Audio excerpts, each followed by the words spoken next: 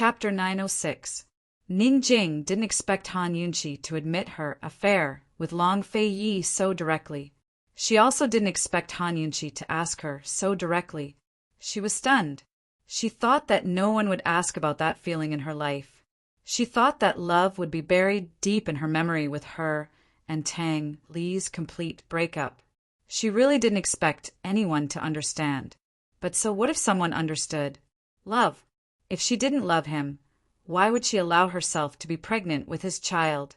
If she didn't love him, why wouldn't she expose his relationship with Long Fei Yi until now? However, this kind of love was not allowed. Just like the child in her belly, it could only hide its identity and was destined not to receive blessings. I don't love him. Ning Jing refused to admit it. Han Yunqi frowned and said rudely, Ning Jing, I look down on your cowardice. Why? You dare to love him but don't dare to admit it. I don't. Ning Jing still refused. Okay, I'll go and kill Tang Li now. Anyway, he will never betray the Tang sect if he falls into the hands of the D clan. The sooner he dies, the sooner he can be reincarnated. Han Yunqi was about to call for help as she spoke. Ning Jing rushed over like a madwoman and covered her mouth tightly.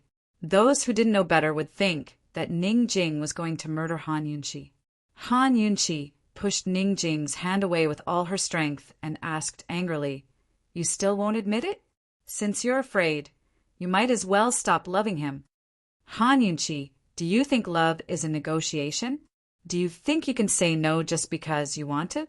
Ning Jing finally broke down. She fell to the ground, and tears fell one by one like beads dropping from a string. I love him. Han Yunqi, I love Tang Li. I love him very, very much, but I can't. I can't betray my brother anymore. I've already caused him to be like this. I can't love him anymore. I don't dare to love him anymore. Grievances and self-reproach welled up in her heart. Her tears had already burst out of her eyes. Even though she had brothers and sisters, she had never been taken care of or cherished since she was young. Between brothers and sisters, apart from responsibility, there was only the kinship hidden deep in the bottom of their hearts, that mutual love. Since she was young, she had been dressing up as a man. Most of the time, she had almost forgotten that she was a woman. That was until she met Tang Li. No matter how she ordered him around or tormented him, even when she hit or cursed him, he'd always chuckled and protected her meticulously. He never retorted when she cursed him or hit him, even though she knew all along that it wasn't true. Even though she had always been on her guard, she was still infatuated with the feeling of being protected and doted on. In the end, she still fell in love with that man and relied on him. At first, Han Yunqi's face was cold, but gradually, her heart was broken by Ning Jing's cries. She knew the pain and suffering of loving someone but not being able to love him. She understood it all too well. Han Yunqi hugged Ning Jing gently and let Ning Jing bury her head in her lap. She said faintly, Ning Jing, don't cry. Remember, it's your own business who you like and dislike. There's nothing you can or can't do. There's only willing and unwilling. Ning Jing suddenly pushed Han Yunqi away. Her face was full of tears, and she was very agitated. I can't. Han Yunqi, you can't. We can't let the D clan down like this. We can't hurt Ning Chang like this. I didn't hurt him. That was an accident. Han Yunqi's emotions were also fluctuating. Ning Jing, Eastern and Western Qin have a secret ceasefire agreement. After settling the Feng clan, I will return to the D clan. As the princess of Western Qin, I will advance and retreat together with the D clan. Even if I have to go to the battlefield and meet Long Fei Yi on the battlefield, I won't refuse. I don't want to let down Ning Cheng's loyalty. Ning Jing was very surprised. I don't believe it. Uncle Cheng should know about this. If you don't believe me, you can ask him. Han Yunqi said seriously. Ning Jing couldn't understand. Why? Han Yunqi then realized that Ning Jing was actually also a silly girl. She asked in return, because feelings aren't negotiations. You can't just say you don't love him anymore. Because I'm the same as you. We're both people of Western Qin. We can't betray the D clan's loyalty all these years. So we have to bravely love, but we also have to bravely shoulder our responsibilities. A bitter smile flashed across Han Yunqi's face. Ning Jing, even if you don't have a good ending, at least you have truly loved and worked hard, right?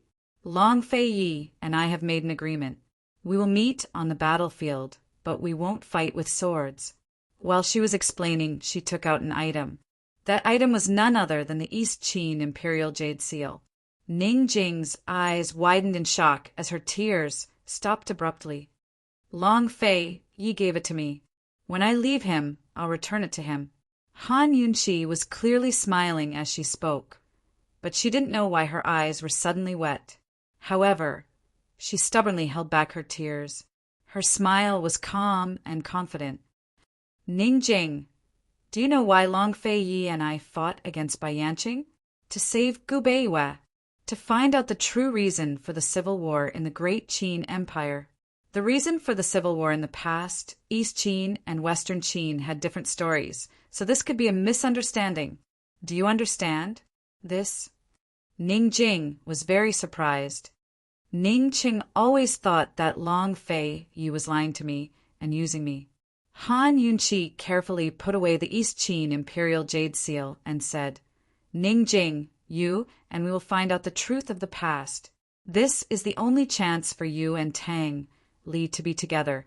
Ning Jing's hand unconsciously stroked the small bump hidden under her loose dress. This was not just a chance for her and Tang Li, it was also a chance for this innocent child. Han Yunqi, why are you so sure that I will believe you and help you? Ning Jing asked back. Because you and I are in the same situation. Han Yunqi honestly said. Instead of hiding the pain, it is better to give it a try. No matter how bad the result is. Can it be worse than your current situation? Ning Jing's eyes slowly fell onto Han Yunqi's sleeve. The East Qin Imperial Jade Seal was hidden in that sleeve. She looked at it without moving, making Han Yunqi's heart filled with vigilance. She and Ning Jing were completely devoted, so Ning Jing wouldn't sell her, right? If Ning Jing revealed the matter of the Imperial Jade Seal, Long Fei Yi would be in big trouble. Ning Jing, Han Yunqi timidly asked. She hoped that she didn't misjudge her and didn't misjudge the relationship between Ning Jing and Tang Li. At this time, Ning Jing finally came back to her senses. She gave a self-deprecating laugh. Han Yunqi, our situation is different. Long Fei Yi pampers you, but Tang Li... Her smile was incomparably bitter. It was funny enough that she fell in love with her enemy, but it was unrequited love. Tang Li doesn't love me, Ning Jing bravely said. A complicated look flashed in Han Yunqi's eyes. She couldn't see through that brat Tang Li's thoughts. If she hadn't tested Ning Jing's thoughts today, she would have thought that Ning Jing wasn't worthy of Tang Li. Now, she hoped that Tang Li wouldn't disappoint Ning Jing's sincerity. Han Yunqi was deep in thought. But who would have thought that Ning Jing would wipe her tears and seriously say, Han Yunqi, I'll take a gamble. Tang Li. Before Han Yunqi could finish, Ning Jing interrupted her. It's fine as long as I love him. I only have one condition. Ning Jing was indeed the bravest woman in the D clan. What condition? Feel free to state it. Han Yunqi smiled. You're not allowed to sacrifice any of the D clan's interests, Ning Jing said seriously. I understand. Han Yunqi nodded. Say it. What can I do to help? Ning Jing asked straightforwardly. Help me take control of Myriad Merchant Hall. Before your brother returns, I want the D clan to submit to me and not respect my status as a princess. Han Yunqi said seriously. You want to take control of the D clan before my brother returns? Ning Jing was smart. Yes. Han Yunqi admitted openly. If your brother falls into Bai Yuqiao's hands, the D clan will be in danger.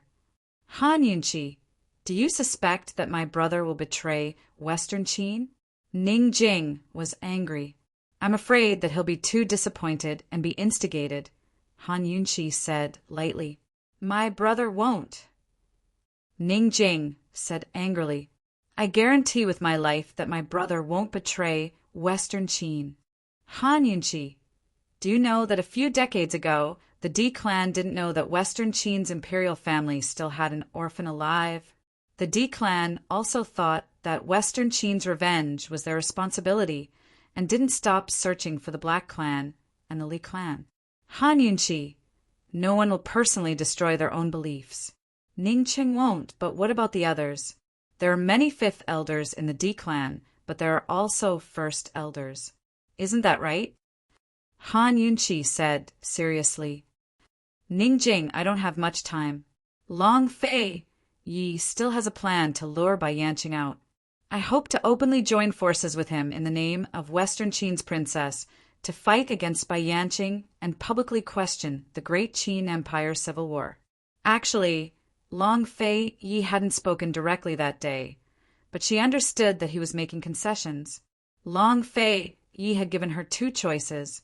One was that she could take control of the D clan within 10 days and have them listen to her orders. She could also agree to join forces with East Qin against the Wind clan and question the civil war of the past.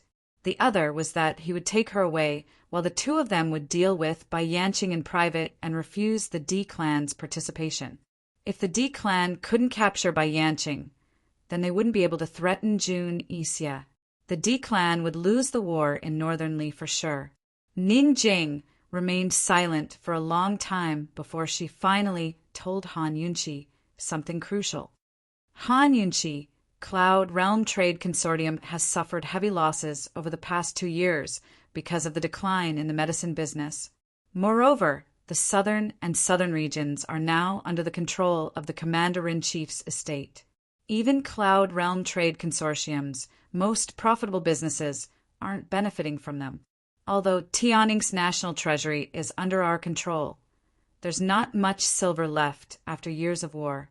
After a pause, she decided to throw caution to the wind and say, Han Yunqi, Cloud Realm Trade Consortium is nothing but an empty shell now. It's no longer what it used to be. The gambling houses and auction halls are the foundation of the D clan's wealth. Once they're destroyed, the D clan won't be able to support the massive military expenditures in a year's time. Han Yunqi liked Ning Jing too much. It was so easy to work with smart people. Ning Jing's words had hit the nail on the head. Han Yunqi had always wanted to use the crisis at Myriad Merchant Hall to control the D clan's purse strings. Now it looked like she'd made the right bet. What's the situation with the 2 gambling houses now?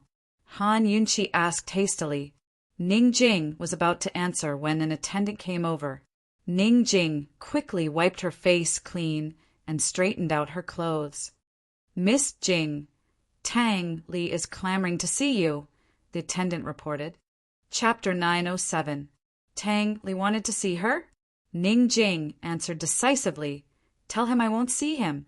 By the way, tell him to give up on the thought of running away. He won't be able to escape. Han Yunqi smiled, but did not say anything.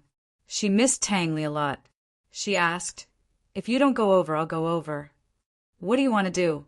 Ning Jing became nervous. I'll chat with him for a while. I hit it off with him, so I'm talkative, Han Yunqi said with a smile. Do you think you'll hit it off with him now?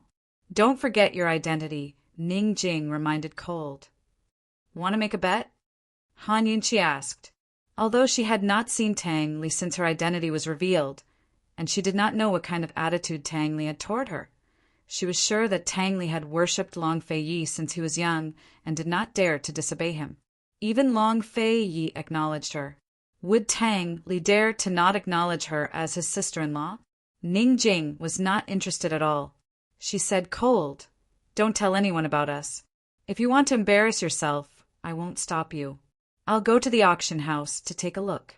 The real culprit behind this matter is not that simple.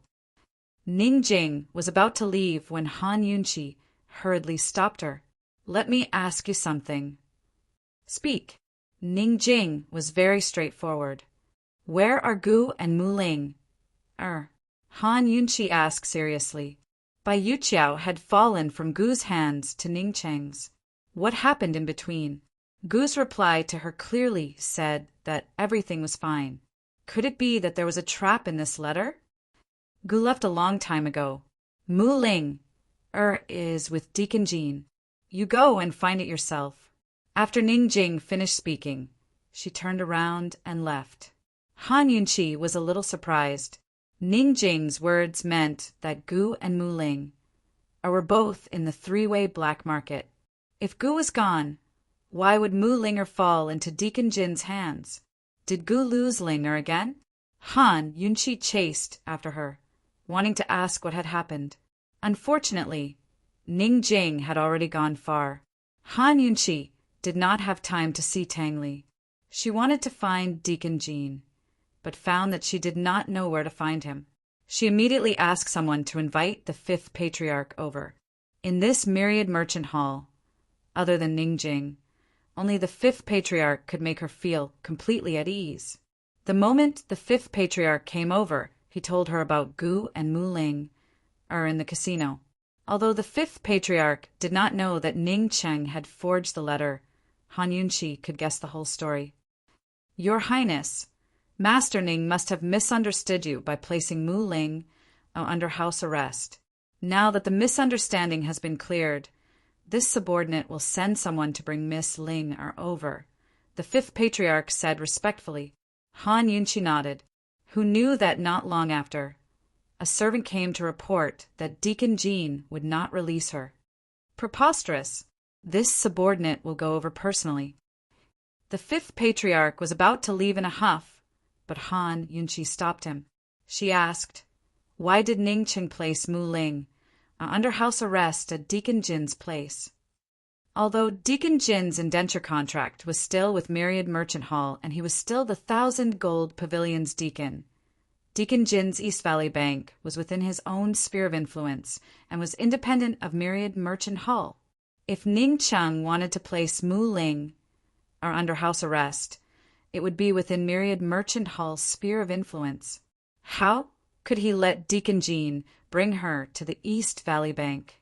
The fifth patriarch answered, Your Highness, Deacon Jean and Master Ning are master and servant and also friends. This subordinate does not know about this matter. This subordinate will call Uncle Ching over. Uncle Ching should know. A complicated look flitted across Han Yunqi's eyes. She asked calmly, where is Deacon Jin's indenture contract? Myriad Merchant Hall servants are all under unified management.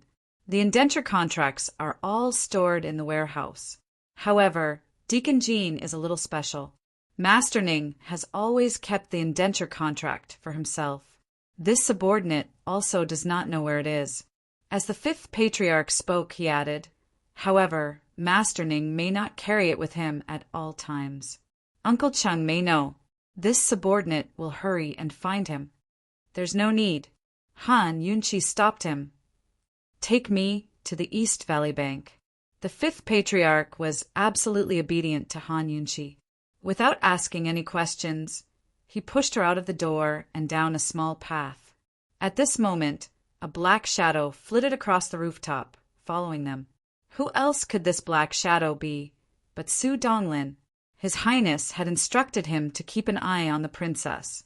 The moment the princess left Myriad Merchant Hall, he was to report her whereabouts to him. Han Yunqi was going to the East Valley Bank. At this moment, Uncle Chung and Deacon Jean were drinking tea in the back courtyard of the bank. Don't even think about the casino business. I dare to guarantee that Myriad Merchant Hall cannot save the casino. Even Golden Wing Palace and East Origin Hall do not have that ability. Uncle Chung said sternly. Deacon Jean had a rough grasp of the casino situation. Based on his judgment, the casino business in three-way black market would not be able to flourish for at least 2 years. The people of Golden Wing Palace had exposed all the cheating methods in the casino.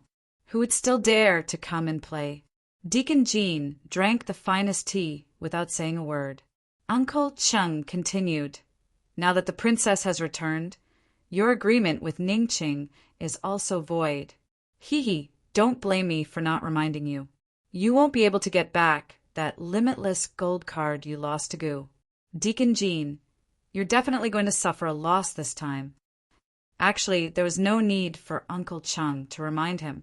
From the moment Deacon Jean found out about Han Yunqi's identity, he knew that his deal with Ning Qing was definitely going to suffer a loss. He remained silent as Uncle Chung analyzed the situation. So be it. It's just a mere limitless gold card. The East Valley Bank can naturally afford to suffer a loss. It's just that Uncle Chung waited for a while but didn't continue. Deacon Jean brushed his fine bangs aside, revealing the scar on his forehead. He asked, "Just what? When did Uncle Chung treat me like an outsider?" Uncle Chung sighed softly. "It's just that you put Han Yunqi's younger sister under house arrest and offended her at the entrance of Myriad Merchant Hall. I'm afraid that she won't let the matter of you putting Mu Linger under house arrest go so easily." Deacon Jean was extremely puzzled. What exactly was Uncle Cheng's motive for making a special trip here to sow discord between him and Han Yunqi again and again? Ning Cheng was loyal and devoted to Western Qin. Now that something had happened to him, what was Uncle Cheng trying to do? Deacon Jean weighed the situation for a while, then said mildly, "Uncle Cheng, since you're treating me like an outsider, please go back." Uncle Cheng wasn't angry. Instead, he laughed. "Jean Z, Uncle Chung likes your personality. Straightforward." Deacon Jean didn't say anything. He was usually a man of few words. Uncle Chung leaned over and whispered something to Deacon Jean. In a few sentences, he explained the deal clearly. Uncle Chung wanted Deacon Jean to use Mu Linger as a bargaining chip to get a huge sum of money from Myriad Merchant Hall. Once the deal was done, Uncle Chung would return the indenture agreement to him. Deacon Jean was a smart person. He immediately realized that Uncle Chung wanted to make things difficult for Han Yunqi while Ning Cheng was away. Based on Han Yunqi's conflict with Ning Jing at the entrance of the main hall today, coupled with Uncle Cheng's attitude, Deacon Jean more or less guessed that Han Yunqi, this princess, hadn't truly gained a firm foothold in the D clan. Ning Cheng wasn't around, so there might not be anyone in the D clan who was convinced by Han Yunqi. Deacon Jean was only curious about these matters. He was most concerned about his indenture agreement. "How is it? Is my indenture agreement in Uncle Cheng's hands?" Deacon Jean asked. Uncle Cheng immediately took out a handwritten copy. "Take a look. Are there any discrepancies?" Deacon Jin's calm expression changed slightly when he saw that thing. He had personally written the indenture agreement and signed it. He knew every word on it, even the position of his signature. However, a handwritten copy couldn't prove that his indenture agreement was in Uncle Cheng's hands. Given Uncle Cheng's status, it wasn't impossible for him to see this thing. Deacon Jean said indifferently, "Uncle Cheng, I can promise you anything if you can give me the indenture agreement. However, I want to see the real thing." A complicated look flitted across Uncle Cheng's eyes. "All right, I'll bring it to you tomorrow morning. I'm sure Han Yunqi will soon know that Mu Ling is here. You have to be prepared." "Of course," Deacon Jean said indifferently. Uncle Chung hurriedly left through the back door. Almost at the same time, Fifth Elder pushed Han Yunqi into the guest hall. "Master, Myriad Merchant Hall's Fifth Elder is here to see you." He even brought a woman in a wheelchair with him. "This subordinate isn't sure of her identity," the attendant answered truthfully. Deacon Jean was slightly taken aback, but he quickly regained his senses. He said in a low voice, "Watch Mu Ling carefully. Don't let her run around. She definitely can't come to the guest hall." The attendant obeyed and left. Deacon Jean then quickly walked to the guest hall. Along the way, he kept his head down, a shadow in his eyes. No one knew what he was thinking about. Although Deacon Jean was somewhat fearful of Han Yunqi's identity, he still maintained his usual calm, even a little cold. "Your Highness, what brings you here?" he asked indifferently. He waved his hand to summon the attendant to serve tea. I heard that you weren't willing to release my sister, so I had no choice but to come personally. Han Yunqi was very direct. For the indenture agreement? What did Ning Cheng promise you? Why did he allow you to bring her here? Han Yunqi asked. Ning Cheng promised me back then. Do you acknowledge it, princess? Deacon Jean retorted. I don't acknowledge it. I'm just asking, Han Yunqi said with a smile. Then there's no need for me to say. Deacon Jean did not stand on ceremony. If not for Uncle Cheng's reminder, he really would not have thought that he still had Mu Ling, to negotiate with Han Yunqi. It was still unknown whether Uncle Cheng could produce the original indenture agreement. Moreover, even if Uncle Cheng secretly gave him the indenture agreement, so what if he destroyed it? Myriad Merchant Hall would never admit it. Most people in the circle knew that he was Myriad Merchant Hall's slave. If he wanted to leave, how could he leave secretly? He had to leave openly. Although this woman in front of him had not gained a firm foothold in the D clan, he would rather bet his chips on this woman than on a villain like Uncle Cheng. No need to say any more. Just tell me what you want in order for you to release my sister. Han Yunqi's expression was relaxed, as if this was not a very difficult matter. It had to be said that Han Yunqi's attitude made even the usually calm Deacon Jean somewhat flustered. However, he quickly calmed down. Your Highness, my condition is very simple. Return the indenture agreement to me. One hand over the goods, and the other hand over the person. Deacon Jean said, then added, Oh right, you have to return the limitless gold card that Mu Ling cheated me out of. Han Yunqi frowned. Deacon Jean, I heard that you wanted to give the entire East Valley Bank to Ning Cheng in exchange for an indenture agreement? Ning Cheng didn't agree to it? Ha ha! So that girl Mu Ling is still very valuable. Deacon Jean smiled faintly. Han Yunqi also smiled. No matter how valuable that girl Linger is, she's not as valuable as you, Deacon Jean. How about this? You release Mu Ling, and give me the East Valley Bank. I'll give the order that your indenture agreement is void. As for whatever agreement you have with Ning Cheng, it'll also be void. How about it? When these words were spoken, not to mention Deacon Jean, even the fifth elder was stunned. If this was not an exorbitant demand, what was it? Where did her confidence come from? Chapter 908. Mu Linger was in Deacon Jin's hands. Where did Han Yunqi get the confidence to make such harsh demands? Deacon Jean chuckled and said mockingly, Your Royal Highness, you really know how to do business. Han Yunqi sighed helplessly. If I knew how to do business, I wouldn't make such a losing deal with you. I'm also doing this for Ning Cheng's sake. Fifth elder was already stunned. Deacon Jean couldn't help but be angry. How was Han Yunqi asking for an exorbitant price? She was simply insulting him. Your Royal Highness, what qualifications do you have to negotiate with me? Deacon Jean pulled a long face. Your indenture contract, of course. Han Yunqi looked at him blankly. Deacon Jean, could it be that you're not satisfied with this princess's conditions? Fifth elder couldn't figure out if Her Royal Highness was pretending to be stupid or if she really didn't understand the situation.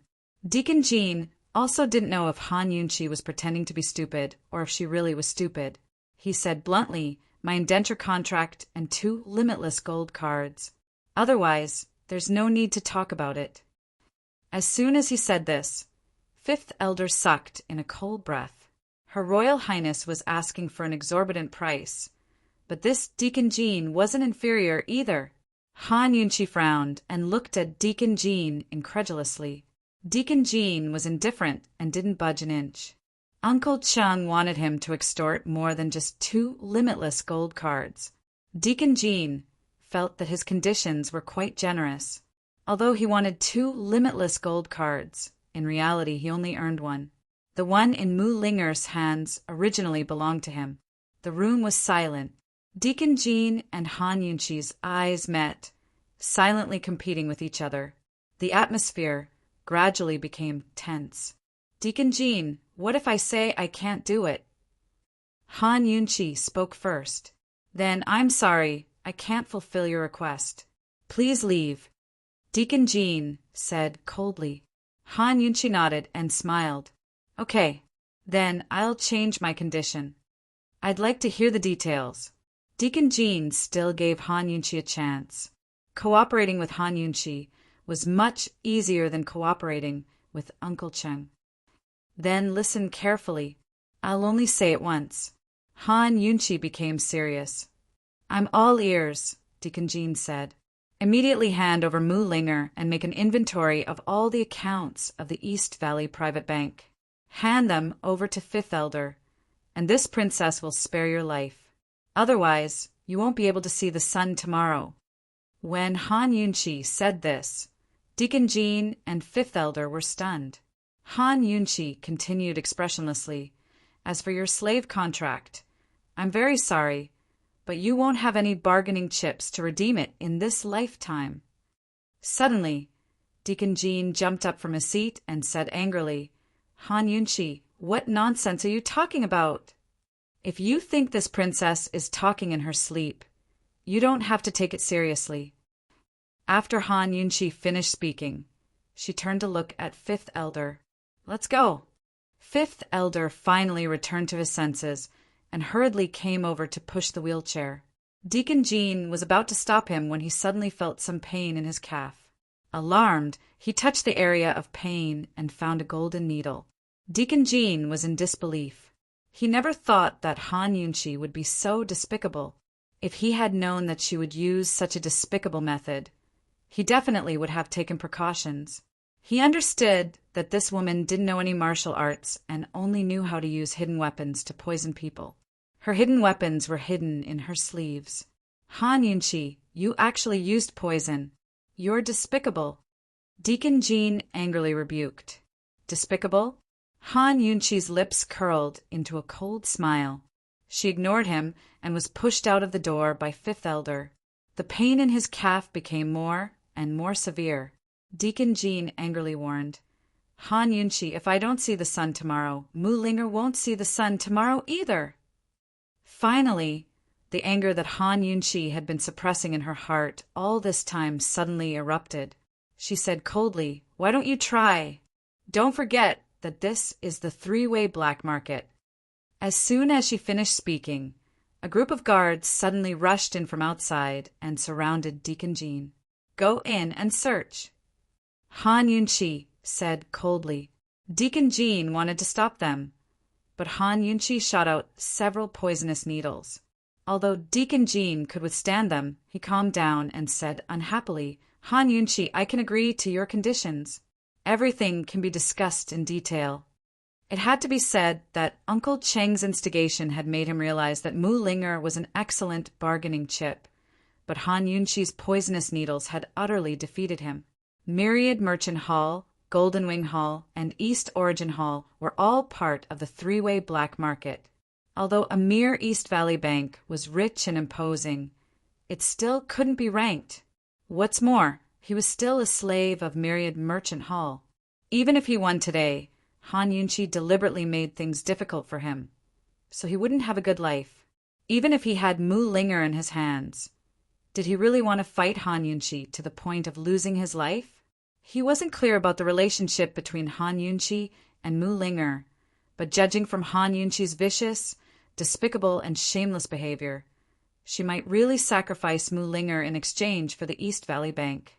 Deacon Jean didn't want to die in a foreign land at such a young age before he had even obtained his freedom. Han Yunchi waved a hand, indicating for the guards to withdraw. Actually, these were only her personal guards who'd accompanied her on this trip. They hadn't come prepared. Originally, she was only curious as to why Ningcheng would release Mu Linger to the East Valley Bank, so she personally came to test Deacon Jean. She didn't expect Deacon Jean to be someone who refused a toast only to be forced to drink a forfeit. She sneered in her heart. When the chips were equal, she had never lost any negotiation except for that one time when she faced Bai Yanqing. Actually, everyone's chips were equal. As long as Deacon Jean insisted on not releasing her and used Mu Linger to threaten her, she wouldn't be able to hold on for long. She should be thankful that Deacon Jean wasn't that sly old fox by Yanqing after all. Once the guards withdrew, Han Yunqi coldly asked, "Where is she?" If she wanted to discuss in detail, she had to first see Mu Linger and confirm that she was fine. From her point of view, Deacon Jean wasn't a good person. If he dared to hurt Linger in the slightest, she would definitely make his legs suffer so much that he wished he was dead. "Help me detoxify the poison first," Deacon Jean requested. Han Yunqi narrowed her eyes. "Are you sure you still want to talk nonsense with me?" "Han Yunqi, there should be a limit to how much you can take advantage of a burning house. You're a woman, so don't use such despicable methods." Deacon Jean was genuinely dissatisfied with being tricked and casually complained. Han Yunqi originally didn't want to waste her breath, but when she heard this, she was enraged. She angrily retorted, "Deacon Jean, explain to me clearly. How am I taking advantage of a burning house? You were the one who directly suggested exchanging the East Valley Bank for your indenture agreement. Ning Chang thought it was too little, so I added an additional condition for you to release Mu Ling. How is that not a limit?" Han Yunqi sneered. "Also, what do you mean by despicable? You kidnapped my little sister, and I asked you to release her, but you refused to release her. If you want to talk about despicable, then you're the one who's despicable first. You were poisoned by me, but that's because you're fine. Deacon Jean, you're a dignified man, yet you're holding a little girl hostage, and you're still talking to me about whether you're despicable or not. Is there any meaning to this? I haven't even scolded you, yet you're scolding me? Do you have any shame?" Deacon Jean was speechless, while Fifth Elder's heartbeat sped up. Both of them had long heard of this woman's reputation, but this was their first time seeing her in person. It really was an eye-opener. "Deacon Jean, I'm telling you one last time. Hand over Mu Linger, settle the accounts of the East Valley Bank, and hand them over to Fifth Elder. Then I'll give you the antidote. As for your indenture agreement, don't even think about it. We have nothing to discuss." Han Yunqi kindly reminded him again. There's still more than 2 hours before daybreak. Even if Deacon Jean was 100 times unwilling, he still had to admit defeat. "Someone bring Mu Linger over," he reluctantly ordered. Very quickly, Mu Linger was brought over by an attendant. Han Yunqi originally thought that Mu Linger would have a pitiful look on her face, but who knew that this lass would be so well? She couldn't tell that she had been kidnapped at all. The moment Mu Linger saw Han Yunqi, her large, bright eyes were like searchlights, especially bright. However, the next moment, she realized that Han Yunqi was sitting in a wheelchair. "Han Yunqi, what happened to you?" She cried out in alarm and rushed over. "I'm fine." Han Yunqi didn't want to talk too much here. Mu Linger hurriedly squatted down and carefully examined her legs. She only needed to smell the medicine that Han Yunqi had applied to know that Han Yunqi's legs were broken. "What happened? Who did it?" Mu Linger asked angrily. Han Yunqi frowned as she looked at her. Her heart felt warm. It was rare for this lass to be so concerned about her. "It's fine. Let's talk about it when we get back," she said indifferently. Fifth Elder wanted to push Han Yunqi, but Mu Linger beat him to it. She was full of questions, but she also knew that this wasn't the place to talk. "Where's my antidote?" Deacon Jean couldn't help but remind her. "Settle the accounts and bring it over to Fifth Elder. I'll give it to you." Han Yunqi didn't even turn her head. Deacon Jean clenched his fists and stood there for a long time. Just as Han Yunqi was about to leave, he said coldly, "Han Yunqi, don't you want to know why Ning Cheng handed this lass over to me?" Han Yunqi finally turned her head. "Then tell me." Deacon Jean was about to state his conditions when Han Yunqi said, "If you don't tell me now, I'll immediately go back and find your indenture contract and sell it to Gu." Deacon Jean had fought with Gu in the casino. If his indenture contract fell into Gu's hands, would he still have a good life?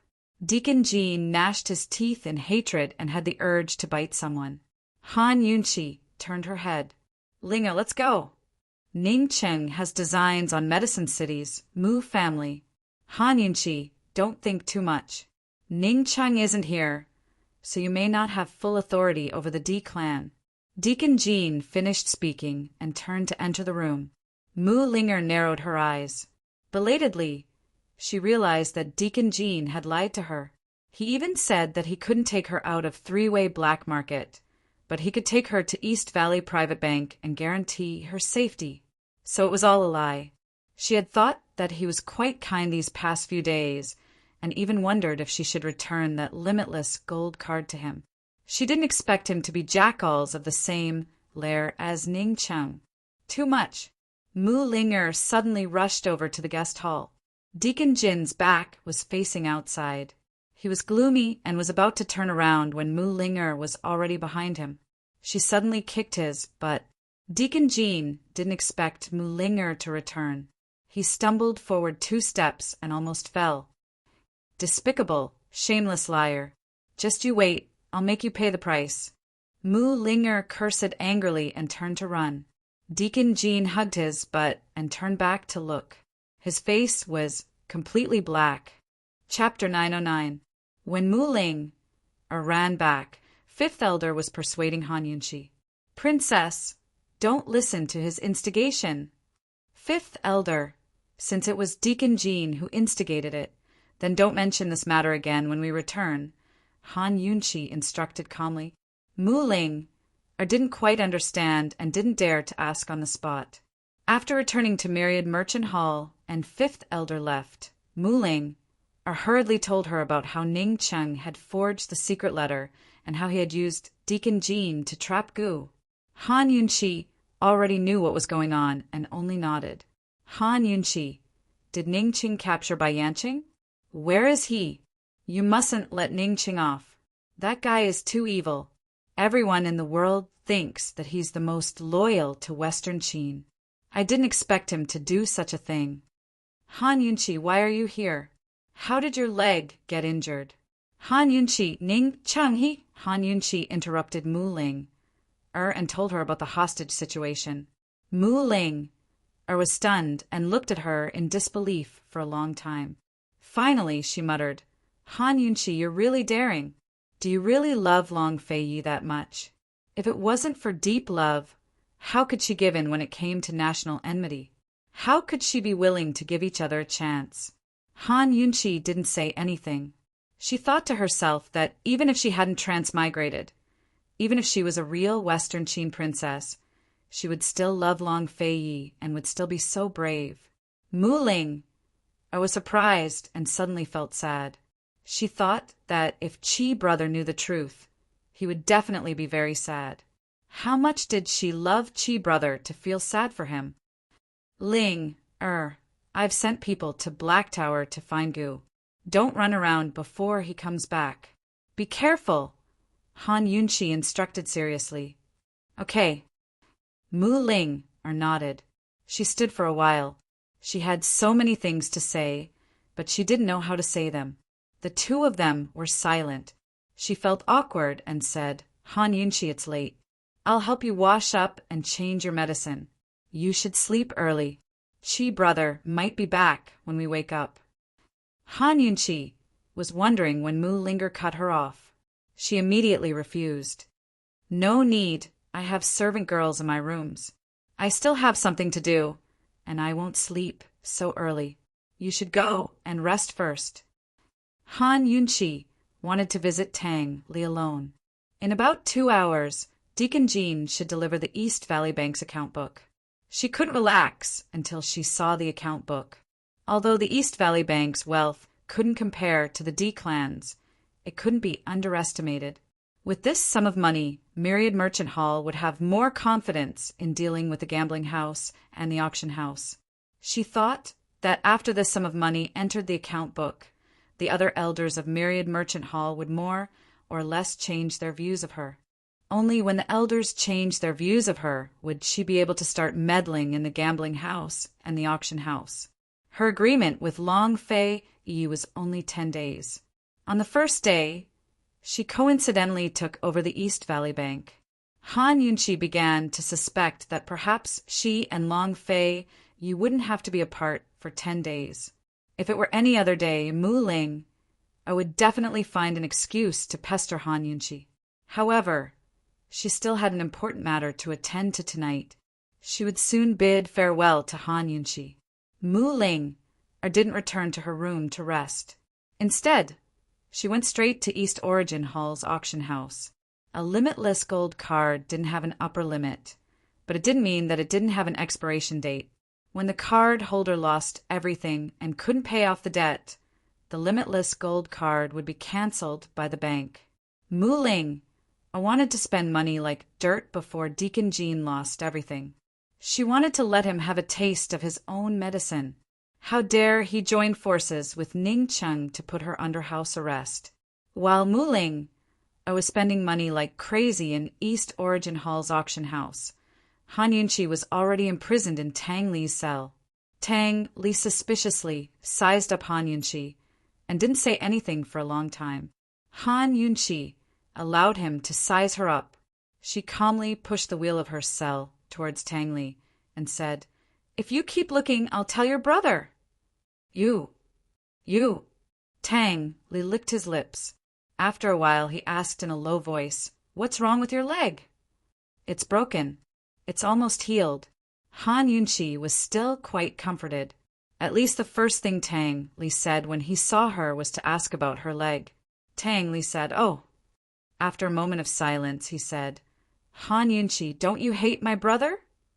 The Grand Elder had told Ning Jing that when Ning Cheng was in trouble, Tang Li was listening at the side. He couldn't be sure of anything else, but he was sure that his brother had very willfully taken this woman to his side to protect her. Why would I hate him? Han Yunqi rolled her eyes at him. "You are the princess of Western Qin, and he is the East Qin crown prince. Don't you hate him?" Tang Li asked again. "If he doesn't hate me, why would I hate him?" Han Yunqi asked again. "If he doesn't hate you, can you not hate him?" Tang Li suddenly smiled. "It's really simple." "It's very simple." Han Yunqi asked back. "Do you think it's not simple?" A bitter look flashed in Tang Li's eyes. He changed the topic. "Han Yunqi, then why are you here now? How could the D clan let you come here? If I said it, would you believe me?" Han Yunqi asked. "If my brother believes you, how could I not believe you?" Tang Li asked back. Han Yunqi also became serious. "Tang Li, then do you hate me?" Tang Li immediately shook his head, but he quickly nodded again. Only when he saw Han Yunqi frown, he shook his head again. Han Yunqi pushed him. "You're so hesitant. Are you still a man?" Tang Li asked back, "Why would I hate you? My brother doesn't hate you, so it's useless for me to hate you." Han Yunqi laughed mockingly. "I'm really blessed by Long Fei Yi." Tang Li rolled his eyes. "Where's my brother? He knows I'm here. Why didn't he come to save me? What's going on with you two?" Han Yunqi still did not answer and asked back, "Tang Li, do you hate Ning Jing?" Unexpectedly, Tang Li suddenly became impatient. He waved his hand and motioned for Han Yunqi to leave. "Don't beat around the bush with me. If you don't let me go, then leave. Please help me pass a message to my brother and ask him to quickly come and get me out." Han Yunqi was about to speak when Tang Li stopped her. "I'm telling you, next time you come here, don't mention the 2 words Ning Jing to me. Otherwise, don't come here." Han Yunqi's eyes flashed with suspicion, and she said lightly, "Tang Li, you want to be alone, don't you?" "I don't." Tang Li suddenly became angry and denied it angrily. Han Yunqi was stunned at first. Then she burst out laughing. She was puzzled. Tang Li's attitude just now showed that he did not have any deep hatred for her. Why would Tang Li resent Ning Jing, the daughter of the D clan, when she was a Western Qin princess? She was not sure about other things, but she was very sure that the hatred of the Eastern and Western Qin family was not that strong in Tang Li's heart. Otherwise, Tang Li would not have been so talkative with her after knowing her background. As long as Tang Li did not reject Ning Jing's background, then Ning Jing could still be fought for, right? Although Ning Jing had told her not to mention their relationship in front of Tang Li, Han Yunqi still could not help it. She could not bear to see a stubborn woman like Ning Jing hiding her love and fighting alone. Love was a very heavy thing, and a person often could not bear it. Seeing Han Yunqi smile, Tang Li flew into a rage out of humiliation. Han Yunqi, are you leaving or not? You don't want to be alone. Won't you be bored if I leave? This prison cell is too quiet. Won't you be bored? Han Yunqi asked with a smile. Tang Li was furious and said angrily, Go away. I want to be alone. You want to be alone? Han Yunqi played dumb and asked curiously, Jing Jing? Finally, Tang Li flew into a rage and did not answer Han Yunqi anymore. Instead, he pushed her out of the prison cell and slammed the door shut. He wanted to be alone. Seriously enough, Han Yunqi was about to go back in when she saw the prison guard running over. Princess, Fifth Elder is waiting outside. He said that he has an urgent matter and wants to see you, the prison guard hurriedly reported. Han Yunqi temporarily ignored Tang Li and hurriedly went out. She saw Fifth Elder holding a bunch of keys in both hands and waiting respectfully outside the door. Your Highness, all the accounts of East Valley Private Bank have been sorted out and handed over to this subordinate. This is the key to East Valley Private Bank's treasury. East Valley Private Bank has not raised any debts or expanded into other businesses. As of tonight, the total amount of debt that has been loaned out is 56,330,000 taels. Fifth Elder reported truthfully. Han Yunqi sighed with emotion. The most profitable business in the world was indeed the business of making money. Although they had only lent out 56,330,000 taels, the interest of 56,330,000 taels was calculated daily, and the interest was extremely high. Where's Deacon Jean? Han Yunqi asked. These were sent over by him. He didn't come, Fifth Elder replied. Was it inconvenient for him to come over because of his leg injury, or was he afraid that seeing her would make him even more depressed? Han Yunqi very faithfully took out the antidote and handed it to Fifth Elder. She instructed, Tomorrow at noon, summon First Elder and the others. I'll have a meal with everyone and learn more about the casino and the auction house. Fifth Elder respectfully accepted the order and left. Han Yunqi did not return to the prison. She thought that it was better not to force Tang Li and let him be alone. Ning Jing did not like her meddling, so she could not meddle too much. Seeing that it was almost dawn, Han Yunqi finally felt tired. She stretched and motioned for a maid to send her back to her room. She had to hurry up and tidy herself up and get some sleep. Otherwise, she would not have the energy to battle with the Elder's council tomorrow. Han Yunqi was clearly very tired, but when she returned to her room, she could not fall asleep. She ordered a maid to prepare a hot soup. Since she could not sleep, she decided to take a bath and calm down to think about the casino and the auction house. What was the purpose of Golden Wing Palace? As far as she knew, Golden Wing Palace had been trading medicinal herbs all these years. There was not much conflict with Myriad Merchant Hall. Why did they have to compete with Myriad Merchant Hall so openly? After the maids prepared the hot soup, Han Yunqi dismissed them. She could already stand. If she did not care about the consequences, she could actually walk a few steps. It was not as inconvenient to move as before. She took off her clothes and carefully sat in the bathtub. Her feet were propped up on the edge of the tub so that they would not touch the water. The water was covered with pink Chinese roses. A faint fragrance rose in spirals with the steam and filled the air. Han Yunqi relaxed and did not have time to think about anything. But at this moment, a familiar voice came from behind her. Chapter 910. Han Yunqi, if I remember correctly, it's time for you to change your bandages today. Upon hearing this familiar voice, Han Yunqi hastily turned around to see Long Fei Yi standing behind her. She didn't know when, but his stern face was filled with displeasure. Han Yunqi looked at the door, then at the window. She discovered that the doors and windows were tightly shut. How did this guy get in?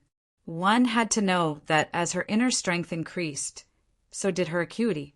She was no longer as oblivious to the slightest movements in her surroundings as she was before. When Long Fei Yi was imparting his inner strength to her, he was also constantly training her ability to detect danger in her surroundings. She learned this kind of task very quickly. When did you get in? Han Yunqi asked. Long Fei Yi moved a chair over, took out the ointment, and sat beside the bathtub. He pulled on her well-proportioned, fair and beautiful legs. Han Yunqi originally wanted to ask more, but when his large, rough hand held her smooth and delicate calf, she unconsciously stiffened. She only felt a tremor rapidly travel from her calf to the top of her head, causing her scalp to tremble. They had even touched more intimately before, but even now, she still couldn't withstand his careless touch. Han Yunqi thought Long Fei Yi was a poison, an incurable poison, just like the perplexing butterfly illusion. She had it, but she couldn't break it. She was already beyond cure. There was no saving her. Long Fei Yi lowered his head and lowered his eyes. With a serious expression, he helped her cut the gauze. Han Yunqi had questions to ask, but she couldn't bear to break his silence. However, Long Fei Yi quickly glanced over. If you're tired, then take a nap. I'll call you when I'm done. Han Yunqi's sleepiness had long been chased away by Long Fei Yi. She asked suspiciously, You've been waiting for me for a long time, right? The doors and windows were all fine. She hadn't heard any movement when she had just entered. The only possibility was that this guy had already snuck into her room and only came out now. Yes. Long Fei Yi admitted generously. You just... Han Yunqi was slightly angry. Why didn't you come out earlier? In other words, if he had come out earlier, she wouldn't have taken a bath. She would have seen everything. Han Yunqi said implicitly, but Long Fei Yi answered directly, I've already seen it. Han Yunqi didn't know how early Long Fei Yi was referring to.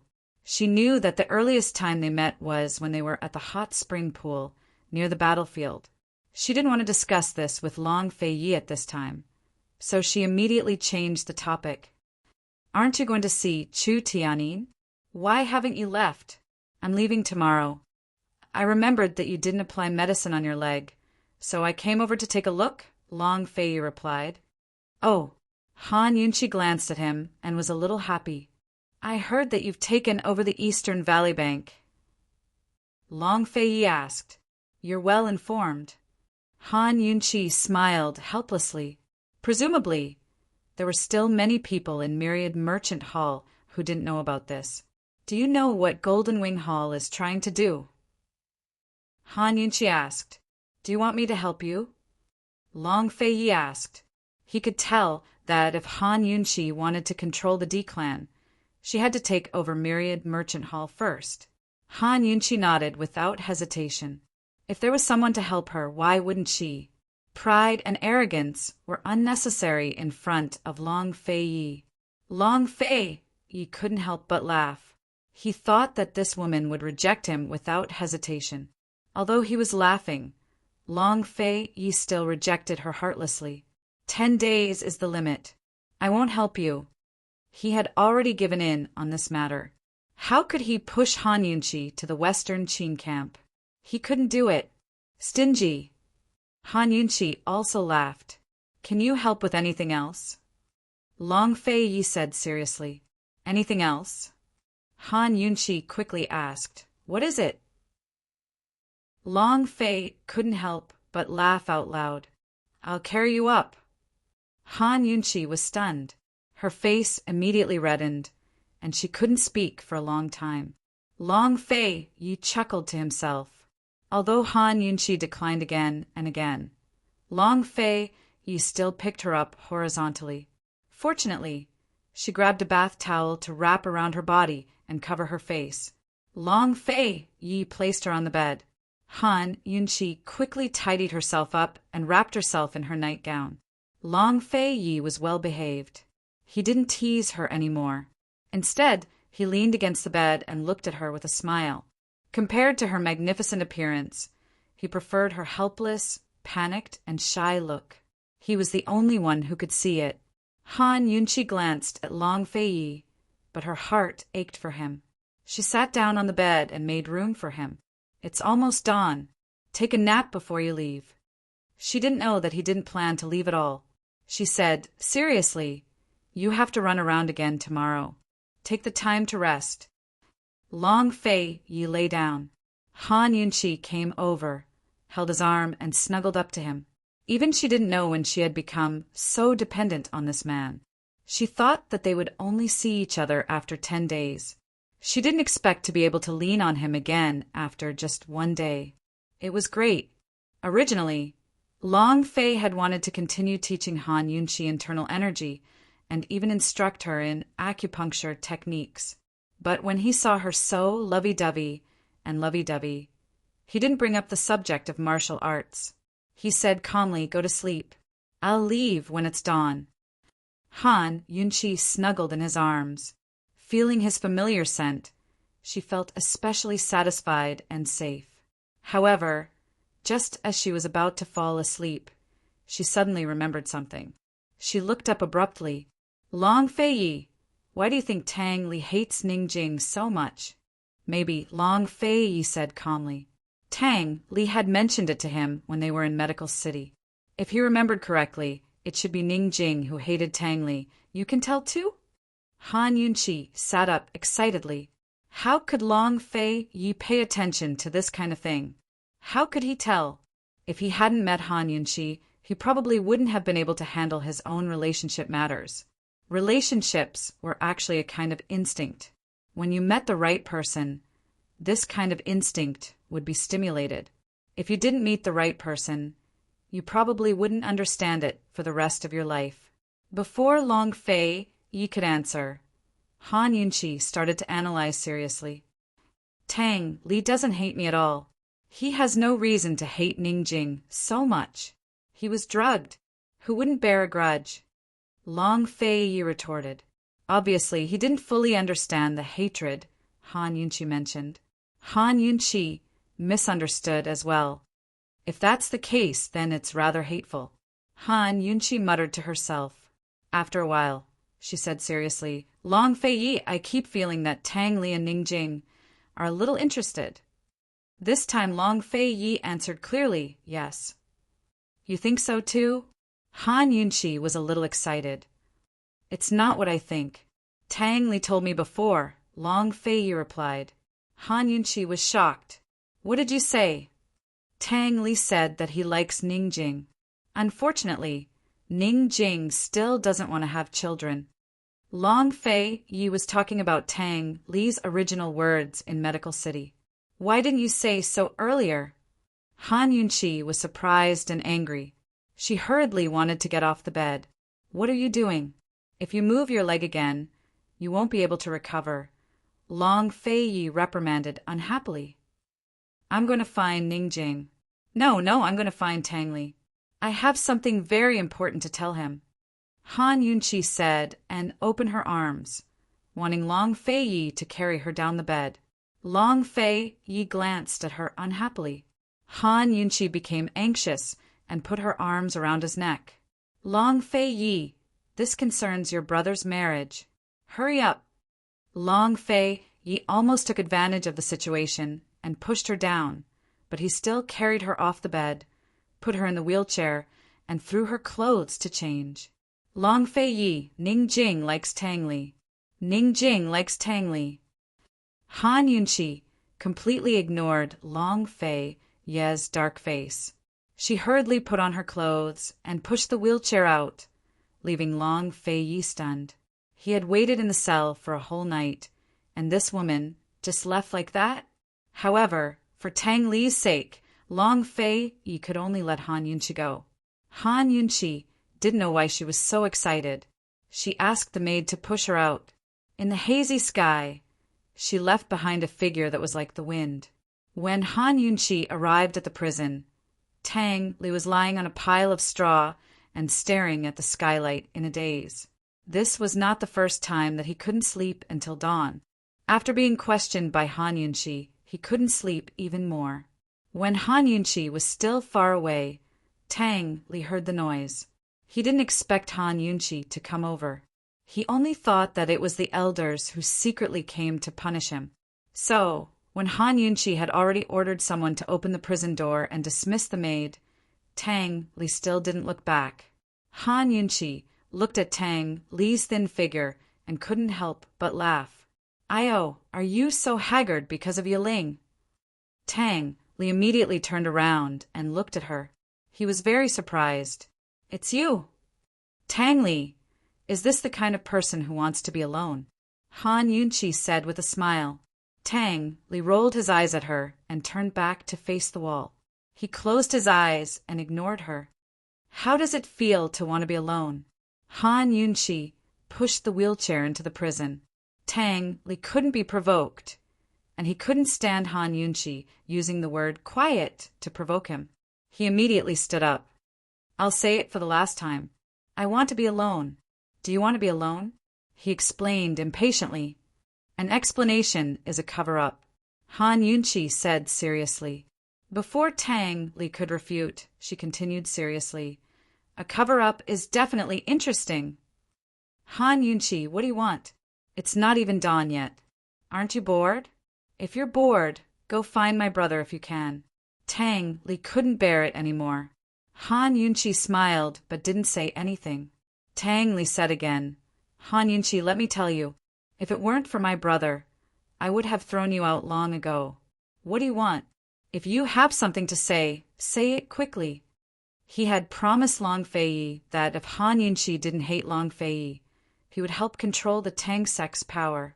He really didn't expect Han Yunqi to be so free and easy. He also didn't expect Han Yunqi to be so capable. She could mix around with Long Fei and openly come to the D clan's important place, Myriad Merchant Hall. Why was it so easy for this woman to do these things? Why was it so difficult for him and Ning Jing? Han Yunqi cleared her throat and said seriously, "All right, since you've already chased me out, I'll be straightforward. Tang Li, I'm here to tell you a secret. Do you want to hear it?" A trace of suspicion flitted across Tang Li's eyes, but he looked indifferent. "Say it or not?" Ning Jing's secret, Han Yunqi tempted. Chapter 911. The word Ning Jing was like a curse to Tang Li, especially when it came from Han Yunqi's mouth. However, Tang Li did not get a headache when he heard it. Instead, his heart ached. It throbbed painfully and was extremely uncomfortable, but he had no choice but to listen to it. He could not ignore it. Tang Li pretended to cough lightly and replied impatiently, "Han Yunqi, if you have something to say, just say it. Don't hold it in." "I have a condition," Han Yunqi said with a chuckle. "No way." Tang Li turned his head away. His thin and handsome face was full of arrogance.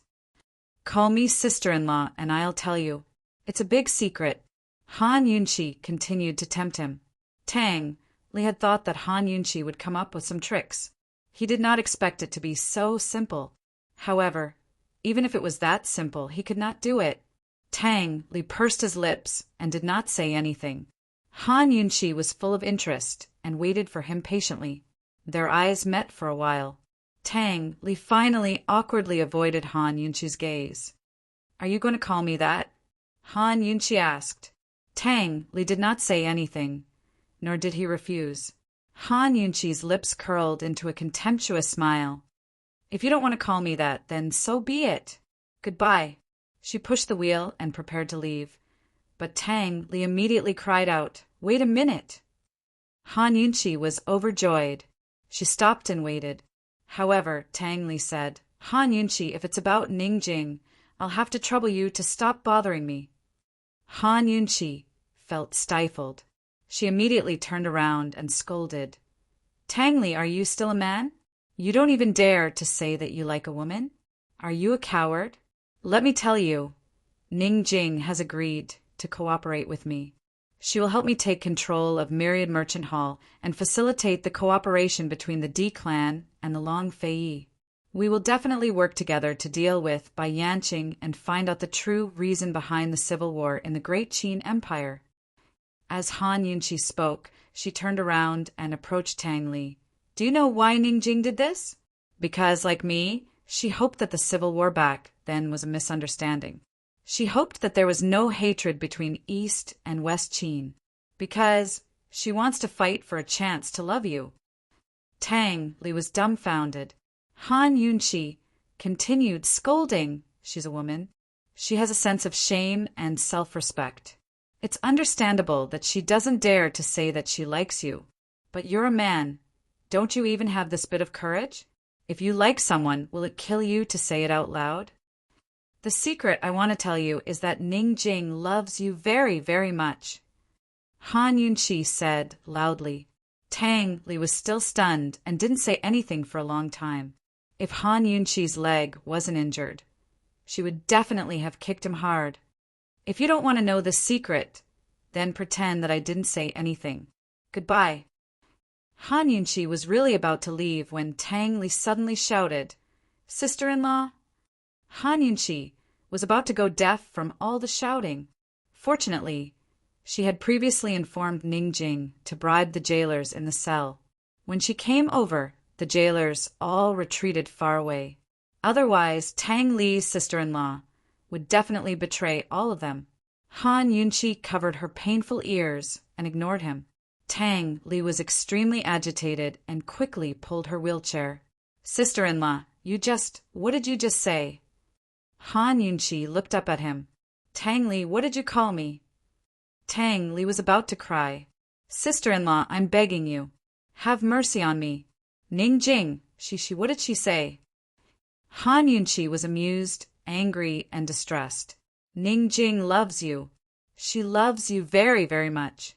She told sister-in-law herself. Tang Li was really about to cry. His eyes were filled with tears. Really? Han Yunqi smiled helplessly. Sister-in-law would cheat anyone but you. It's true. I want to see her. Tang Li rushed out of the door like a madman. Han Yunqi let him do as he pleased. Tang Li really did run out of the cell. However, once he reached the dungeon door, he was stopped by a group of archers. He could only retreat. At this moment, he realized that although Han Yunqi could walk freely in Myriad Merchant Hall, she didn't have complete control over it. The group of archers at the door was not only to prevent him from escaping, but also to prevent Han Yunqi from secretly taking him away. You can't go out, but Ningjing can come in. I don't know if she's willing to see you. Han Yunqi was telling the truth. Sister-in-law, tell Ningjing, tell her. Tang Li thought for a moment. Tell her that the pear blossom in the storm has no heart, but I have a heart. Tell her to come here. I have something to tell her. All right, I'll think about it, Han Yunqi said mildly. Sister-in-law. Tang Li begged. Han Yunqi couldn't help but laugh. It had been a long time since she heard him call her sister-in-law in such a pleading tone. Tang Li, leave this to sister-in-law. Even if I have to lie to her, I'll help you trick her here. If you have anything to say, you can tell her yourself, Han Yunqi said seriously. Hurry, hurry. Tang Li couldn't wait. Han Yunqi left immediately. By the time she reached the outside of the prison, it was already dawn. Fifth Elder had sent people to look for her everywhere, and they just happened to find her here. Your Highness, the elders are already waiting in the main hall, the maidservant answered truthfully. So early? Han Yunqi was suspicious. She had no idea that last night, Fifth Elder had told the other elders about Han Yunqi swallowing up the East Valley Private Bank. All of them were stunned by the news, especially the head elder, who had called for a meeting early in the morning to discuss the matter. Myriad Merchant Hall was the D clan's source of wealth, so it was essentially a place where money spoke. Han Yunqi had only used a single night to earn a private bank for Myriad Merchant Hall without any cost. Even if the elders were dissatisfied, they had to admit that they were a little more convinced. The situation at the auction house and the casino was getting worse and worse. When they were at their wits' end, they naturally wanted to hear what Han Yunqi had to say. Tell them I'm not feeling well and that I'll be there later. Tell them to get busy first. Han Yunqi secretly stuffed an ingot of gold into the maidservant's hands and asked, "Is Ning Jing there too?" "Miss Jing hasn't arrived yet. First Elder has already sent someone to invite her. Miss Jing came back from the casino very late last night, so she's probably still resting." The maidservant answered in detail after receiving the ingot of gold. Han Yunqi immediately found another maidservant to push her to Ning Jing. No matter how important the matter was, nothing was more important than her younger brother Tang Li's marriage. Let the elders wait. Just as Han Yunqi was about to hurry to find Ning Jing had already woken up. Her 4-month pregnant belly wasn't obvious yet, and it didn't make her movements clumsy, but she was still very careful in private. In the past, she rarely ate breakfast when she was busy, but now, no matter how busy she was, she had to eat her fill. Despite First Elder's urging, she still stayed in her room and slowly ate her breakfast before leaving.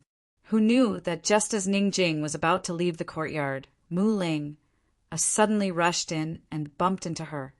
"Ah, ah!" Both of them screamed, but Ning Jing's screams were undoubtedly much louder than Mu Ling's. Ning Jing was knocked to the ground and fell on her butt. Mu Ling didn't fall, but her nose hurt. Her nose was sticky and seemed to be bleeding. Ning Jing supported herself with one hand on the ground, and the other hand hurriedly clutched her stomach. Her face was deathly pale, and she was so scared that her heart almost stopped. She was in a daze and didn't dare to look down. "Ning Jing, are you all right?" "I didn't do it on purpose. I was being chased, and I came to find my older sister," Mu Ling said as she helped Ning Jing up. But before she could help her up, she was stunned.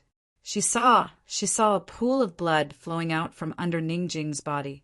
Although Mu Ling was a virgin, but she was a pharmacist, and she knew this kind of common sense. She was so scared that she opened her mouth and wanted to scream. Luckily, Ning Jing covered her mouth in time.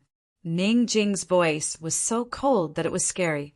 She said in a low voice, "Mu Ling, save my child, otherwise I'll make you pay with your life." Mu Ling's hands were cold. Only then did she realize how big of a trouble she had caused. "Ning Jing, you don't be angry. You let go of me, then I can save you." Mu Ling was so scared that her lips and teeth were trembling. She wasn't afraid of death, but she was afraid that this disaster couldn't be saved.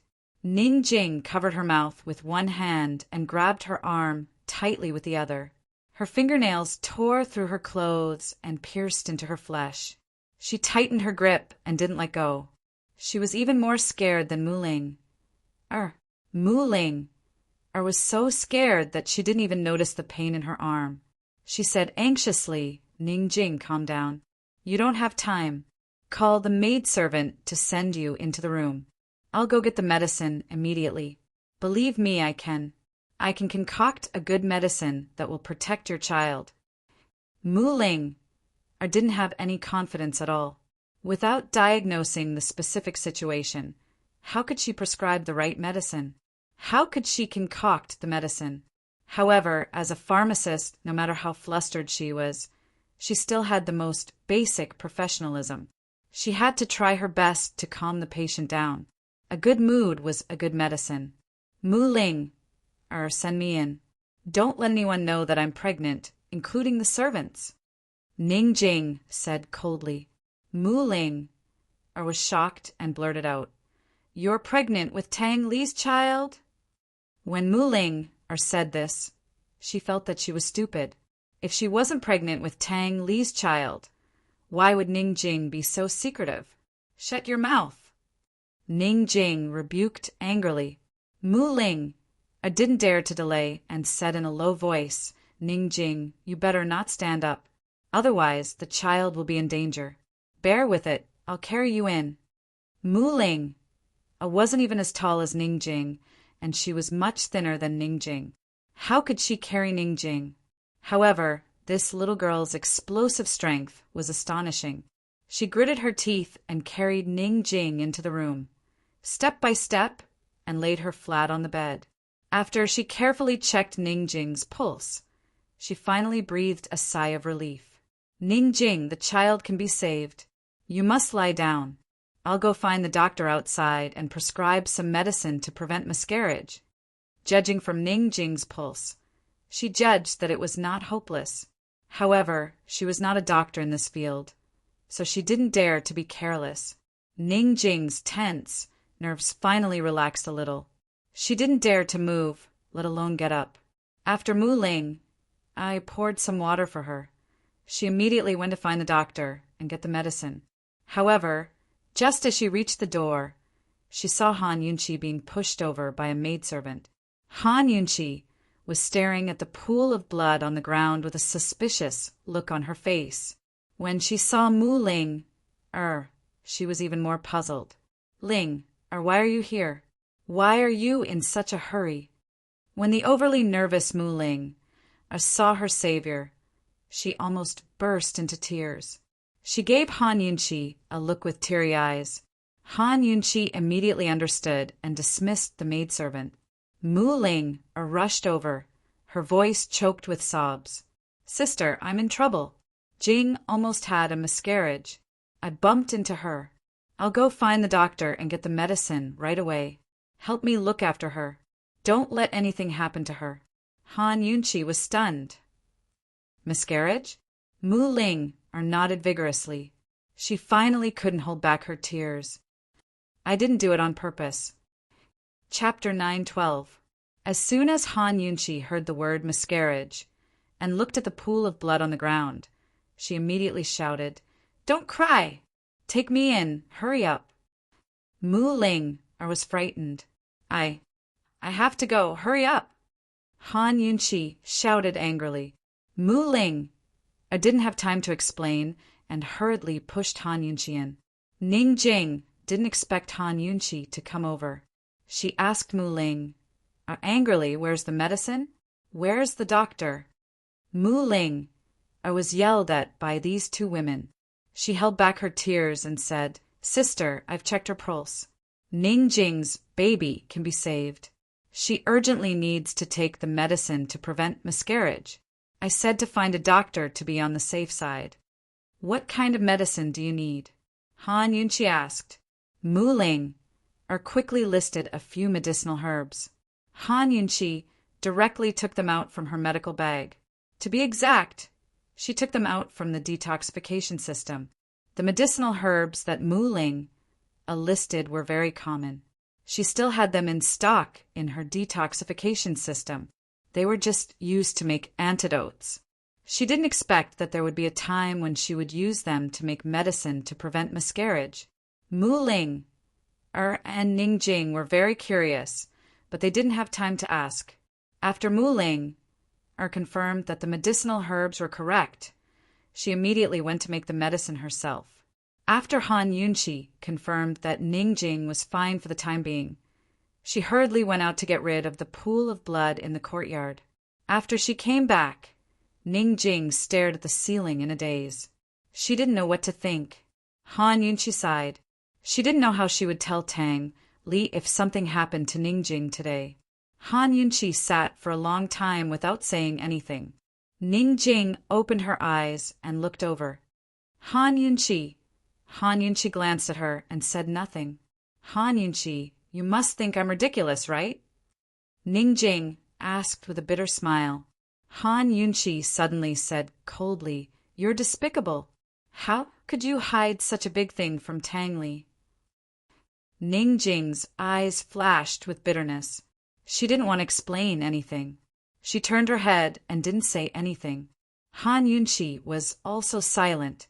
Very soon, there were many things that needed to be told to her personally by Tang Li. After Mu Linger brought the decoction, Han Yunqi went out to find a doctor. When she brought the doctor over, Ning Jing had already taken the medicine and fallen asleep. The doctor examined her, looked at Mu Linger's prescription and added some medicine. He said that although the child was saved, Ning Jing had to stay in bed for a month.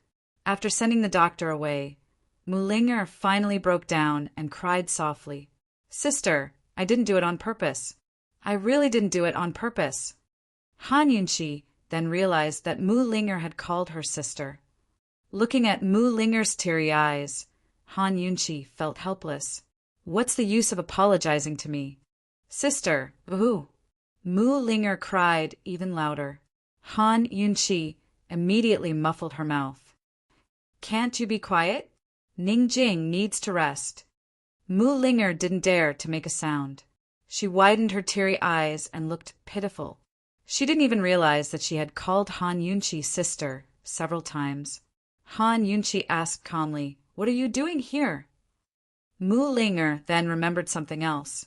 "Sister, I got into trouble." Han Yunqi was shocked. "What is it?" "I was hunted down by Deacon Jean," Mulinger said timidly. Han Yunqi was even more shocked. What exactly happened? Only then did Mulinger tell him the whole story. Last night, she had gone to East Origin Hall's auction house to squander money. In one night, she'd spent 300 to 200 million taels to buy up all the items from last night's auction. She had just arrived at Myriad Merchant Hall's entrance this morning when she bumped into Deacon Jean. Deacon Jean wanted to kill her. Fortunately, she reacted quickly and escaped in time. Deacon Jean didn't dare to chase after her. It turned out that Deacon Jean had handed over the East Valley Private Bank to Fifth Elder last night and was penniless. The news had only spread this morning, and the private bank didn't have time to block his limitless gold card. Simply put, because of her extravagant spending last night, the originally penniless Deacon Jean now owed a debt of more than 200 million. 200 million was just a night's worth of gambling for the Deacon Jean of the past. But to the current Deacon Jean, it was an astronomical figure. Even if he wanted to pay with his life still belonged to Myriad Merchant Hall. Han Yunqi was originally a little angry, but when she heard Mulinger's explanation, she almost laughed out loud. She didn't expect Mulinger to be so good at cheating others. No wonder Deacon Jean wanted to kill her. Deacon Jean owes a buttload of debt. Han Yunqi muttered to herself, seeming to have thought of something. "Sister, I didn't expect things to blow up so big." Mulinger had only wanted to take revenge on Deacon Jean. She didn't expect to cause Deacon Jean so much trouble. Although a private bank that issued limitless gold cards wasn't like an underground bank like the East Valley Private Bank, their methods of forcing people to repay their debts were still very frightening. From now on, Deacon Jin's days wouldn't be easy. "Sister, why don't I sell off the things I bid for at a cheap price? Let him repay as much as he can." Mulinger was ultimately kind-hearted. "No need. Let him be anxious for a few days," Han Yunqi said calmly. She already had a plan in mind. Deacon Jean was from the Winter Crow tribe and should know the Winter Crow language. Perhaps this guy would be the key to her turning the tables in Myriad Merchant Hall. "Linger, stay here and take care of Ningjing. You must keep this a secret, understand? Otherwise, Ningjing will never forgive you," Han Yunqi said seriously. Mulinger nodded vigorously. Only then did Han Yunqi leave, reassured. She pondered how to get Tang Li out of the prison cell to take a look at Ningjing as she walked towards the conference hall. The elders in the conference hall were already impatient from waiting. Uncle Chung was also present. He hadn't even found Deacon Jin's indenture contract before Han Yunqi beat him to it. He had to admit that he admired this woman's ability. It was a pity that this woman's heart was with Long Fei Yi. Otherwise, she would definitely be able to lead the D clan in their great cause of reviving Western Qin. Although Uncle Chung didn't gain any benefits from the Deacon Jean incident, he still concealed himself without batting an eyelid. He knew that Han Yunqi wouldn't be able to settle the disturbance at the auction and casino no matter what. As soon as Han Yunqi arrived, all of the elders rose to their feet. After making their salutations, the head elder said, "Someone come. Go see if Miss Jing's almost here. Tell her that the princess is already waiting." No need. I sent her to the casino, Han Yunshi said calmly. First Elder wanted to ask more, but Han Yunshi beat him to it. First Elder, tell us about the situation at the auction. Yes. First Elder stood up and reported the situation in detail. The disturbance at the auction stemmed from a fake item. The item was indeed fake, but it wasn't forged by the auction. Instead, a mole had planted the fake item and exchanged it for the real item. The business of the auction house was most afraid of fake goods. The customers took advantage of this and demanded a high compensation. Then compensate them. Give them as much as they want, Han Yunchi said. We've already promised to compensate them tenfold. But that customer not only wants tenfold compensation, he also wants the real item. First Elder was in a difficult position. Princess, that mole still hasn't shown himself, and the whereabouts of the real item are unknown. What are the origins of this guest? Han Yunchi asked. He's a wealthy merchant from western Zhou who trades in tea leaves, First Elder replied. He has a group of companions who block the entrance of the auction every day. If they don't leave, the auction will never be able to open again. Han Yunchi nodded and asked, What's the situation at the casino? Uncle Cheng is handling everything at the casino. As soon as First Elder finished speaking, Uncle Cheng hurriedly stepped forward and reported the situation at the casino. The situation at the casino was 100 times worse than at the auction. Ever since someone exposed the casino's dealer for cheating, the gamblers occupied the casino and refused to leave.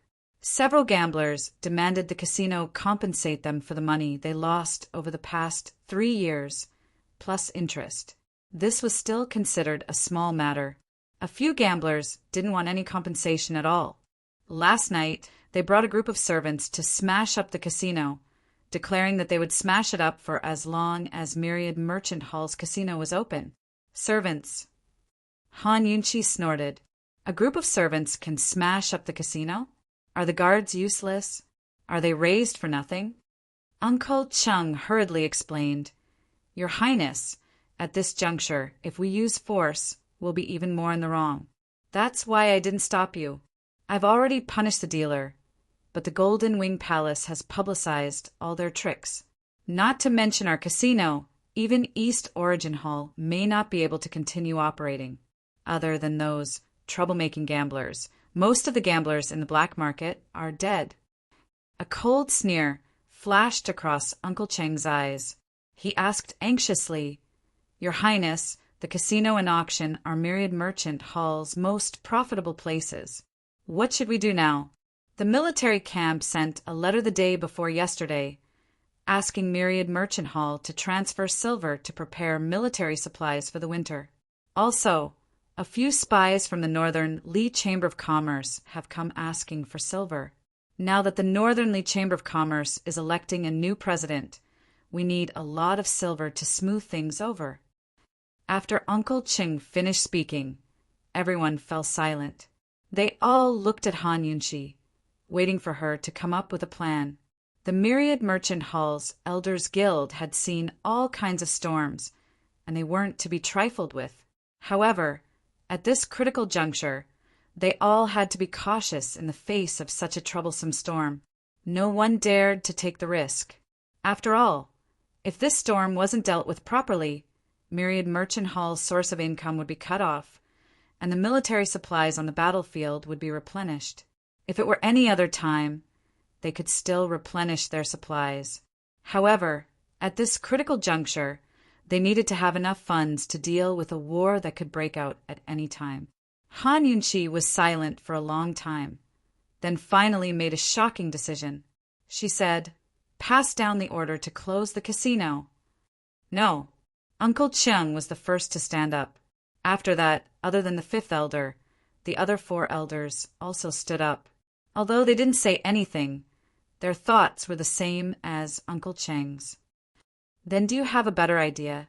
Han Yunchi retorted. Your Highness, please forgive this subordinate for speaking bluntly. Your idea can't be called an idea. Once the casino closes, we'll lose one of our sources of income. Now that we're short of silver everywhere, let's just say. Before Uncle Chung could finish, Han Yunchi cut him off coldly. Uncle Chung, I'm very sorry. The casino's source of income has already been cut off. It had to be said that Han Yunchi was speaking the truth. If the casino continued to operate, it wouldn't be able to make a profit. No one even gambles in East Origin Hall's casino, let alone here. Han Yunchi retorted. Won't it cost to continue operating? Have you calculated how much it costs to operate those large casinos for a day? Don't we have to pay for the servants, the dealers, and the venue? Even the lights inside cost money. The entire place was silent. No one could refute her words, but no one was convinced either. Even the fifth elder, who obeyed Han Yunchi's every order, couldn't bear to close the casino. Rather than wasting resources, why don't we take advantage of these opportunities before others discover them? Han Yunchi asked again. No one understood. Who knew that Han Yunchi would say, after closing the three-way Black Markets casino, we'll open a few large casinos under our own names in the nearby county. Gambling is a thing that addicts can never get rid of. Chapter 913. Close down the three-way Black Markets casino. Conceal their identities outside the three-way Black Market and open another casino. Han Yunchi's move was called No Construction Without Destruction. Hearing Han Yunchi's explanation, everyone felt enlightened and enlightened. This was a very simple method, nothing more than a little trick in the business world. But why couldn't their brains wrap around it? Why couldn't they figure it out? The three-way Black Markets casino had already been ruined by Golden Wing Palace.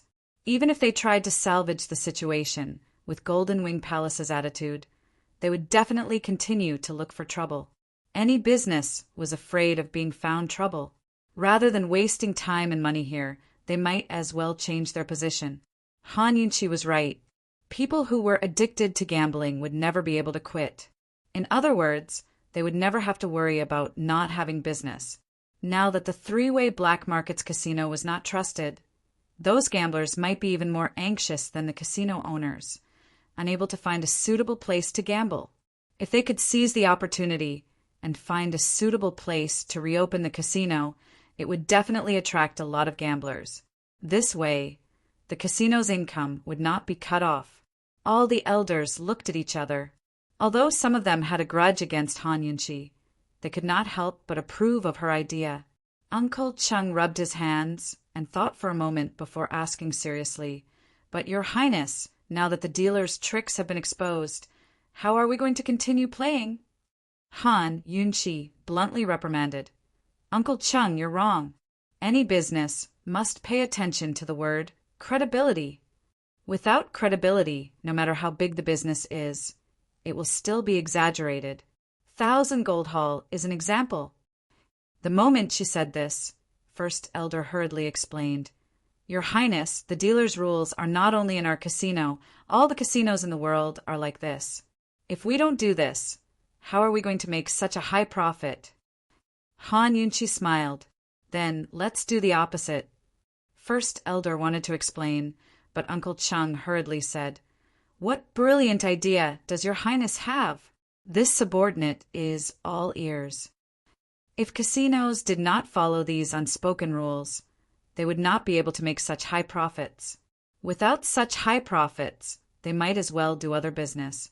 Uncle Chung admired Han Yunchi's idea of opening another casino. He was worried that he couldn't refute her. Now he found his weakness. He'd like to see what kind of brilliant moves Han Yunchi could come up with. Who knew that Han Yunchi would say something shocking again? She said, "We only provide the venue and services, not the host. If the gamblers wanted to play host and dared to play host, let them do it." The casino adopted a membership system, and the members had to go through a strict asset inspection. Those with a net worth of less than 300 million would be rejected. If the loser reneged on the bet, the casino would be responsible for collecting the debt. Therefore, the casino would take a 30% commission from the winner and waive all the fees for the loser. However, the participants would have to pay a membership fee every year. Also, we'll hire new dealers. all of them new faces.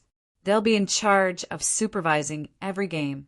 If anyone is caught cheating, they'll have to pay 10 times the compensation and be banished from the casino forever. Han Yunqi had only given a rough idea, but it left everyone gaping.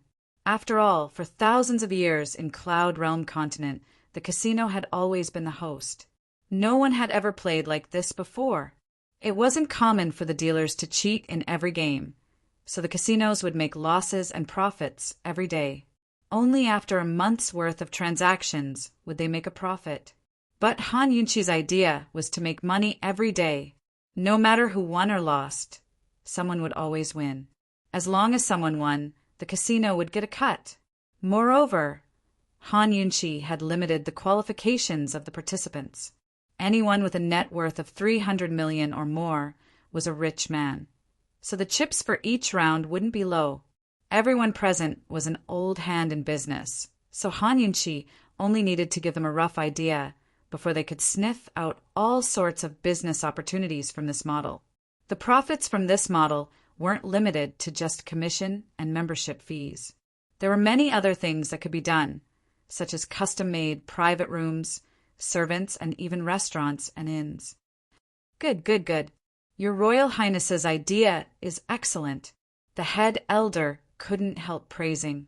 The other elders all nodded their heads in agreement. They couldn't wait to discuss all sorts of ways to make money. Uncle Cheng's gaze was complicated. He had no choice but to give in. Still, he wasn't willing to give up and threw out another difficult problem. Your Royal Highness's idea is good, but what? Uncle Chung, feel free to speak.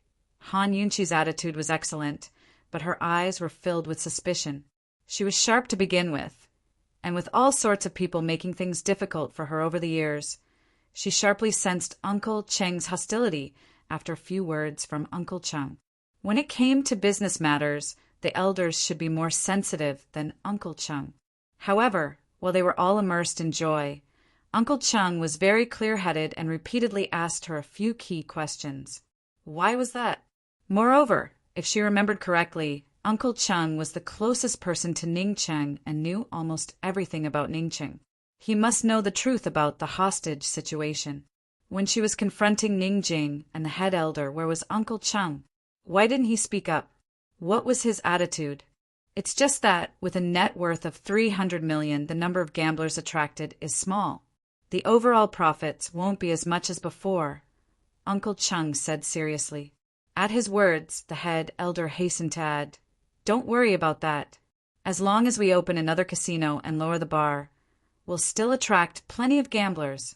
Her Royal Highness's idea is that we don't have to play host to the casinos. Uncle Chung, three-way black markets casinos are the wind vane of Cloud Realm Continent's casinos. Whatever winds blow here, there's bound to be big waves outside. I'm sure news of the cheating has already spread to all the casinos by now. Now that this bowl of rice isn't tasty, how can we recover our past profits so quickly? We have to strike while the iron's hot and seize the time to open a casino. If we use the cheating scandal to make a fuss, we'll definitely get the upper hand." Uncle Chung pursed his lips, unable to retort. Even the head elder had spoken against him, so what else could he say? Leaving aside everything else, Han Yunqi had already won the Council of Elders' hearts over the matter of the casinos. Han Yunqi's eyes flashed craftily. "Uncle Chung, I'll leave the matter of opening another casino to you. You have to seize the time. If you mess it up, it'll be hard for you to explain yourself to Ningcheng when he comes back."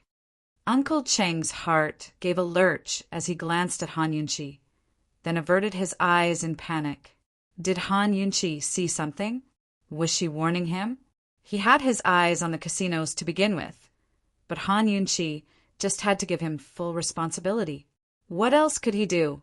In the end, he'd end up tormenting himself. Uncle Chung realized in hindsight that he'd underestimated Han Yunqi too much. Now he could only place his hopes on the auction house. Han Yunqi had given him the casinos, but she couldn't just leave the other elders to the side and give him the auction house as well. As long as the auction house wasn't given to him, he didn't need to be responsible for it and he could play some tricks. Yes, I'll do my best. Uncle Chung endured for the time being. Then you should hurry and find a place. Han Yunqi's tone was still very polite. Uncle Chung originally wanted to stay and listen to how Han Yunqi would deal with the storm in the auction house. Who knew that Han Yunqi would send him away like this? He could only withdraw first and come back to inquire about the auction house in detail. The storm in the auction house was that the real item had been replaced with a fake by a trader. The buyer not only demanded compensation, but also demanded the return of the real item. Elders, what do you think about this matter? Han Yunqi asked. Your Highness, I suspect that the buyer colluded with the trader.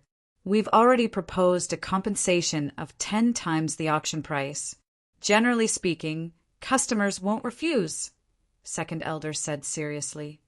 This subordinate has the same opinion. This seller is most likely from the Golden Wing Palace.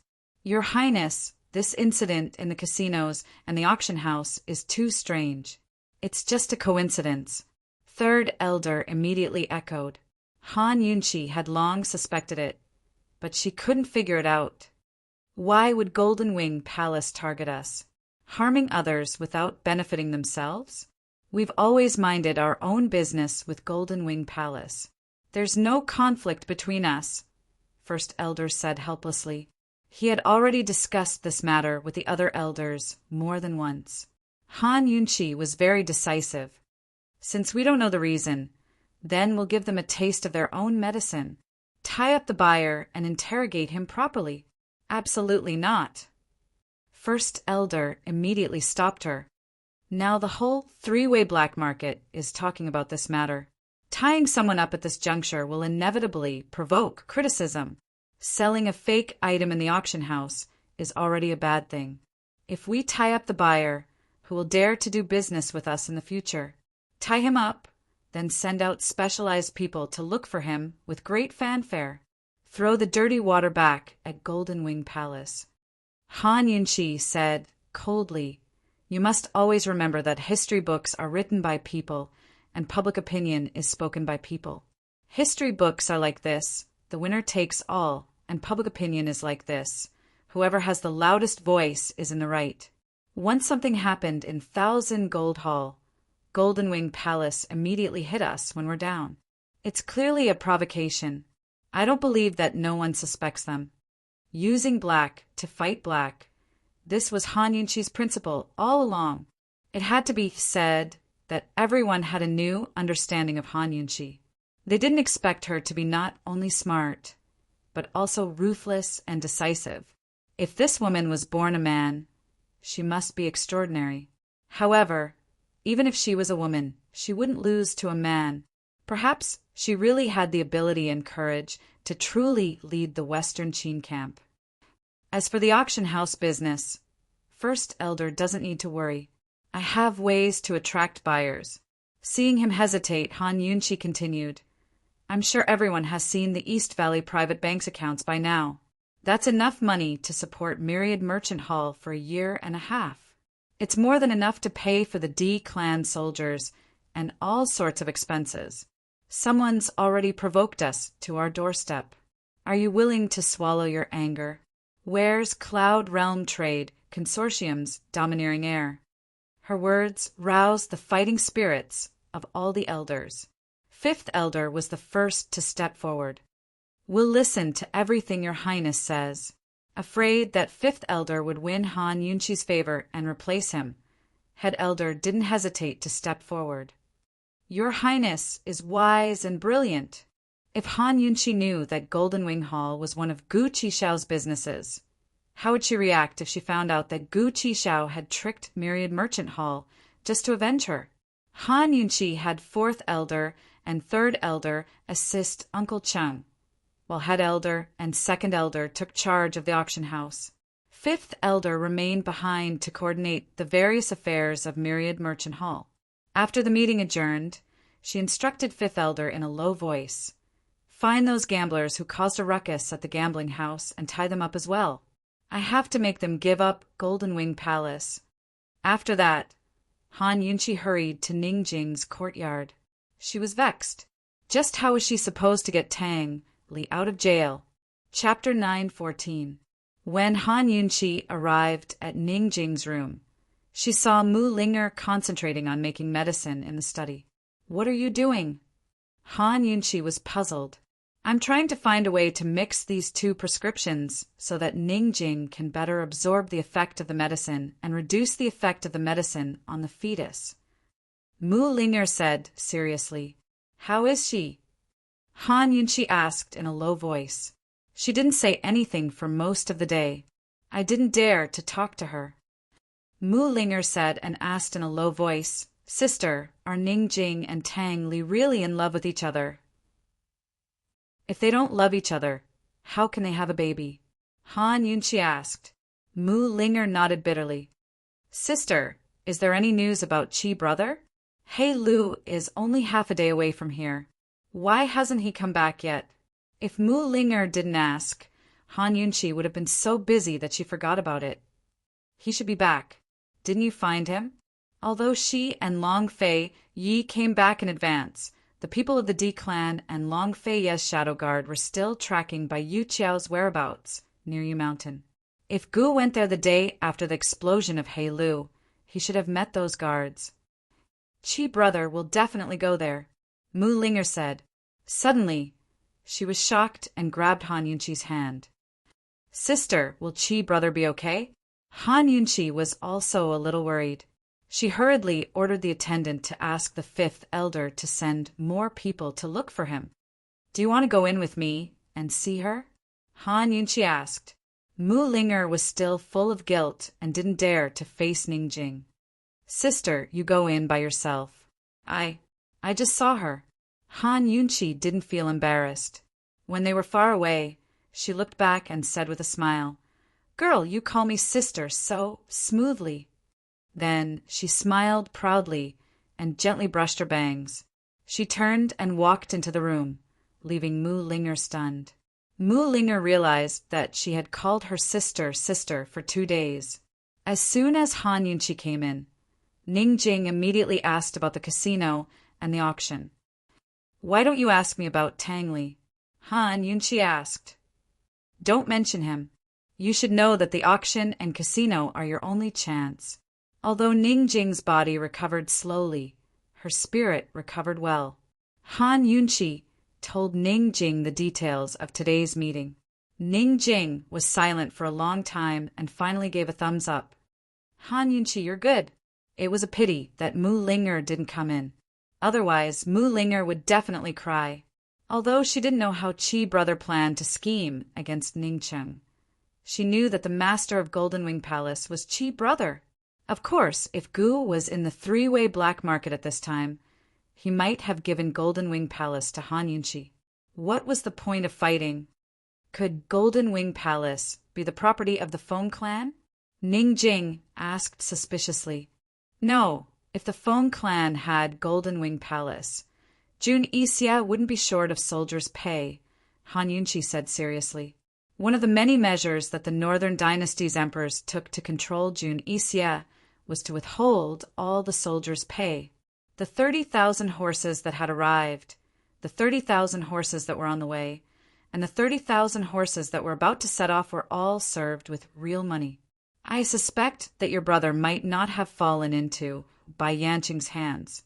Otherwise, Bai Yanqing and Jun Yixia wouldn't have waited for death. They would have threatened him long ago. Han Yunqi analyzed seriously.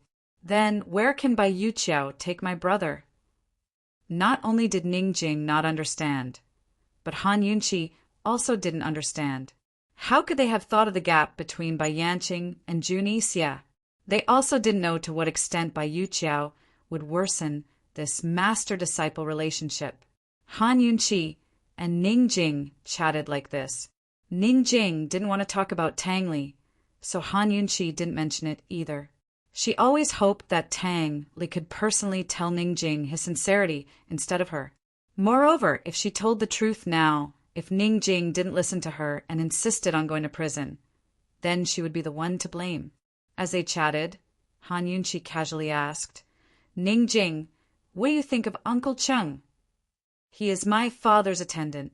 After my father passed away, he has been following my brother. In the D clan, he is the only one who dares to talk back to my brother. Han Yunchi asked tentatively, then about our cooperation. Before she could finish speaking, Ningjing interrupted. You can't tell anyone, especially him. Han Yunchi, can the people who follow my brother not be as stubborn as him? If you want to control the D clan, then you have to control Uncle Chung first. Han Yunchi nodded, knowing what to do. You rest for now. I will go out and put on a show later. Just say that you suddenly fainted at the casino and overworked yourself. The doctor said that you need to rest in bed for a while. Han Yunchi instructed in a low voice. I will make the proper arrangements for the doctor and maidservants. You can rest assured and rest well. I will send someone to inform you about the casino and the auction house. Help me keep an eye on them to avoid any mistakes. Don't worry. I will keep an eye on them, Ningjing said seriously. After Han Yunchi left, she followed the plan and said that Ningjing was sick and had to rest in bed. She bribed a maidservant from Fifth Elder's side and found a doctor from outside. Finally, she managed to hide this matter. After she was done, she hurriedly asked the maidservant to push her into the prison cell. From afar, she could hear Tang Li shouting, Sister-in-law? Sister-in-law, are you calling my soul? Han Yunchi asked unhappily. Where is Ningjing? Tang Li had waited for a long time. He thought that Han Yunchi would bring Ningjing over. Han Yunchi did not intend to say it. However, after hesitating for a long time, she finally felt that Ningjing's pregnancy and almost miscarriage was a serious matter. As her husband, Tang Li had the right and obligation to know. Anyway, Tang Li would know sooner or later. If she did not say it now, she would definitely be blamed by Tang Li in the future. Han Yunchi hooked her finger at Tang Li. Come here. I will tell you another secret. Unlike last time, this time Tang Li rushed over and obediently bent down to listen. However, when Han Yunchi told him the truth, he was no longer obedient. He rushed out of the prison without saying a word. Fortunately, Han Yunchi had the foresight to lock the door when she just came in, not to mention that there were archers outside. Tang Li could not rush out. Even if he rushed out, what could he do? He and Ningjing were now like her and Long Fei. They could not make their relationship public. The D clan still did not know the relationship between the Tang sect and Long Fei. However, the Pearflower Storm Needles had completely broken the relationship between the D clan and the Tang sect. If the news of Ningjing's pregnancy spread, the one who would suffer a big loss would be Ningjing. Tang Li could only be controlled by the D clan. Tang Li kicked the prison door with all his strength. Recalling what Ningjing had said in Medical City, he simply wanted to slap himself. How could he be so stupid and careless? At that time, he had put Ningjing under house arrest. For 3 days and 3 nights, he had only given her water and 3 meals. He had even hung her hands up to torture her and threatened to hang her to the city gate. At that time, Ningjing had smiled and said to him, Aunt Li, I am pregnant. Ningjing, you silly woman. Aren't you silly? Tang Li's heart was broken. Although he was scolding her, his tone was doting, as if Ningjing was standing right in front of him. He finally understood why the stubborn Ningjing had compromised at that time. It turned out that it was for the sake of the child in her womb. He should be so glad that Ningjing had compromised. Otherwise, he would not have needed to hang her to the city gate. He only needed to starve her for 3 days and 3 nights, and she would not be able to hold on. His child would be gone. Bam! With a loud bang, Tang Li fiercely punched the prison door. After Tang Li vented his anger, Han Yunchi said indifferently, Tang Li, if you want to save your child's life, you better calm down. Otherwise, the mother and son will be in big trouble. Don't forget where you are. Actually, there was no need for Han Yunchi to say anything. Tang Li should be more aware of the consequences. He clenched his fist tightly and pressed it against the prison door. He calmed down and endured. After a while, Tang Li said, "Sister-in-law, is there really no way to get me out of here?" "There's a way, but it is too risky at this juncture." Han Yunqi was in a difficult position. Unexpectedly, Tang Li was very decisive.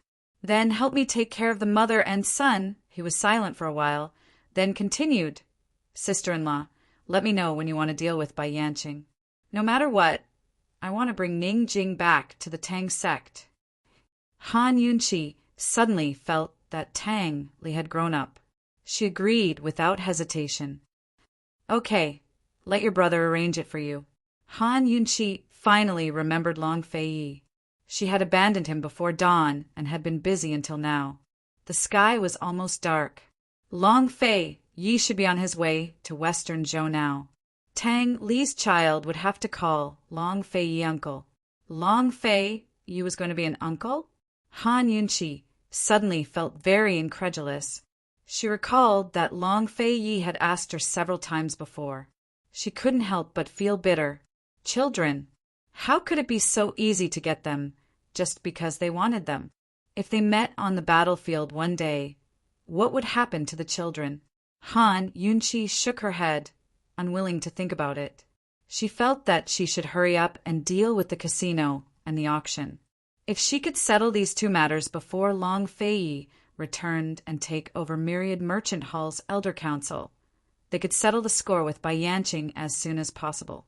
Gu Beiyue's situation and the little things' whereabouts were still unknown. She really missed them. Thus, after Han Yunqi left the prison cell, she covered her face with a veil and had a servant girl push her to the auction. Just as she left through the front door, Long Fei Yi happened to sneak in from behind. Long Fei Yi waited in the room for the whole night again. Han Yunqi only returned in the middle of the night. This time, he witnessed the entire process of Han Yunqi taking a bath. It was only when Han Yunqi cleaned up and wrapped in a silk nightgown that he suddenly walked out from behind the screen and asked casually, "Tired? Want to sleep?" Han Yunqi was really frightened and almost fell off the bed. She stared at him in disbelief, wondering if she was dreaming. Why didn't you come out earlier?" Han Yunqi also asked the same question last night. However, the meaning behind his words today was completely different. Last night, he came out when she was in the middle of her bath. Today, he actually silently watched her finish her bath before coming out. Just now, how much did he see? Thinking of this and looking at Long Fei Yi's scrutinizing eyes, Han Yunqi couldn't help but think of their first time. She had taken off her clothes and he had seriously and overbearingly scrutinized her body, her everything. Sometimes, the way this man looked at her made her afraid. She felt like she would be eaten up at any time. "I saw everything."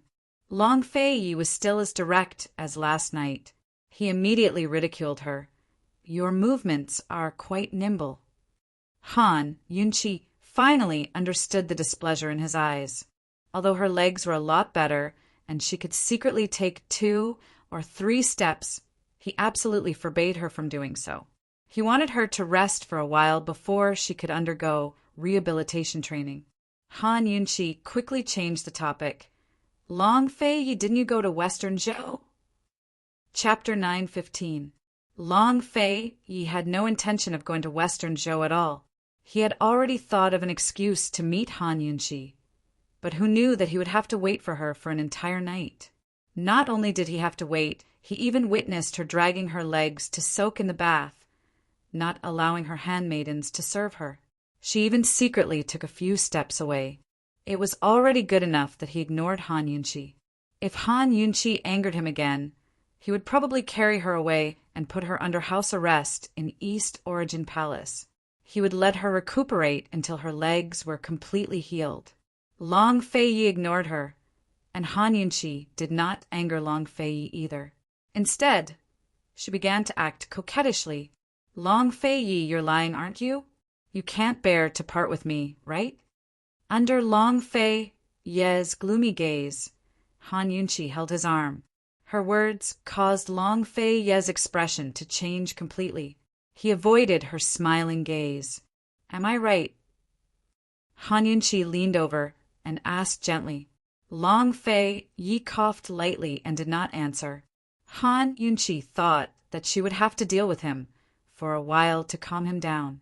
She did not expect it to be so simple. She really could not learn to speak coquettishly, so she asked gently, Long Fei Yi, let's make a bet. With Han Yunqi's gentle voice, Long Fei Ye's towering rage was instantly extinguished. Even if his heart was made of steel, it was instantly softened and melted by her words. He lowered his head to look at her. He was a little flustered and at a loss for what to do. He did not know how to respond. At this time, no matter what this woman asked of him, he would definitely agree to it. This was his Achilles heel.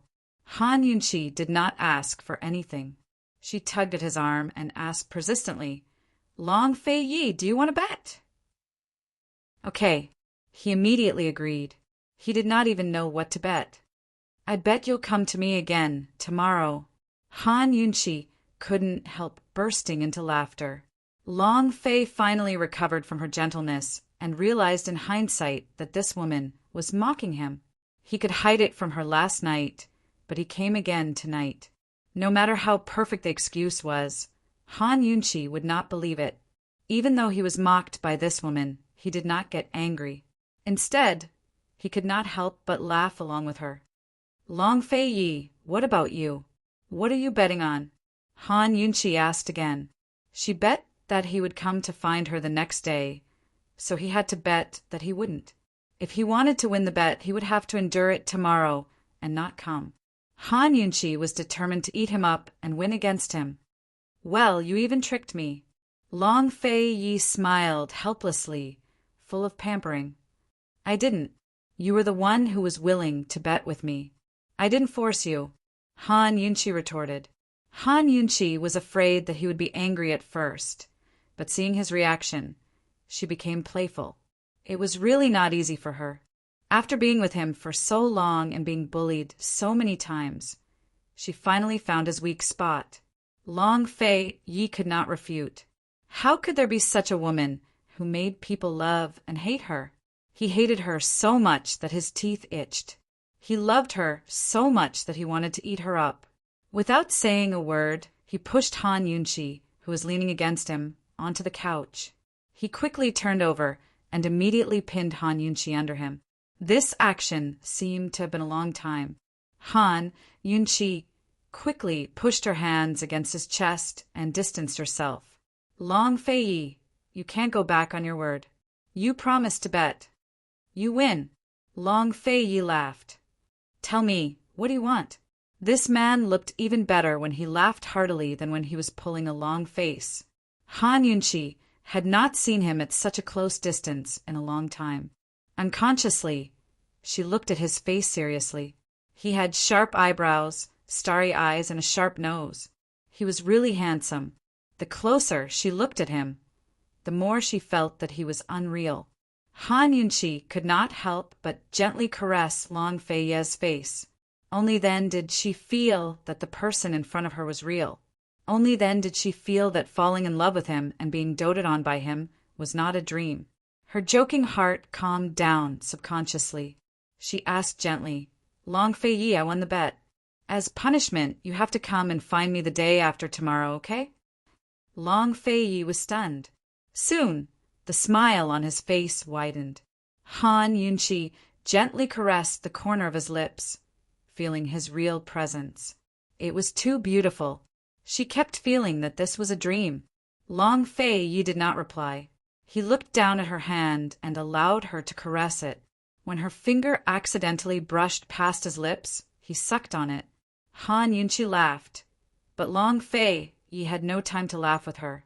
He quietly kissed his way down her finger and lingered on her jade arm until he reached her shoulder. Fei!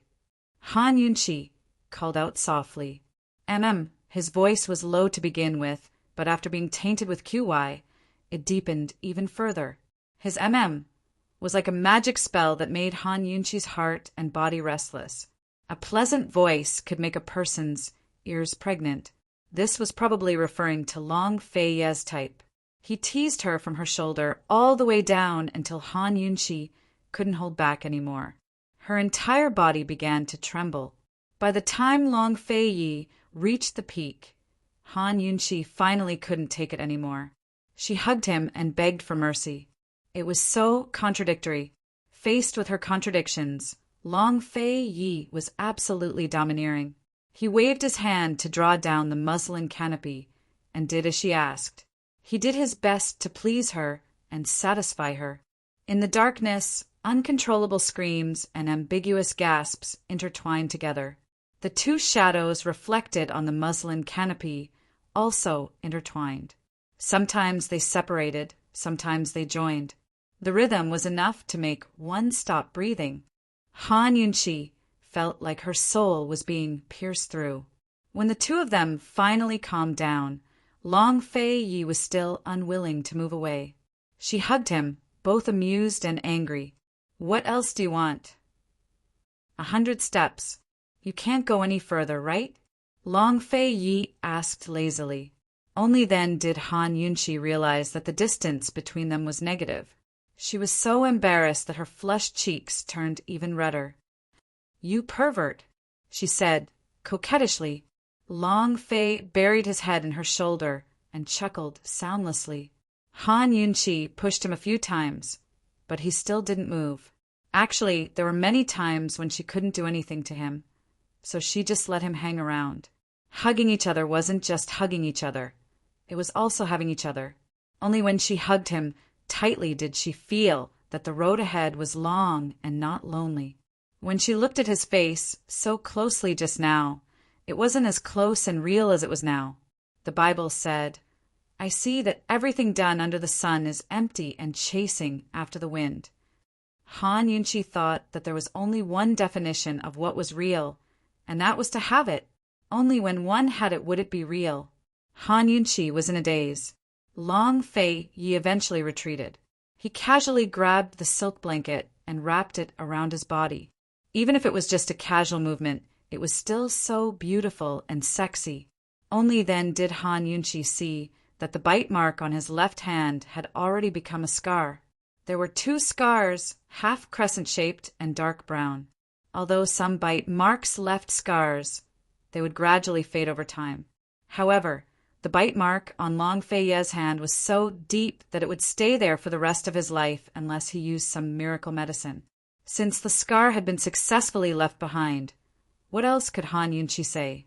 She pulled Long Fei Yi's hand over and looked at it carefully. Long Fei Yi, if what? The birthmark was actually a bite mark from a lover in her past life. If it was later, she had always been curious. Long Fei Yi smiled but didn't say anything. Han Yunqi pestered him. She found his Achilles heel and pleaded gently, "Tell me." Who knew that Long Fei Yi still wouldn't tell her? He had already made up his mind not to tell her so early. Han Yunqi didn't give up. She simply acted coquettishly and begged coquettishly, "Long Fei Yi, just tell me. Tell me, tell me." As she begged, she even rubbed against his chest. Long Fei Yi's immunity was completely gone. No matter how strong his heart was, it couldn't withstand her coquettish voice. He had always hated this kind of voice, but he couldn't resist her. If she continued to pester him like this, she might not be able to get out of bed even when the sun rose. Okay, I'll tell you.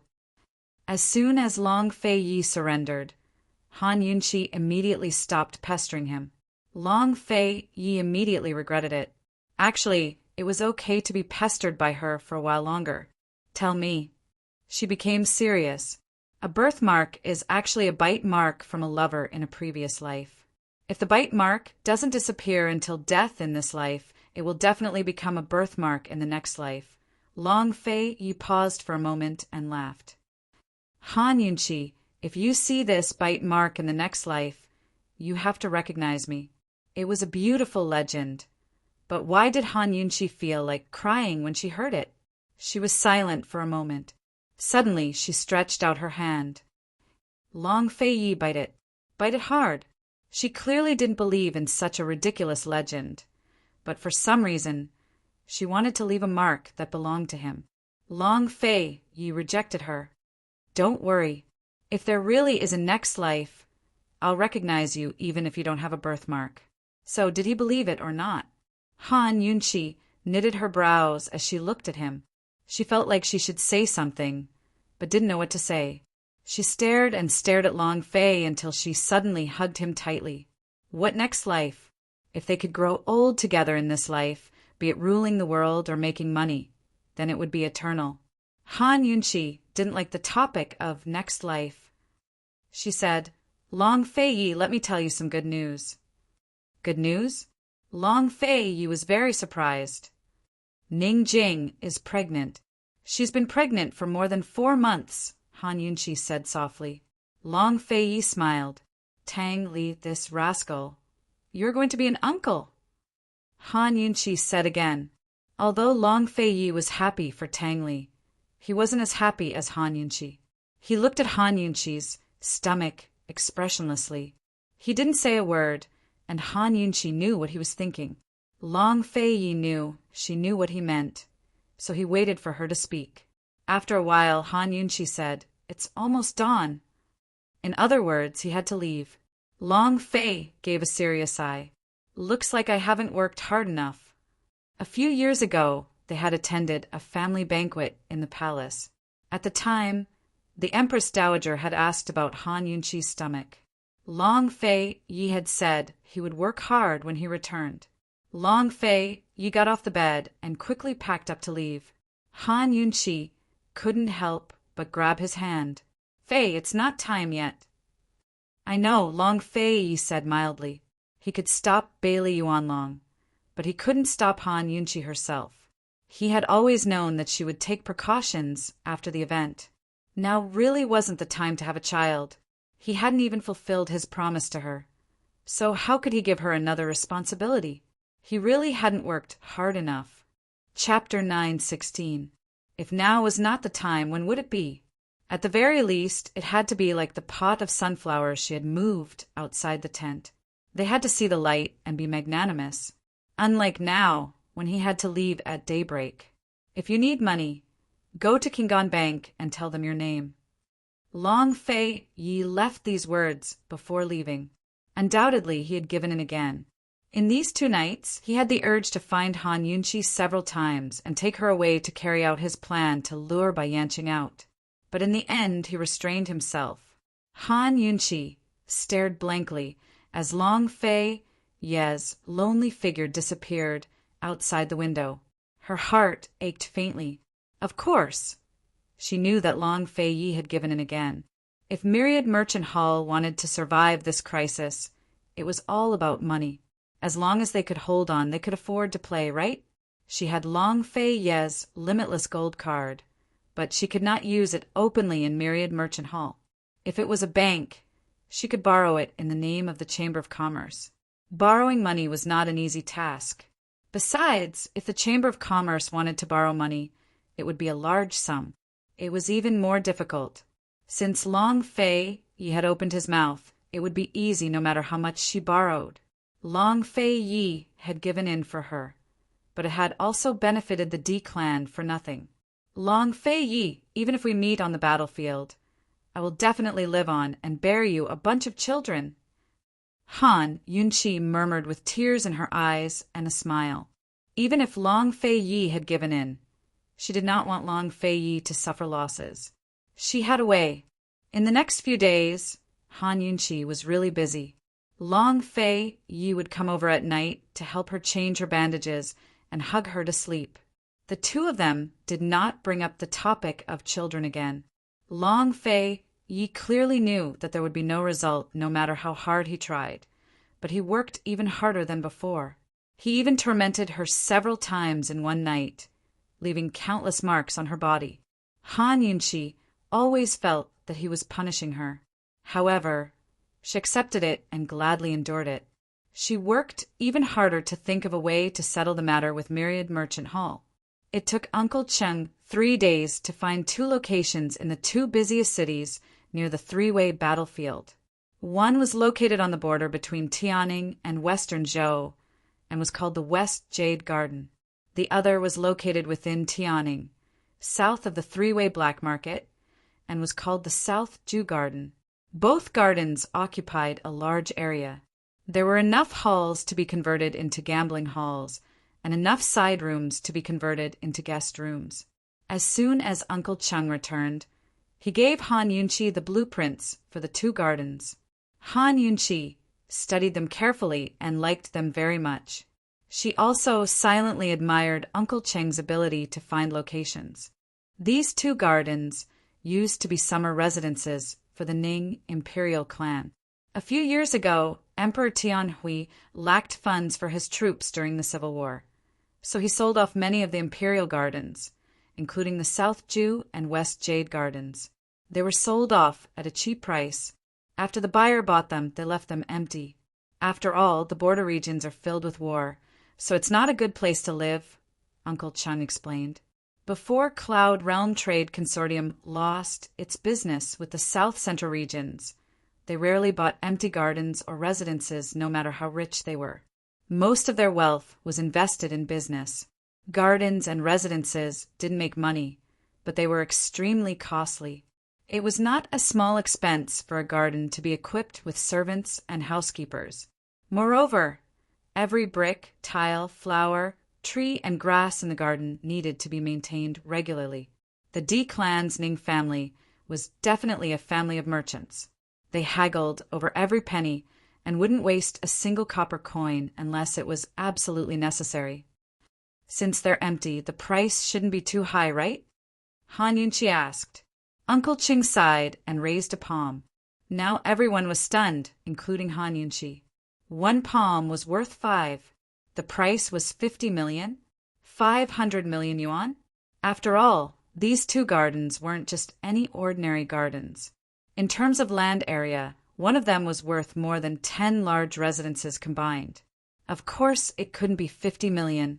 But if it wasn't 50 million, could it be 500 million? That was too high, wasn't it? Just how much is it? The head elder grew anxious. The 2 residences belong to the same person. His surname is Chen, and his origins are unknown. If we sell them together, it'll be 500 million, Uncle Chung replied. Is this daylight robbery? The head elder cursed. What's going on? Could it be that he knows we're buying them to open a gambling house? Old Cheng, did you leak something? The second elder questioned. I'm innocent. I didn't leak anything. I just said that Master likes it and wants to buy it for a short stay. Uncle Cheng looked aggrieved. In reality, the garden owner had only offered a price of 200 million. Uncle Chung had promised to give the garden owner an additional 50 million as a rebate, so that the garden owner could fake the price with him and raise the price. Then what's going on? Han Yunqi asked. The garden owner said that if we don't hurry up and order it, we might not be able to buy it in 2 days, Uncle Chung said helplessly. There are others who want to buy it? Who are they? Han Yunqi quickly asked. Uncle Ching shook his head. The garden owner refused to say. I'm wondering if it's someone from East Origin Hall. If the garden owner can offer 500 million, it means that the other buyers are not cheap. Aside from East Origin Hall, who else in this war-torn land could be so wealthy to throw away such a large sum of money? Han Yunqi wasn't the only one who could think of opening another gambling house. If East Origin Hall beat them to it, then it would be difficult for them. The elders looked at each other and became anxious. Actually, Myriad Merchant Hall could afford the price of 500 million. Even if they couldn't, they could use the limitless gold card to pay first. However, once they bought it, what if Han Yunqi's plan to reopen the gambling house failed? Then this expenditure would go down the drain. No matter how perfect a business model was, there were still risks. 500 million was not a small sum. At this critical juncture, Myriad Merchant Hall couldn't afford to gamble. The silver used on the limitless gold card had to be returned within a month. Uncle Chung saw the difficult expressions on the elders' faces and was secretly delighted. He had led the suspicion to East Origin Hall, which was foolproof. First, it would arouse the elders' fighting spirit. Second, no one would be able to investigate the truth. It's good, but it's a little too big. We don't need such a big one. Old Chung, is there anything else? Grand Elder asked tactfully. That's it. There are only these two places. If someone else gets there first, they won't be able to get there. If they snatch them, it'll be difficult for us." Uncle Ching said, "Actually, it was possible to open a gambling house elsewhere, but it wouldn't be as convenient as near the three-way black market." Those who came to the three-way black market to do business were mostly gamblers. Seeing that no one spoke, Uncle Chung helplessly reminded, "Princess, we can choose another place. However, if East Origin Hall takes over such a good place and we reopen the gambling house, they'll copy our gambling house model. Then we really won't be able to survive."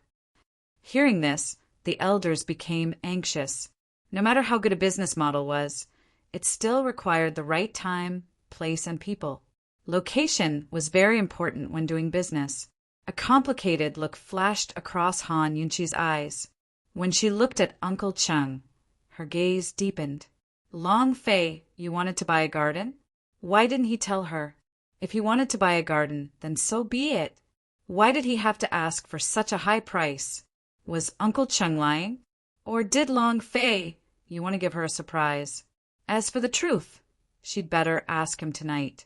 Han Yunqi accepted the 2 blueprints and said calmly, "I'll think about it for a night and give you an answer tomorrow morning.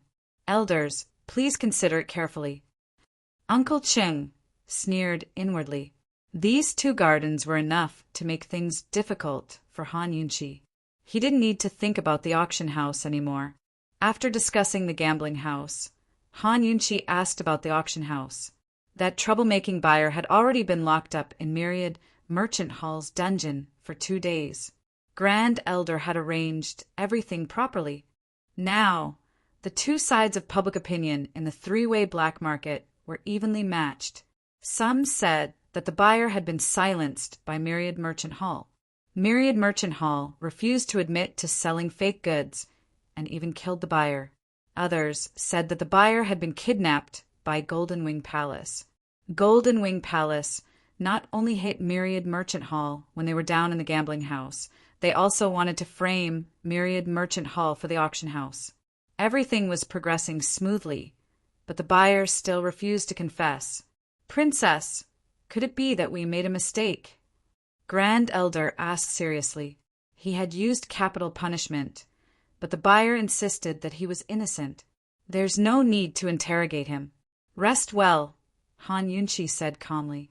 "Princess, the auction house hasn't had any business for 6 days. Yesterday, old Lu brought out the 10 treasures. There were many onlookers, but no one bid," Second Elder said helplessly. No matter what public opinion was, it would pass eventually. The key was whether the auction house still had business. "Everyone knows about Kingon Bank, right?" Han Yunqi said calmly. As soon as this name was announced, everyone's eyes lit up. Kangon Private Bank was Cloud Realm Continent's #1 private bank, famous for its mysterious background.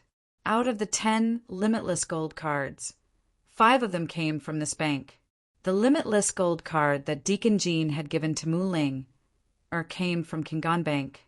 Apparently, people from the bank had already sought out Deacon Jean over the past few days. "Princess, why did you mention Kingon Bank?" Grand Elder asked nervously. "I'm planning to use the auction house business to cooperate with Kingon Bank. Manager Luo has agreed, but I don't know what you all think." Everyone grew even more stunned at her words. Not to mention the method of cooperation. Since shopkeeper Luo had agreed, it meant that the cooperation was profitable. In other words, the auction house's business could be saved. Manager Luo was a famous figure in the circle for being in charge of such a large bank. Any business he approved of would definitely succeed. In his excitement, Grand Elder blurted out, "Princess, you can make all the decisions. This is Myriad Merchant Hall's business, after all. It's more appropriate for the elders to make the decisions." Han Yunqi feigned modesty. "Your Highness, Princess, is too modest. We have pledged our loyalty to Western Qin, so naturally we'll listen to the princess's arrangements." Grand Elder immediately followed up. "The Council of Elders will listen to your Highness Princess's arrangements." Han Yunqi didn't need their verbal obedience. She wanted Myriad Merchant Hall's Elder Command Medallion. Without Ning Qing here, Myriad Merchant Hall's Elder Command Medallion was superior to all of the D Clan's Council of Elders. As long as Grand Elder was willing to hand over the item, she'd win. There were still 6 days left until her agreement with Long Fei, so she had patience. Naturally, I won't let you down, Han Yunqi said seriously. She then told them the details of her cooperation with Kingan Private Bank.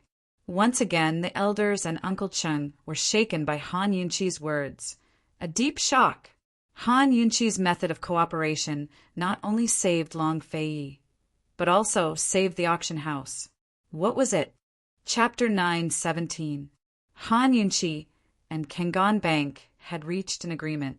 Any guest who participated in Myriad Merchant Hall's auction could borrow money from Kingan Bank to pay the auction house once they won the bid.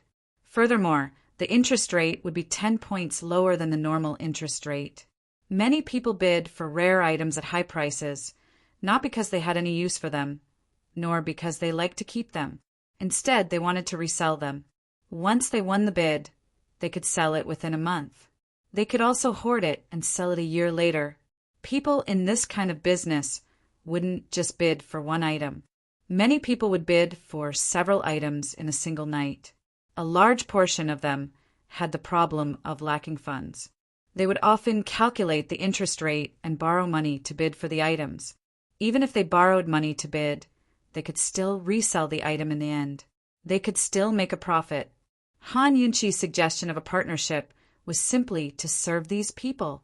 As long as they participated in Myriad Merchant Hall's auction house, they could get a loan from Kingan Bank that was 10 points lower than the normal interest rate. How could they not be tempted? It was equivalent to earning 10 points more than at other auction houses. What did 10 points mean? If an item was worth 10 million, then 10 points would be 1 million. Han Yunqi didn't need to explain further. Everyone present knew how tempting this offer was. With Kingan Private Bank's strong support, as long as Myriad Merchant Hall came up with some policies and promised to compensate for the fakes, many buyers would come uninvited. Once they came, they would slowly boost the auction hall's business. As long as the auction house was strictly controlled within a month or two and there were no more fake goods, business would definitely be better than before. They might even steal business away from Golden Wing Hall and East Origin Hall. Princess, why is Kingan Bank giving us such a huge discount? Uncle Ching asked. This was what everyone wanted to know. What kind of relationship did Han Yunqi have with Kingan Bank? How could she get such a huge advantage? Unexpectedly, Han Yunqi said, We didn't. We have a secret agreement. Kingan Bank will give the buyer 10% of the profit, and Myriad Merchant Hall will compensate Kingan Bank with 13%. Kingan Bank actually earns 3% more than the normal interest. The moment she said this, Uncle Chung panicked. Princess, in the end, will be the ones at a disadvantage. We lost 13 points for nothing. That's a bargain for the buyers. How can there be such a good thing? Han Yunqi sneered. All right then, go make an announcement right now. Say that Myriad Merchant Hall's auction house will offer a 13% discount on everything sold. See who's willing to come. Let's see who will believe you. Uncle Cheng was speechless. The elders looked at each other, speechless. Why should Kingan Bank earn more? They had credibility, and buyers were willing to trust them. Uncle Cheng, the fact that Kingan Bank is willing to cooperate with us means that they're giving us credit for free. Is Kingan Bank's reputation only worth 3%? Han Yunqi questioned. Uncle Cheng didn't say anything, so she continued, We lost 13 points, but that's not a loss. At most, we earned less. Which items sold at the auction house didn't earn several times the original price. Besides, the buyers might not necessarily repay the full amount of the loan, so we might not earn so much from every sale. Uncle Chung didn't answer, so Han Yunqi looked at him coldly. Uncle Ching, do you know how to calculate? Uncle Cheng's head hung even lower. He didn't dare to retort. secretly hating himself for being too impulsive just now. All of the elders looked at Han Yunshi, thoroughly convinced of her abilities. They were all old, and this was the first time in their lives that they had seen such a capable woman who could manipulate business to such an extent. Han Yunshi was right. Although they had gone in a roundabout way, the auction house didn't lose any money, but only lost 13 points. Based on the current situation, even if they lost some money temporarily, they had to recover the business. What's more, they only lost 13 points. This woman was simply too smart. No wonder Manager Luo of Kangon Bank was willing to cooperate with her. First Elder secretly thought that if this matter was really successful, he would give the elders token to the princess. He believed that this woman had enough ability to lead Myriad Merchant Hall to regain the dominant position in three-way black market. Princess is wise. The Elders Guild will definitely support you fully, the Great Elder said seriously. The other 4 elders also took a step forward and bowed respectfully to show their loyalty. No matter how unwilling Uncle Cheng was, he had to bow as well. Uncle Cheng couldn't help but sigh again. How great would it be if this woman wasn't still together with Long Fei? If this woman could be together with Master Ning, he would do his best even if he had to sacrifice his old life. Thinking of Master Ning, Uncle Cheng's eyes unconsciously turned red. He had already sent more people to search for him, and even went to Northernly. Unfortunately, there was no news so far. Han Yunshi discussed some details with the elders. When the meeting ended, it was already dark. She knew that Long Fei would come, so she hurried to Ning Jing's side. When Ning Jing found out that Long Fei was behind Kangon Bank, she was so shocked that she almost had a miscarriage. At this time, even the competitive Ning Jing had to admit that the D-clan was no match for Long Fei. She couldn't help but wonder how Ning Cheng would feel if he knew about this. Han Yunshi hadn't mentioned Tang Li for a few days, but Ning Jing took the initiative to ask, "How does the elders plan to deal with Tang Li?" A trace of heartache flashed across Han Yunshi's eyes. She smiled and said, "You're so concerned about him." Ning Jing rolled her eyes at her and didn't say anything else. Han Yunshi didn't joke with her anymore. She said, "They're already busy enough with the casino and the auction. How can they care about Tang Li?" Ning Jing was silent for a while before speaking again. "Han Yunshi, First Elder will definitely give you the Elder's token. As long as you control Myriad Merchant Hall, the Chamber of Commerce, and the army will have to listen to you. You'll be able to see Long Fei very soon." Han Yunshi was helpless. She saw Long Fei every day. Not only did she see him every day, but she was also tortured by him every day. She knew what Ning Jing meant. As long as she controlled Myriad Merchant Hall, she could openly cooperate with Long Fei and fight against Bai Yanqing in the name of Eastern and Western Qin. "Han Yunshi, I have a favor to ask of you," Ning Jing said. "I promise you." Han Yunshi answered without hesitation. Ning Jing was helpless. "You know what I'm going to say. You want me to let Tang Li go, right?" Han Yunshi smiled again. Ning Jing didn't hide it anymore. She openly admitted, "Han Yunshi, before you leave Myriad Merchant Hall, please let Tang Li go." "Silly, if I don't let him go, how can he take you away?" Han Yunshi said this in her heart. "Then what about you?" Han Yunshi asked.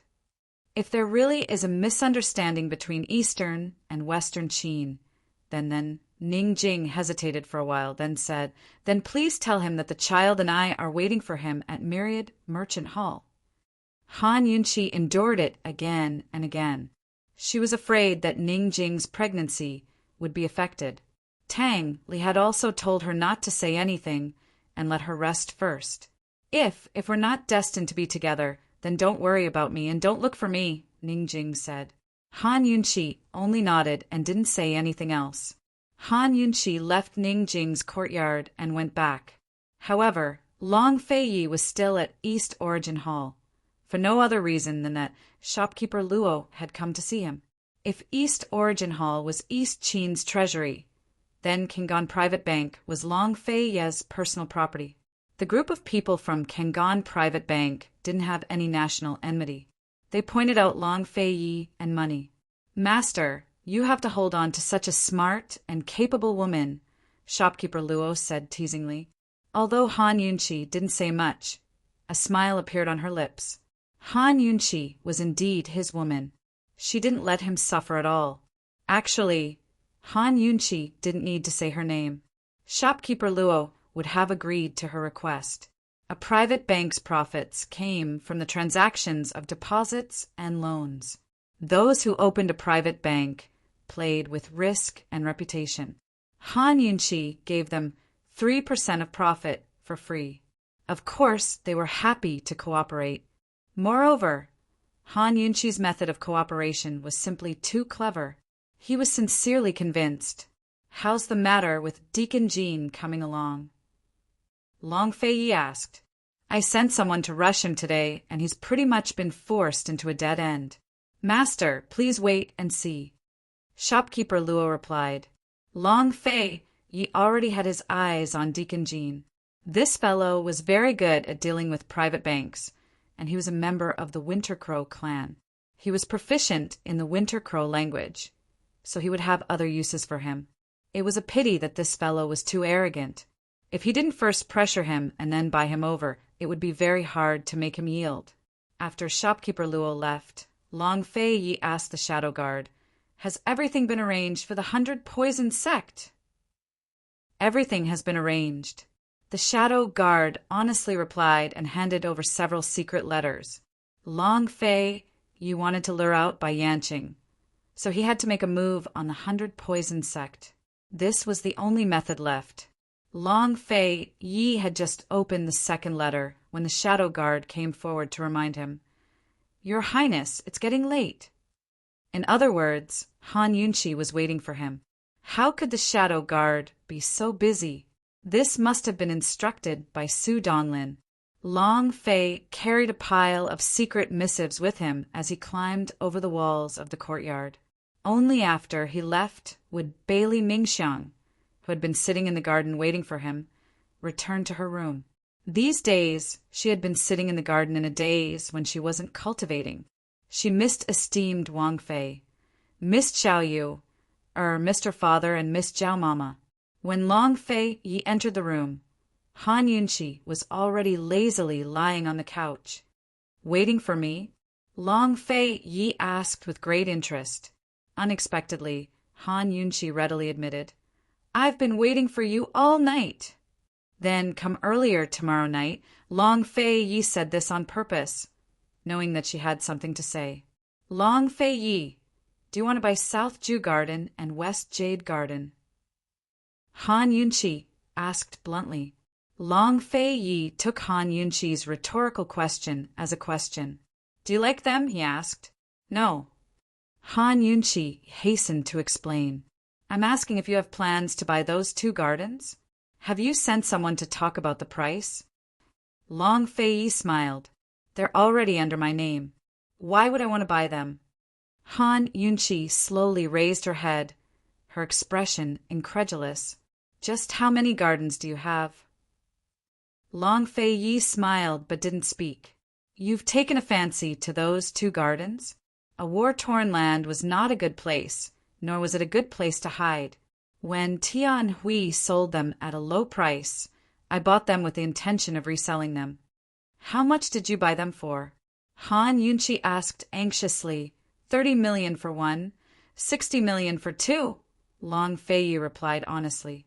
"Then what about selling them? How much are you planning to sell them for?" Han Yunqi asked again. "I've left them to my subordinates to manage." "I'm not sure either," Long Fei Yi said mildly. He was just playing around with small businesses like this. He didn't care much about them. Han Yunqi narrowed her eyes. "Long Fei Yi, someone's offering 500 million. Are you selling them?" Note to the reader, my previous address was wrong. Tang Li's children should call Long Fei Yi uncle, not uncle. Chapter 918. 500 million? Long Fei Yi grew suspicious. Han Yunqi wouldn't be so bored as to play such a joke on him. If Myriad Merchant Hall wanted to buy it, they wouldn't have offered such a high price. What's going on? Long Fei asked. Seeing Long Fei's attitude, Han Yunqi was 100% certain that Uncle Chung was up to something. If Long Fei's subordinate really offered 500 million, then such a large transaction would definitely be reported to Long Fei. Long Fei knew nothing about this matter, so there was only one possibility, and that was that Uncle Chung had misstated the price. Why would Uncle Chung misstate the price? Was it to line his own pockets and earn money from Myriad Merchant Hall? Or was it to make things difficult for her? Or perhaps it was both. What a Uncle Chung! If Ningqing hadn't gone missing, his guts would have grown. Are you selling it for 500 million? Han Yunqi smiled even more meaningfully. 600 million. Are you buying it? Long Fei asked in return. Although he didn't know the whole story, he was certain that Myriad Merchant Hall had to be the one paying for it. 600 million. That's 300 million per garden. Han Yunqi began to calculate seriously. 600 million is a little expensive. 700 million. If you want it, then hurry up and order it. Otherwise, I won't sell it even if it's 1 billion. Long Fei also said seriously. What was this? 100 million taels in the time it took to say one sentence? If the 5 great elders knew about this, would they all vomit blood and die? What would Uncle Cheng think if he knew? No matter how profitable the casino was, it wasn't as efficient as Long Fei's money-making. Buy. 700 million it is. No more increases. Han Yunqi couldn't help but laugh after saying that. This couldn't be considered as her helping Long Fei fight against Myriad Merchant Hall. It could only be said that Ningqing wasn't strict enough with his subordinates and had been tricked by them.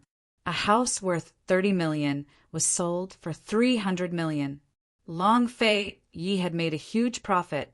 It was enough for many merchants to earn money for 1 or 2 years. What's going on? Long Fei warned. If you don't tell me, then prepare another 100 million. 800 million? Han Yunqi's mouth twitched. The price was ridiculously high. The elders would definitely oppose the purchase of these 2 gardens. This matter would be ruined. She immediately told Long Fei what Uncle Chung had told her that day. Long Fei immediately understood what was going on. He didn't comment much, but a cold smile appeared at the corner of his mouth. He only said, the person in charge of the 2 gardens is called Jia Dai. Tomorrow, I'll send someone over to inform him. You can handle the rest yourself. With that, he took out the secret letter. Leaning against the bed, he opened the letter one by one. Han Yunqi propped her hands on the bed and dragged her legs to sit up. She looked at Long Fei with a smile, but didn't say anything. Long Fei didn't need to raise his head to know that she was looking at him.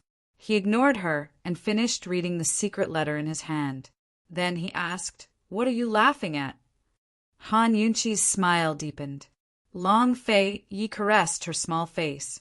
"What are you up to now? I'll give you all 700 million. Remember, Myriad Merchant Hall is not allowed to owe you a single cent." "I don't want your money." Han Yunqi rejected him immediately. Long Fei finally looked up at her. "If you're not robbing me, then are you robbing me for my body?" Han Yunqi immediately shook her head. Before she could speak, Long Fei approached her. "Then what are you laughing at?" Han Yunqi wrapped her arms around his neck and said seriously, "I just feel that it's really good to have you." Long Fei slowly lowered his head and pressed his forehead against hers. He said gently, "I'm only good to you." With that, he lowered his head and kissed her gently on the lips. Then he took her hand away and focused on reading the secret letter. Han Yunqi's heart skipped a beat. She hadn't expected this. Once she wrapped her arms around his neck, he definitely wouldn't let her go. Especially these past few nights, as long as he was on this bed, he definitely wouldn't let her be idle. He would torment her until she was powerless and fainted. But what was wrong with him tonight? Han Yunchi was filled with suspicion. Hugging a pillow, she sat at the side and watched as Long Fei-yi focused on the secret letter without any distractions. The more Han Yunchi looked at him, the more she felt that something was wrong. Was this still Her Highness? Was he still that hungry wolf that she had been feeding for more than 2 months and couldn't get enough of? Han Yunchi thought that these secret letters should be very important, so she waited obediently at the side. After Long Fei-yi finished reading all the secret letters, he lay down on his side and said to her, "Why aren't you coming over?" Han Yunchi laughed inwardly. She really misunderstood him. She obediently snuggled into his embrace. She could already guess what he would do next. However, Han Yunchi waited for a long time. Long Fei-yi didn't provoke her like he did in the past. Instead, he just hugged her and quietly closed his eyes to sleep. Han Yunchi's eyes widened. Her gaze was complicated. If she still couldn't sense that Long Fei-yi was acting strangely, then she had accompanied him for so many years in vain. After a long period of silence, she gently took his hand, and Long Fei took it in his own. "You're not asleep yet?" Han Yunchi asked in a low voice. "Sleep."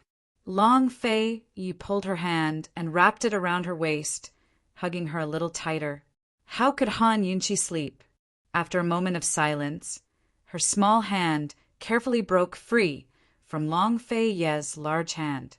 However, the moment she broke free, Long Fei-yi pulled her again and said in a low voice, "Be good.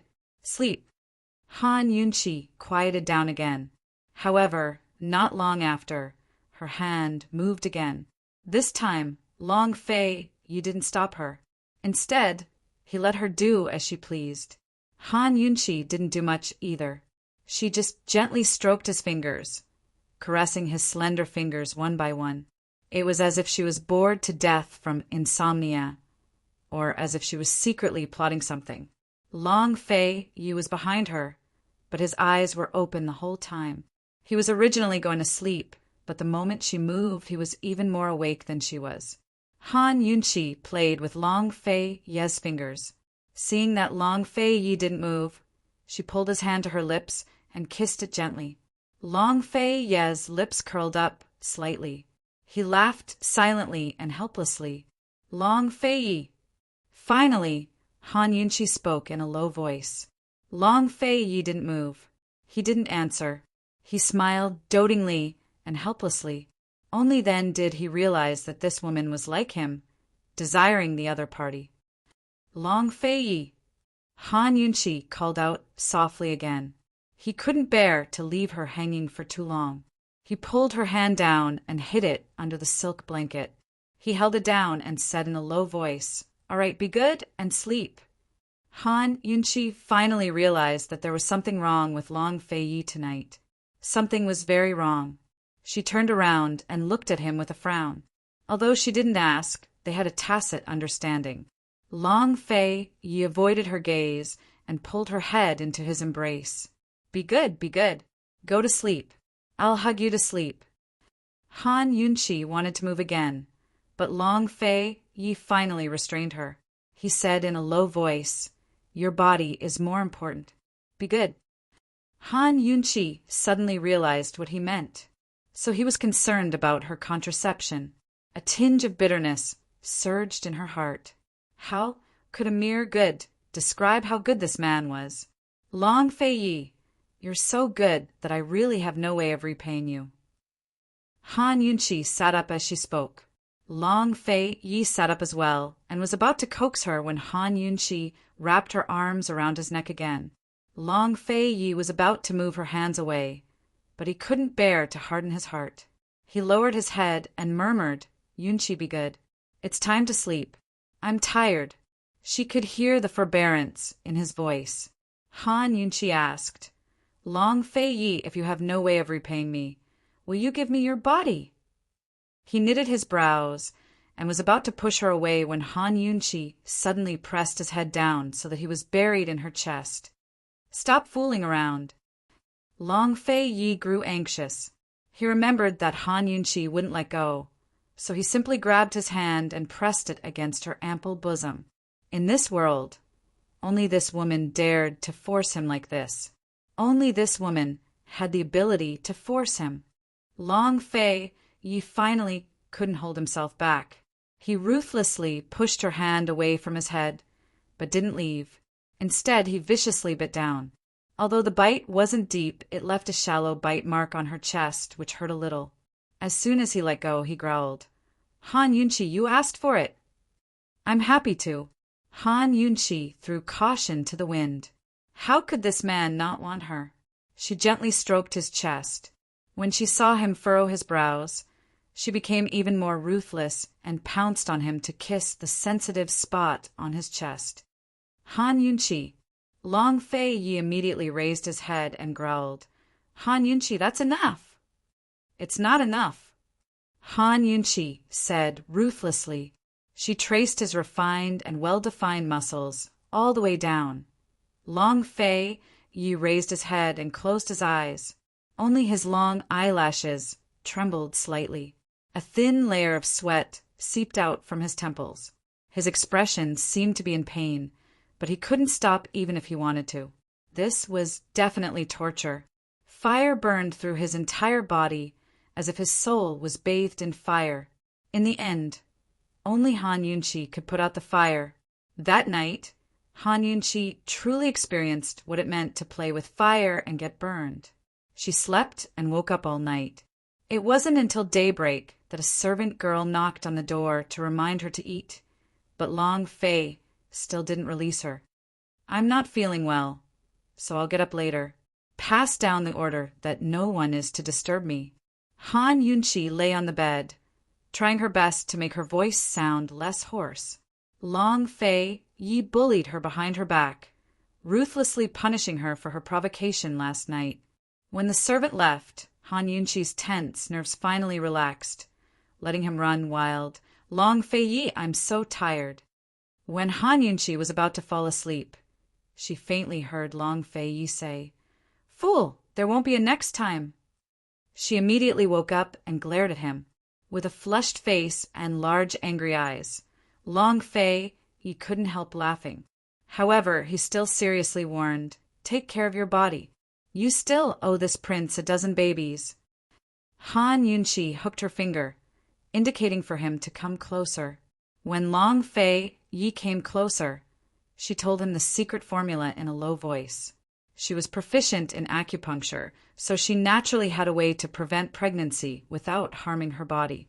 When Long Fei Yi heard this, he forced out a smile. "That's good." She saw the disappointment and helplessness in his eyes. He gently stroked the bite mark on her chest, deep in thought. After a while, he rubbed her bangs and revealed a pampering smile. "Go to sleep. Chu Tianyin will come over tonight, so I'll be a bit late." Han Yunqi didn't make a sound, but her heart felt suffocated. Long Fei Yi was just like last night. Without saying anything, he turned and left. His back disappeared from the window, but Han Yunqi was still staring at him in a daze. After a while, Han Yunqi finally sat up. She wasn't like before, using acupuncture to prevent pregnancy as soon as she woke up. Instead, she tidied up her clothes and called a servant to send her to Ningjing's side. What was she doing? Chapter 919. Han Yunqi didn't go to Ningjing's place to look for Ningjing. Instead, she went to look for Mu Ling. When she arrived, Mu Ling was brewing medicine for Ningjing. Other than Qi brother, Mu Ling had never served anyone so attentively in her life. "Ling, let me ask you something," Han Yunqi said in a low voice. "What is it?" Mu Ling asked curiously, "Is there any medicine that can—" Han Yunqi thought for a moment and said directly, "Is there any medicine that can leave a scar?" "Who do you want to leave a scar on?" Mu Ling was even more curious. "Just tell me if there is," Han Yunqi asked anxiously. "Yes, there is, but—" Han Yunqi didn't care about the "but" and immediately asked Mu Ling, "Make one for me. I want it right away." The bite mark on her chest from Long Fei Yi was only a mark, and there was no blood. This kind of bite mark would disappear in a day. She didn't have much time left. Mu Ling looked even more surprised. Sis, do you want to use it for yourself? Mu Ling had unknowingly gotten used to calling her sis. No, someone else needs it urgently. Hurry up, Han Yunqi urged anxiously. No matter if it's for you or someone else, you can't use it casually. There are many things to pay attention to. Mu Ling explained seriously. Han Yunqi calmed down. What are the things to pay attention to? Hurry up and tell me. The amount of medicine used depends on the severity of the injury. Moreover, there are subtle differences in the amount of medicine used in different parts of the injury. Also, different amounts of medicine will leave different scars, Mu Ling explained and asked seriously. Sis, who do you want to leave a scar on? A woman or a man? Are you interrogating a criminal? The skin around the wound was already fragile. If he used that kind of medicine, it would be very painful. It would be 100 times more painful than rubbing salt on the wound. If you're interrogating a criminal, I can do some tricks and add some chili oil into the medicine. Han Yunqi was expressionless as she said coldly, I want to use it myself. Mu Ling was shocked. Sister, what are you doing? Han Yunqi began to think about how to tell Mu Ling she could let her understand the condition of the injury and accurately determine the appropriate dosage of medicine without telling her that the wound was a bite mark. But no matter how she thought about it, it didn't seem appropriate. In the end, she decided to throw caution to the wind. She asked Mu Ling to take her to a room at the side. She unbuttoned her coat and let Mu Ling see her wound. It had been almost a day since last night. The bite mark had faded quite a bit, but there was still a clear outline. Mu Ling was stunned. Her gaze only lingered on the bite mark for a moment before quickly moving to the surrounding area. She saw that Han Yunqi's neck and around her chest were all marks. Some were bruises, some were red. Some were deep, some were shallow. Although she was inexperienced, Mu Ling could tell.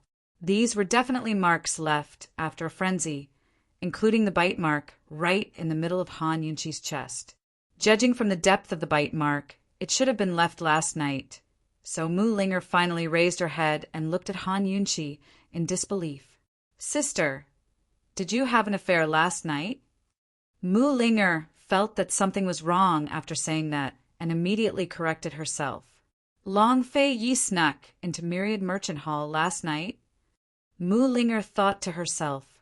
Long Fei Yi was such a cold person, yet he could torment her sister to this extent.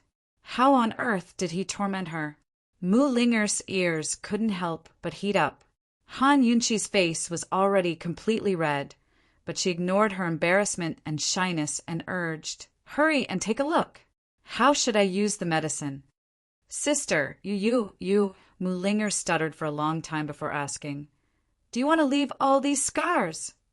Han Yunqi was stunned. Then her face turned even redder. Mu Ling still didn't understand that there was no need to leave these scars, because they were often there. With Long Fei's fetish, he'd do it every time. That's it. Hurry, and help me think of a way. Han Yunqi tried very hard to ignore her embarrassment as she pointed at the bite mark on her chest and urged.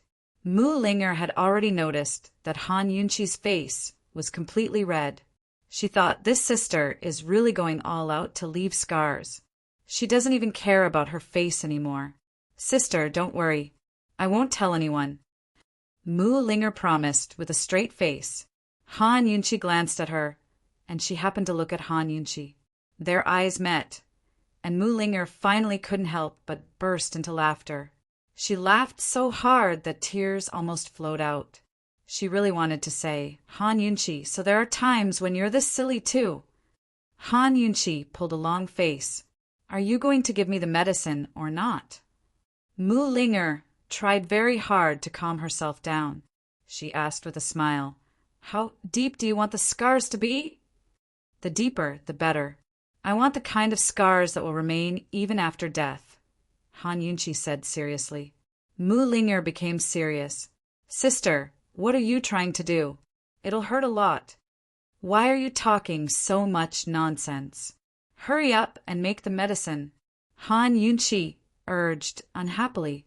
Mu Linger was still hesitating when Han Yunqi's stern gaze made her wilt. She said, "Then you have to promise me something. If Long Fei Yi asks, don't tell him that I helped you." "Of course," Han Yunqi said. Mu Linger immediately went to grab some medicine to mix. She mashed a few ingredients and added some special medicine to mash them into a paste before finally presenting it to Han Yunqi. "Sister, when you apply this, your skin will sizzle and burn. It'll be very painful. You should think about it." Mu Linger couldn't help but remind her. "This kind of medicine shouldn't have any effect on the body, right?" Han Yunqi asked seriously. "It won't have any effect, but it'll hurt. You have to bear with it." Mu Linger was still worried and emphasized again. It's the kind that'll hurt a lot. Help me apply the medicine." Han Yunqi didn't hesitate. Mu Linger became timid and hesitated. "I'll do it myself," Han Yunqi said. "I'll help you." Mu Linger took a towel and let Han Yunqi bite it before she dared to apply the medicine. She had only applied it once when Han Yunqi bit the towel tightly and widened her eyes. Mu Linger didn't dare to move. The room was silent, and only the sizzling sound of Han Yunqi's chest could be heard. Mu Linger turned her head away and didn't dare to look. Just listening to the sizzling sound gave her goosebumps. She secretly glanced at Han Yunqi's face and saw that her brows were tightly knitted and her face was pale, but there was a hint of determination in her eyes. Soon, Han Yunqi grabbed Mu Linger's hand and motioned for her to continue. Mu Linger could only bite the bullet and continue. After the medicine was applied, the pain gradually subsided. Han Yunqi sat in the wheelchair and breathed heavily. Mu Linger looked at her quietly and was a little distracted. She thought that if Chi brother bit her, she would definitely be able to endure the pain. She suddenly wished that Chi brother would bite her, even on her face. After a while, the pain subsided and the wound became cold. Han Yunqi was overjoyed. "Linger, it feels cold. Is it done? Let me take a look." Mu Linger was also nervous. She hurriedly helped Han Yunqi clear the dregs of the medicine. She saw that the bite mark on Han Yunqi's chest had darkened a lot. It was slightly dark brown and looked like a birthmark at first glance. Although it didn't look good, Mu Linger liked it very much and felt that it was very romantic. Han Yunqi looked at the mirror and gently touched the bite mark. She thought that this bite mark was definitely deeper than the one on Long Fei Ye's hand. It might even be there in her next life. Mu Linger smiled slyly. "Sis, Long Fei, you will be able to see it tonight, right?" Han Yunqi pretended not to hear and said, "Bring me a pen and paper. I'll write a few prescriptions for you to take a look." Mu Linger was confused. What was this woman trying to do now? Han Yunqi wrote down 3 prescriptions. Mu Linger saw that these prescriptions were for treating her leg injury. "You took these before, right? I don't think you need them now," Mu Linger said. "Help me take a look." These, Han Yunqi hesitated for a long time before continuing. "Can Ningjing take these medicine?" "Ningjing's leg is fine. Why would she take these medicine?" Mu Linger didn't understand. Han Yunqi gritted her teeth and asked directly, "I took these more than a month ago. If I assist." Mu Linger suddenly understood and exclaimed, "You're pregnant!" Shoo! Han Yunqi's glare could kill, but Mu Linger wasn't afraid. She lowered her voice and asked, "You're really pregnant?" "I wanted to ask you. I took these medicine more than a month ago. If I were to get pregnant now, would it affect me?" Han Yunqi asked seriously. Mu Linger finally understood what was going on. A complicated look flashed across her eyes. She hesitated for a while before looking at the prescription seriously. Finally, she gave an answer. "It won't affect me. Look, be serious." Han Yunqi was very careful with her patients, but she was even more careful with herself. "I'm sure Mu Linger wouldn't make a mistake in this kind of thing." Han Yunqi sighed softly and didn't say anything else. Mu Linger sat down in front of her and looked at her suspiciously. What are you looking at? Han Yunqi asked. Mu Linger didn't say anything. She took her hand to check her pulse. Han Yunqi avoided her. Not yet, sis. Mu Linger was anxious. You want to get pregnant at this juncture? I still have something to do with the elders. I'll leave first. Han Yunqi avoided the topic and wanted to leave. Mu Linger didn't let her. Sis, let's talk about this. Han Yunqi still didn't want to talk about it. She pushed her away and wanted to leave. Sis, I'm from your family. Let's talk. Mu Linger pressed on her wheelchair. She had never sounded so serious before. Family? Han Yunqi's heart skipped a beat, but she compromised in the end. Sis, you still have a battle with Bai Yanqing. It's unknown how dangerous it will be. How are you going to settle the grudge between Eastern and Western Qin? Mu Linger said calmly, Sis, you've seen how Ningjing is. She's already 4 months pregnant, but she's still hiding it. Don't tell me you want to be like her? Long Fei Yi and Tang Li are different, Han Yunqi retorted. You're different from Ningjing too. Linger was agitated. In her heart, Han Yunqi was always rational and mature.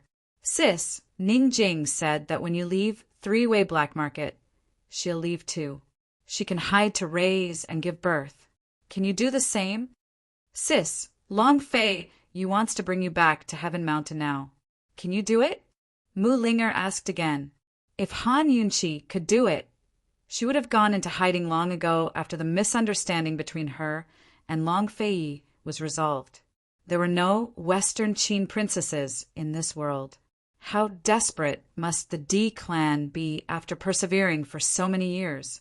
Back then, didn't Long Fei Yi say something out of anger and ask her to stay by his side incognito? Han Yunqi was silent. She knew better than Mu Linger that it wasn't the right time. However, Long Fei Yi's lonely eyes kept appearing in her mind. Chapter 920. Han Yunqi had always been firm. The only thing that could shake her heart was Long Fei Yi's every word and action. She was the only one in the world who knew that a cold person like Long Fei Yi would look forward to having a child so much. He was high and mighty, and his wealth was comparable to a country's. He could get whatever he wanted. She really couldn't give him much. Seeing that Han Yunqi didn't say anything, Mu Linger scolded her. Your legs haven't even recovered. You've been so busy these days that you can't even take care of your meals. How can you still be pregnant? If you really want to have a child, you should get rid of that Bai guy as soon as possible. You should settle the grudge between East and Western Qin. You can have as many children as you want. Sis, even if you can hold on for 10 months, what about after the child is born? Mu Linger asked again. Perhaps after 10 months, East and Western Qin would be reconciled, and the world would be at peace. Long Fei Yi would be able to accompany her to enjoy the joy of a family reunion. Perhaps it wouldn't even take 10 months. Soon, East and Western Qin would be at war. Everything would be unpredictable. What about the child? Would they continue to hide, or would they become the target of public criticism? Or would they become something that both sides would fight over? Sis, you don't even know martial arts. You're always a burden to Long Fei Yi. Can you guarantee that if you have a child, you won't be a burden to Long Fei Yi? He's got a lot of guts on his shoulders. Mu Linger had said everything she could, but Han Yunqi remained silent. Mu Linger seemed impulsive and reckless, but her heart was more delicate than anyone else's. If it weren't for this delicate heart, she would probably have been tortured to death by Gu. Mu Linger knew that Han Yunqi understood what she said. It would be difficult for her to convince Han Yunqi. She hesitated for a moment and said one last sentence. Sis, you and I are both motherless children. You should understand. These words were like a knife that gouged Han Yunqi's heart. Not only did she not have a mother, she didn't even have a father. Ever since he was young, he had longed for stability and companionship. She had suffered the hardships of being homeless, lonely, and helpless. So she hoped to give her child the best of everything.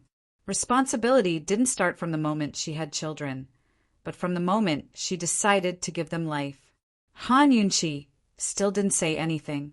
She lowered her eyes, pushed the wheel, and slowly went out. Mu Linger didn't chase after her.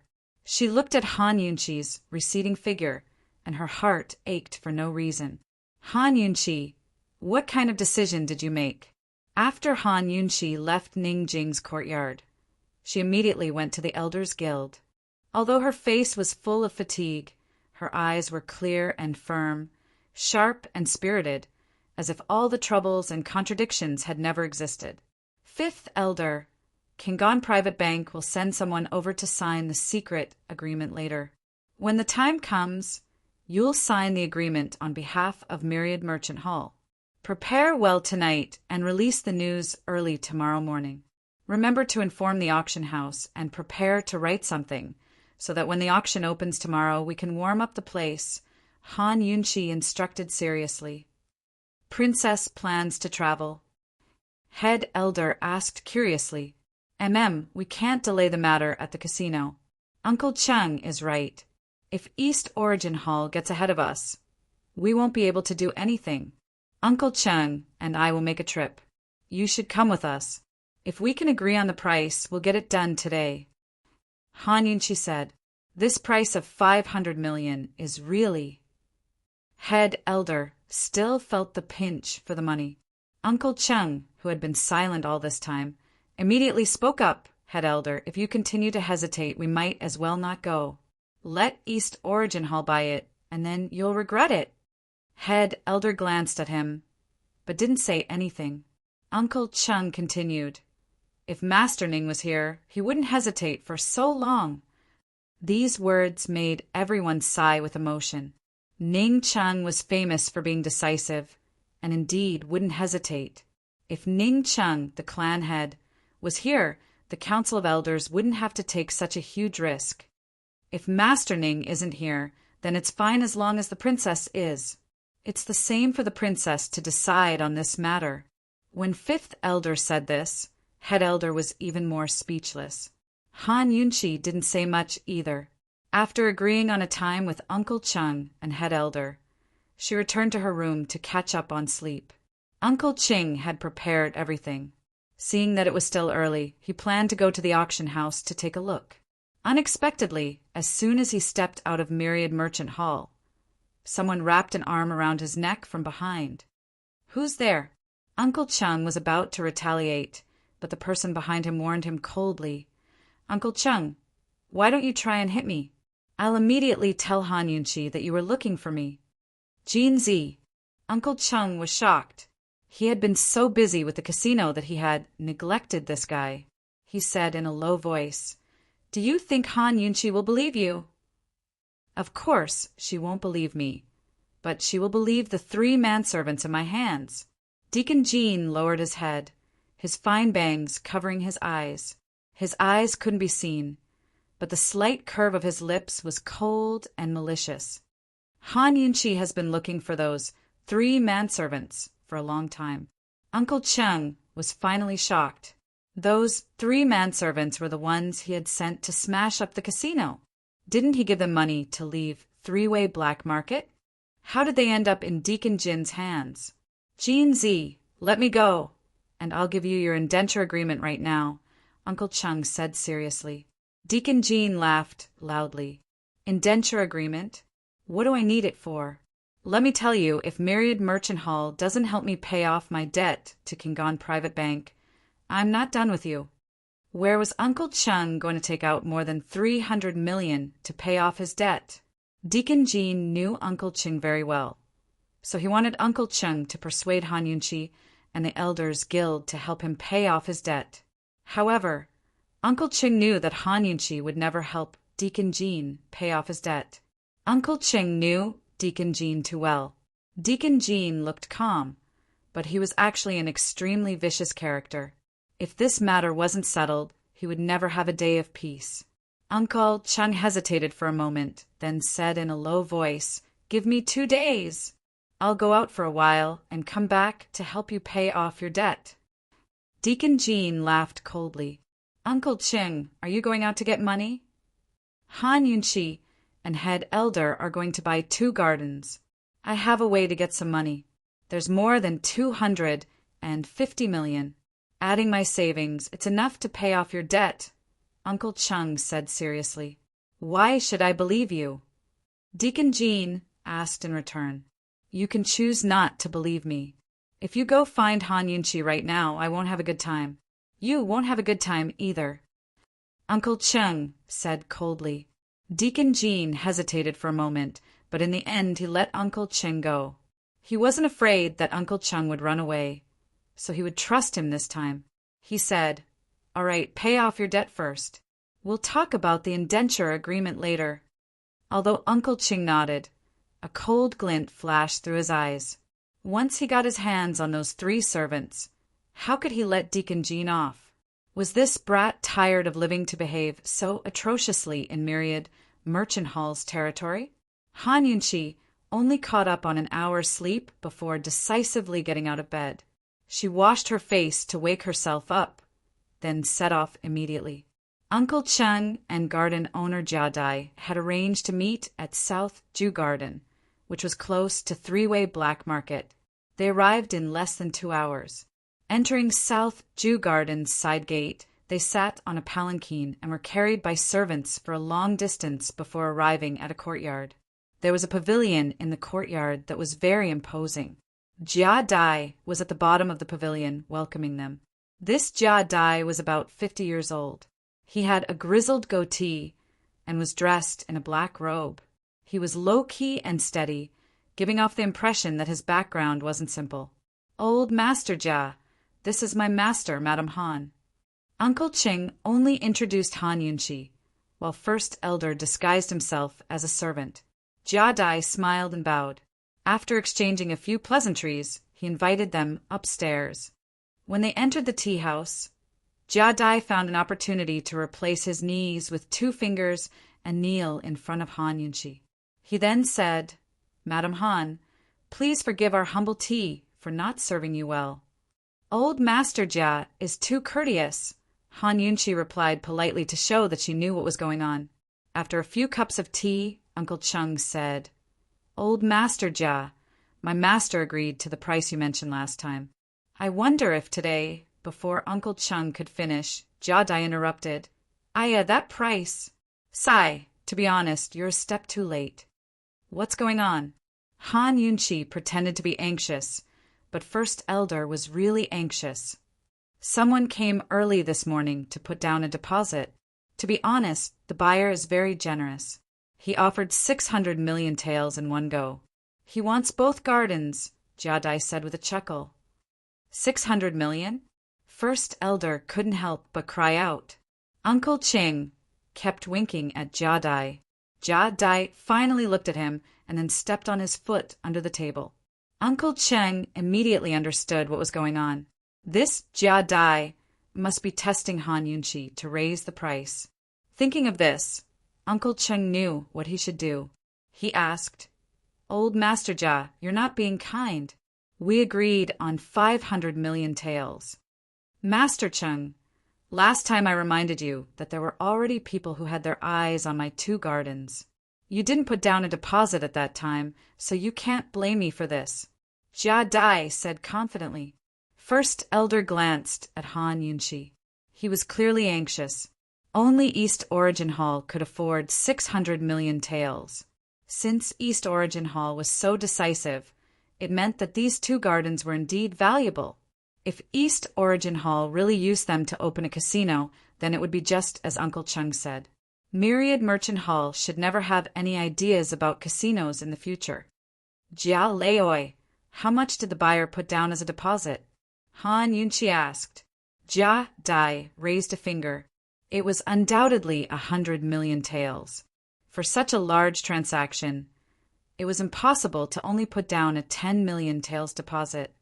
100 million taels. Han Yunqi was deep in thought.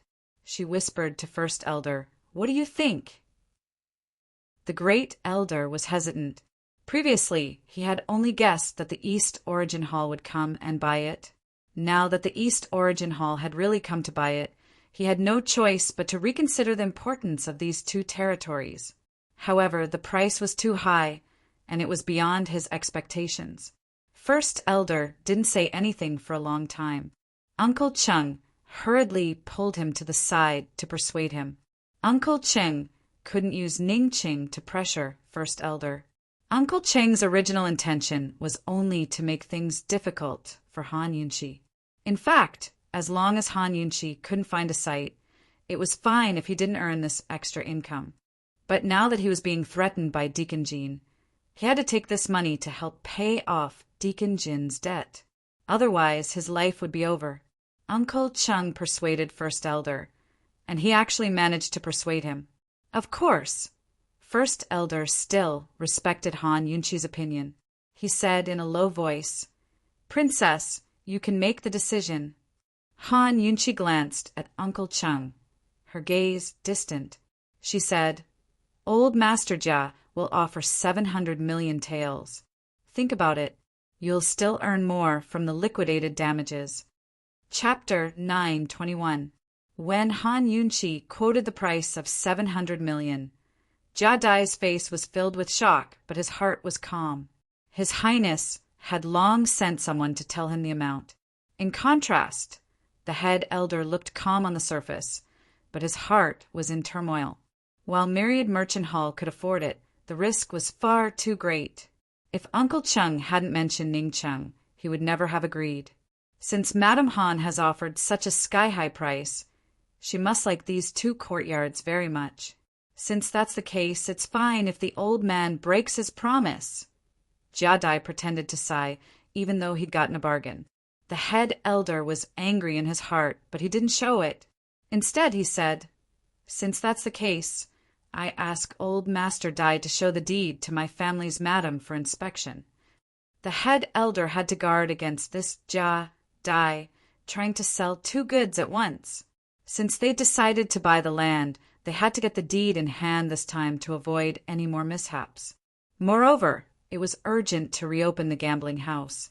They had to take advantage of the fact that the gamblers in the black market hadn't all left yet to lure them back. If they delayed any longer, they'd have to spend all sorts of resources to attract more gamblers.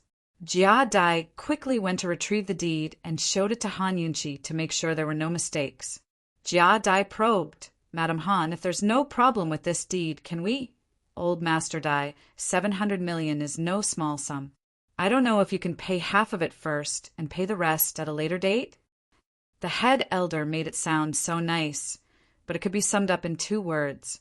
He wanted to put the debt on credit. Jia Dai's face immediately turned gloomy as he snatched the deed from Han Yunqi's hands. "Cold," he said. "Everyone, Jia Dai, don't put things on credit." The head elder's face alternated between red and white, both embarrassed and angry. Whether it was Cloud Realm Trade Consortium or Myriad Merchant Hall, when had anyone ever dared to say such things? It was simply a disgrace. The head elder suddenly felt like a dog being bullied by a dog.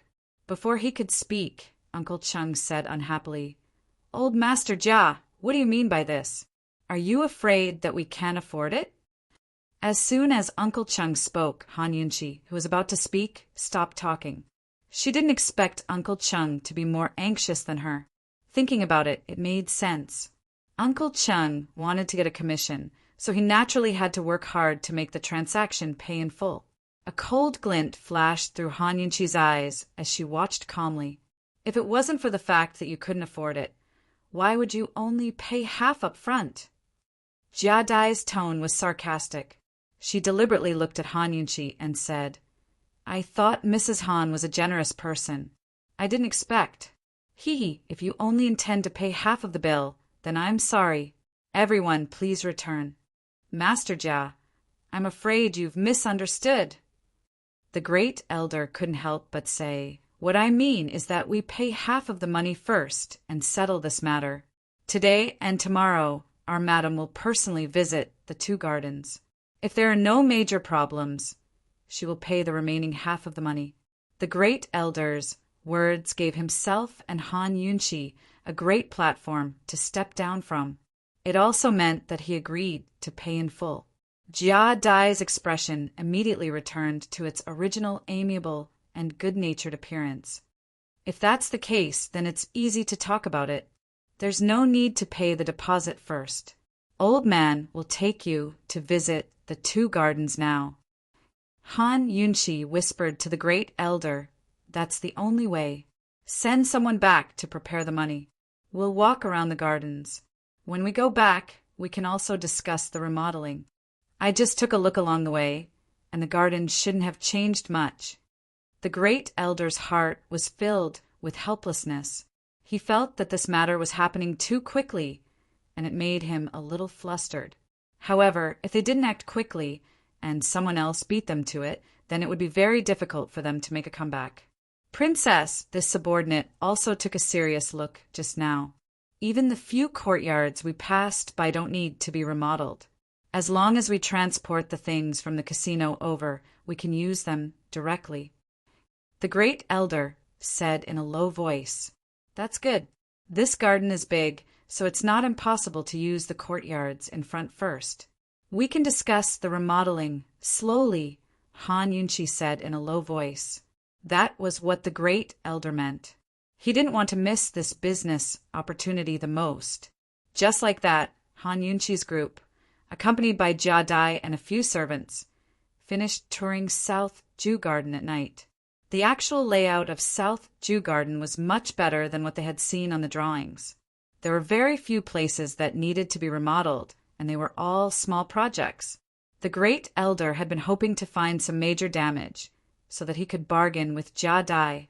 Unfortunately, this garden was so well maintained that he had no chance at all. After dinner, Jia Dai warmly invited them to stay in South Jew Garden for the night, and they would set off for West Jade Garden tomorrow. It would take at least half a day to travel from South Jew Garden to West Jade Garden. "Princess, stay here for the night. If we return to Myriad Merchant Hall, we'll have to walk for another 4 hours tomorrow," the great elder advised. Han Yunshi hesitated for a moment, then said, "We're not going back to Myriad Merchant Hall, and we're not staying here. Uncle Chung, go tell Master Jiao that we're in a hurry. We'll rush to West Jade Garden tonight. Tomorrow, we'll rest in West Jade Garden for a while, and then immediately visit the garden. Princess, your health is more important," the great elder advised with concern. "It's fine. I can sleep in the carriage," Han Yunshi insisted. Long Fei Ye's lonely eyes made her not want to delay any longer. She couldn't wait to find Bai Yanqing to settle the score. Uncle Chung was also impatient. He couldn't rest easy until he destroyed Deacon Jin's mouth. He immediately went to find Jia Dai to tell him. Jia Dai naturally agreed and immediately went to arrange a carriage. However, just as he finished preparing everything, Su Donglin suddenly appeared out of thin air. "Elder Jia, long time no see." Su Donglin hugged his sword and leaned against the wall. Jia Dai was surprised to see him. "Your Highness is here too?" "His Highness is still at the black market. I just came to tell you that the princess is used to riding in His Highness' carriage. You have to arrange a comfortable one for her." If the princess is bumped, before Su Donglin could finish, Jia Dai nodded repeatedly. "Understood, understood. I've already instructed the West Jade Garden to prepare a room in Bright Moon Hotel for the princess." Only then did Su Donglin disappear, satisfied. Just like that, Han Yunshi and the others rushed to West Jade Garden through the night, while Long Fei Yi met with Chu Tianyin at East Origin Hall. "I spent a lot of effort to find a way to have that goshawk lead the way. Unfortunately, by the time I got there, he was already gone," Chu Tianyin said calmly. These days, he didn't pay attention to the political situation, nor did he pay attention to the Western Zhou Emperor's mobilization of the army. He was almost entirely focused on finding Gu Beiwa. He kept the goshawk that delivered the letter for Gu Beiwa. He didn't know who raised that goshawk. He used all kinds of methods and found someone who understood the language of beasts. A few days ago, he finally succeeded in getting the goshawk to lead the way. Unfortunately, by the time he found the valley, the courtyard in the valley was already empty. Can you determine when he left? Long Fei Yi asked. At least a month. He should have moved to another place, Chu Tianyin said seriously. Long Fei Yi didn't hide anything and told Chu Tianyin about their situation at Black Tower. Chu Tianyin's brows furrowed deeper as he listened. If that's the case, then it's very likely that Bai Yanqing is near the three-way black market? I've already sent people to secretly search for places where he could easily hide. But unfortunately there's been no news so far, Long Fei Yi said calmly. What do you think about Ning Qing? Long Fei Yi asked. Chu Tianyin hated Ning Qing to the core. Even though Long Fei Yi asked him so directly, he still avoided the question. Long Fei Yi, my Chu clan has no right to interfere in the affairs of Eastern and Western Qin, and I have no interest in doing so. I only hope that you can keep your promise and release my two Chu clan elders. Chu Tianyin was quite open-minded. As traders, the Chu clan had no right to call themselves part of Western Qin's camp. He also knew that the East Qin camp would never truly accept them. He only hoped that Gubeiwa would be safe. He only hoped that his father and uncle would regain their freedom. This was the only thing he could do for the Chu clan. Long Fei Yi liked Chu Tianyin's attitude very much. He said calmly, I heard that Western Zhou's Emperor Kong Chang has been mobilizing his troops recently. Does he intend to take away your military power? Chu Tianyin snorted coldly. That depends on whether he can take it away. Very good. You don't have to worry about Gubeiwa. Just lead your Western Qin troops well. This king will not treat your father and uncle unfairly, Long Fei Yi said calmly. You mean you really want to go to war with Northern Li? Chu Tianyin asked curiously. Whether it's Northern Li or Junisia, this war is inevitable. It has nothing to do with Eastern and Western Qin, Long Fei Yi said. Although Eastern and Western Qin was currently the biggest problem, he didn't just see the Eastern and Western Qin in front of him. He saw far and his heart was big. Northern Li and even the winter crow behind the snowy mountains were all in his eyes. He was only temporarily slowing down for the sake of a woman. Chu Tianyin hesitated for a moment, then asked tentatively, Long Fei Yi, I want to see my father. Long Fei Yi looked up and said mercilessly, You'll never see the two of them before it's done. Chu Tianyin took his leave expressionlessly, but he was laughing at himself inwardly. What was wrong with him just now? How could he forget what kind of person Long Fei Yi was? Although he was working with Long Fei Yi, that didn't mean that Long Fei Yi would be merciful to him. He was simply asking to be humiliated. By the time Long Fei Yi finished his business, it was already midnight. He took a bath and was about to go to Myriad Merchant Hall when he remembered that the Shadow Guard had already reported that Han Yunqi was rushing to Western Jade Palace and wouldn't be in the black market tonight. If he rushed over now, it would probably be dawn by the time he caught up.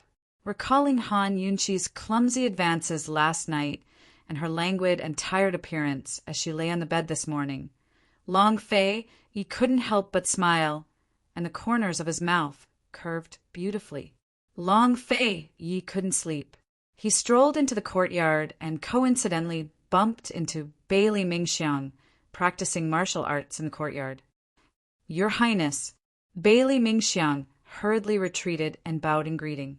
Long Fei Yi made a sound of acknowledgement, then walked past her and left. Bailey Mingxiang didn't dare to look at his face just now, but now she hurriedly looked up, wishing she could imprint his back into her heart.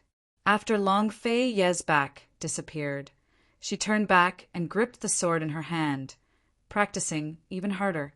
Just as everyone was preparing to capture Bai Yanqing dragged his heavily injured body and hid as he rushed to the valley.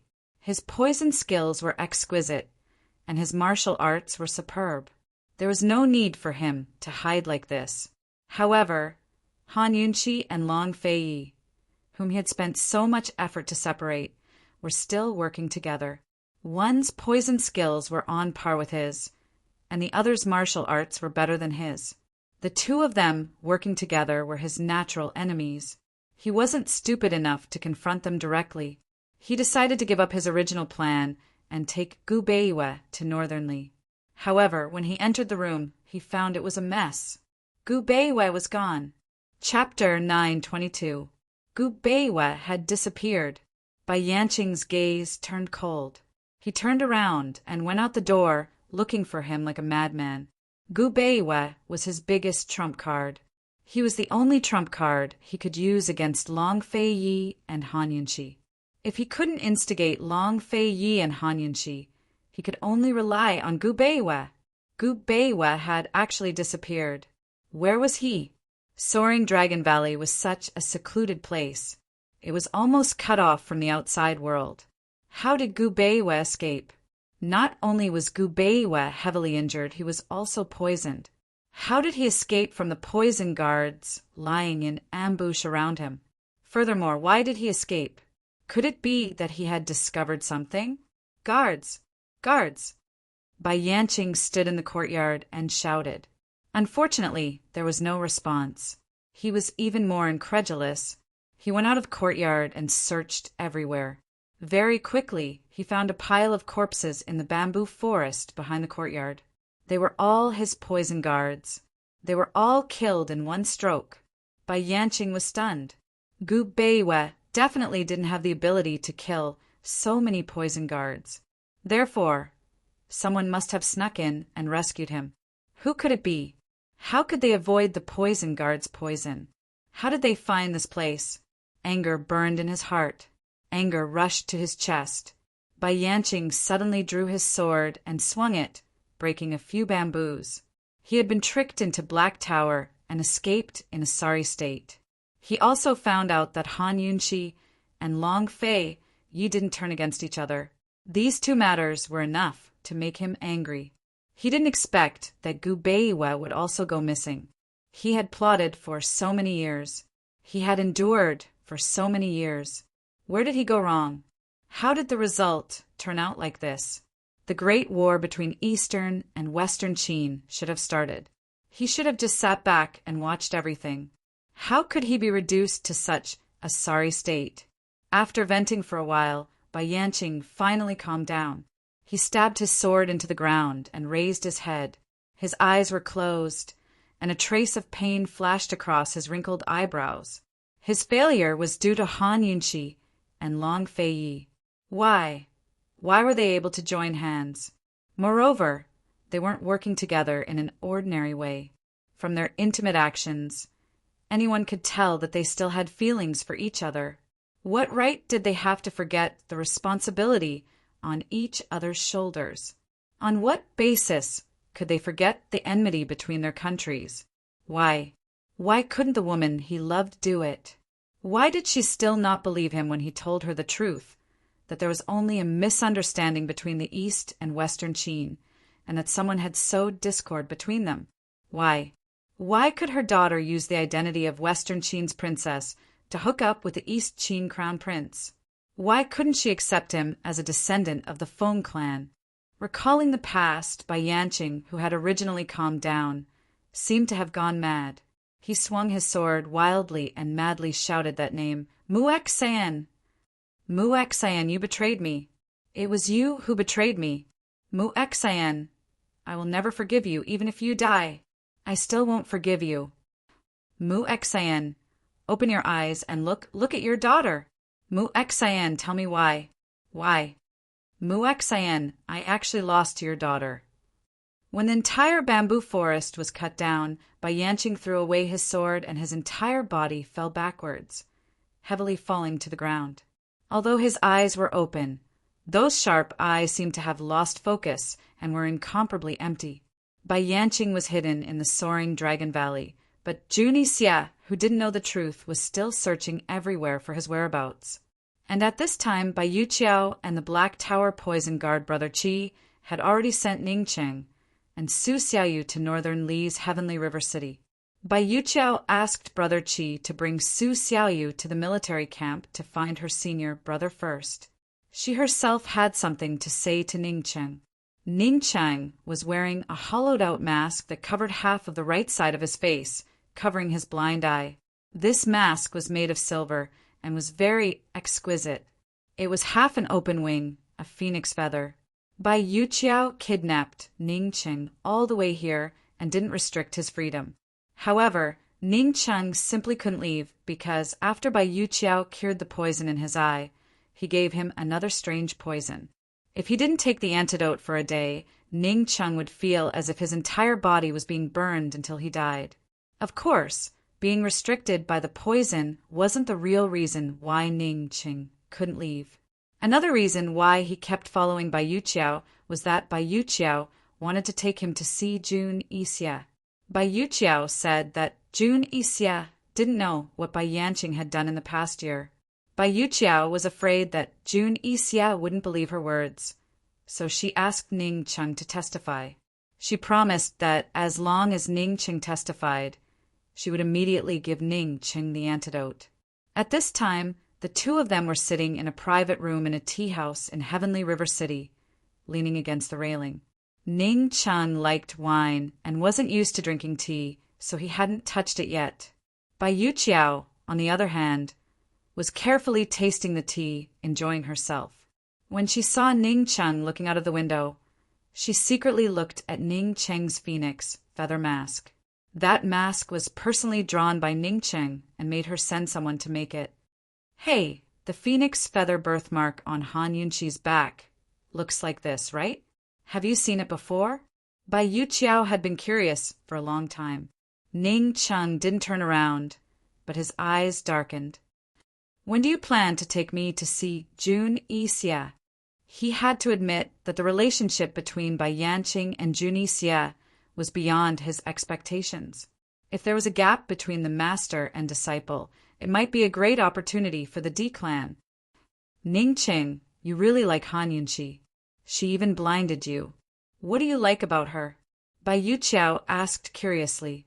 Ning Cheng's hand on the table slowly clenched into a fist. Bai Yuqiao used to be afraid of him, but now she wasn't. After all, Ning Cheng was still restricted by her poison. She was sure that Ning Cheng wouldn't go back to ask Han Yunqi to help him detoxify the poison, but it was too late to go back. Moreover, she was also sure that Ning Cheng would be interested in cooperating with her senior brother. Bai Yuqiao glanced at the clenched fist and continued to smile. Don't tell me you're thinking about the position of Western Qin's imperial prince's son-in-law? Hee, when Han Yunqi ascends the throne one day, you'll be the D clan's clan leader. Great General Ning would be a good match for her. Ning Cheng. Before Bai Yuqiao could finish speaking, Ning Cheng suddenly grabbed her collar. Bai Yuqiao's entire body fell onto the table. Sweeping the tea, sat off the table. I'm warning you for the last time. Don't ever mention the 3 words Han Yunqi in front of me again. Otherwise, I'll let you know what it means to be truly blind. Ning Cheng warned coldly.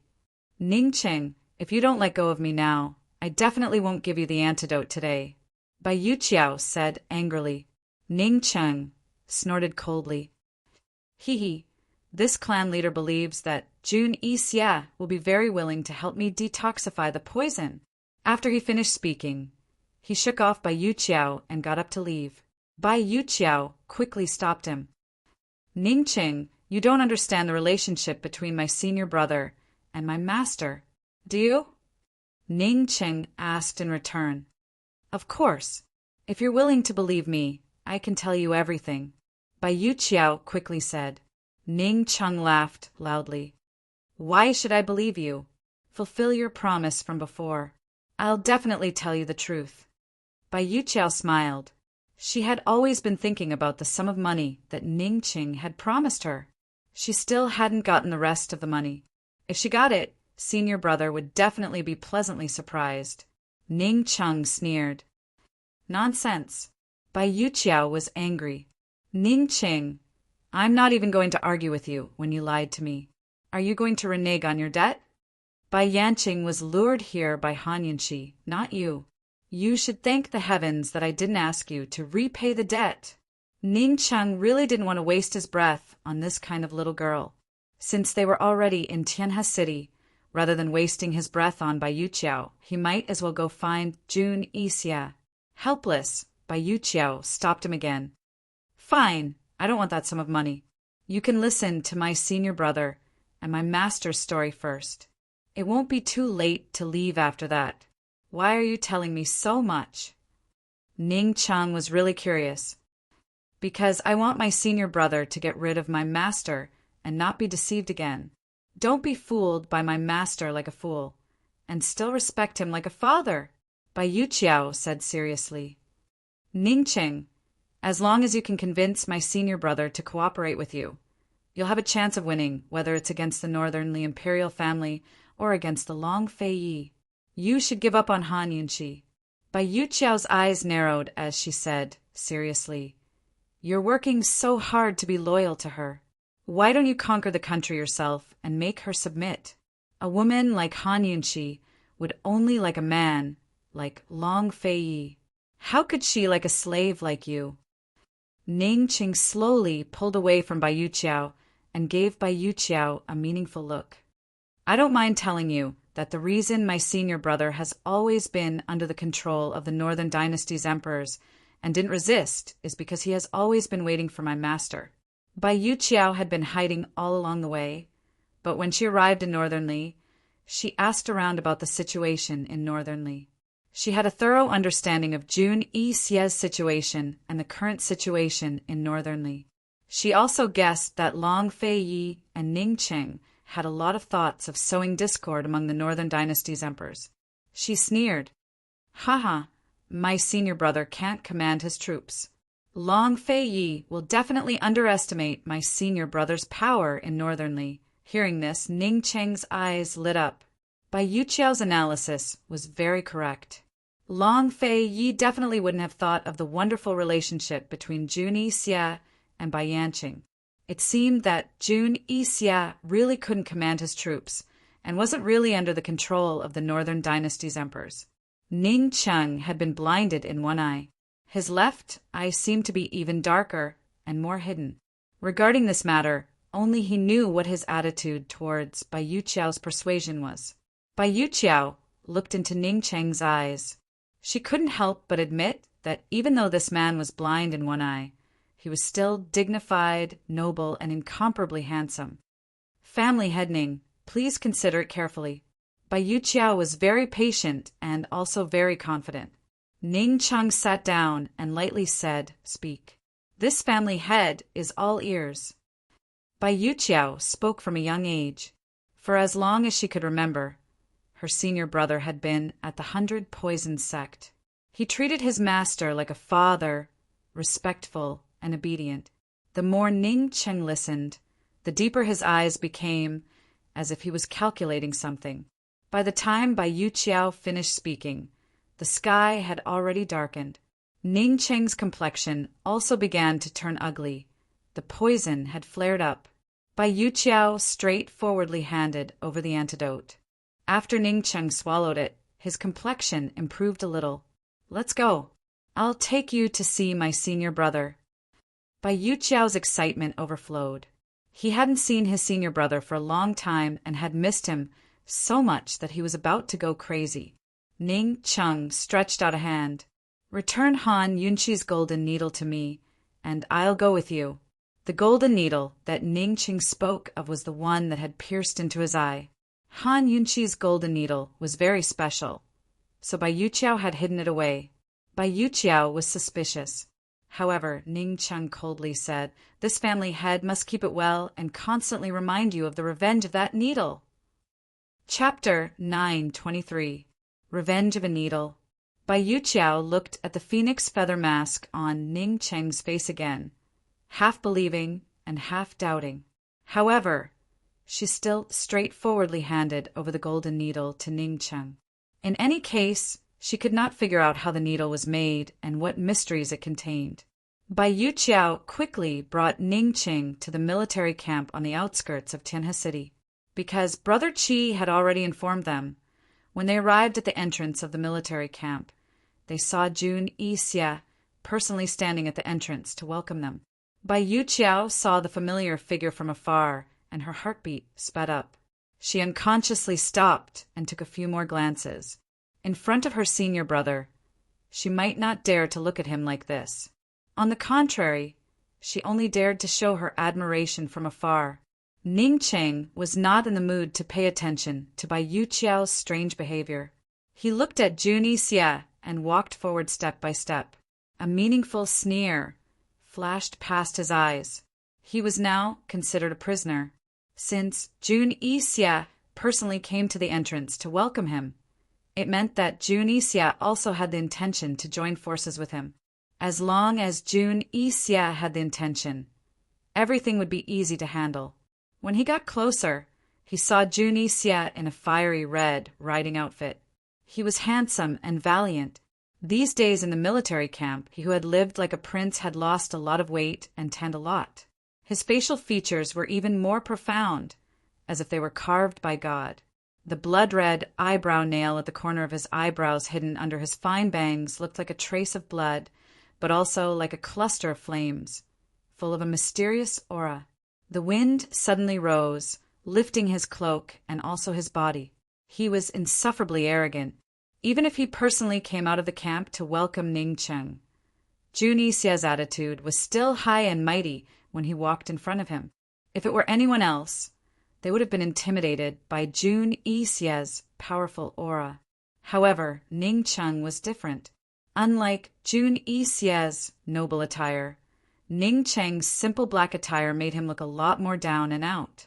However, when he raised his head, his cold and arrogant gaze was enough to look down on everything about Jun Yixia. The wind on the grassland blew harder and harder. The two tall and proud men stood face to face. Their eyes met, and the silent contest had already begun. Jun Yixia waited for Ning Cheng to speak first. Ning Cheng also waited for Jun Yixia to speak first. The two of them were silent, but their gazes were not quiet at all. They were scrutinizing each other, but neither of them moved. Fortunately, Bai Yuqiao quickly came over. Seeing this, she hurriedly mediated. "Senior brother, this is the D clan's patriarch and also the great general of the Ning army, Ning Cheng." However, Jun Yixia did not say anything. Bai Yuqiao hurriedly said, "Great General Ning, this is my senior brother, Jun Yixia." Ning Cheng also did not say anything. Bai Yuqiao was anxious and did not know what to do. Suddenly, Jun Yixia fiercely kicked at Ning Cheng. Almost at the same time, Ning Cheng also kicked out and blocked Jun Yixia's foot.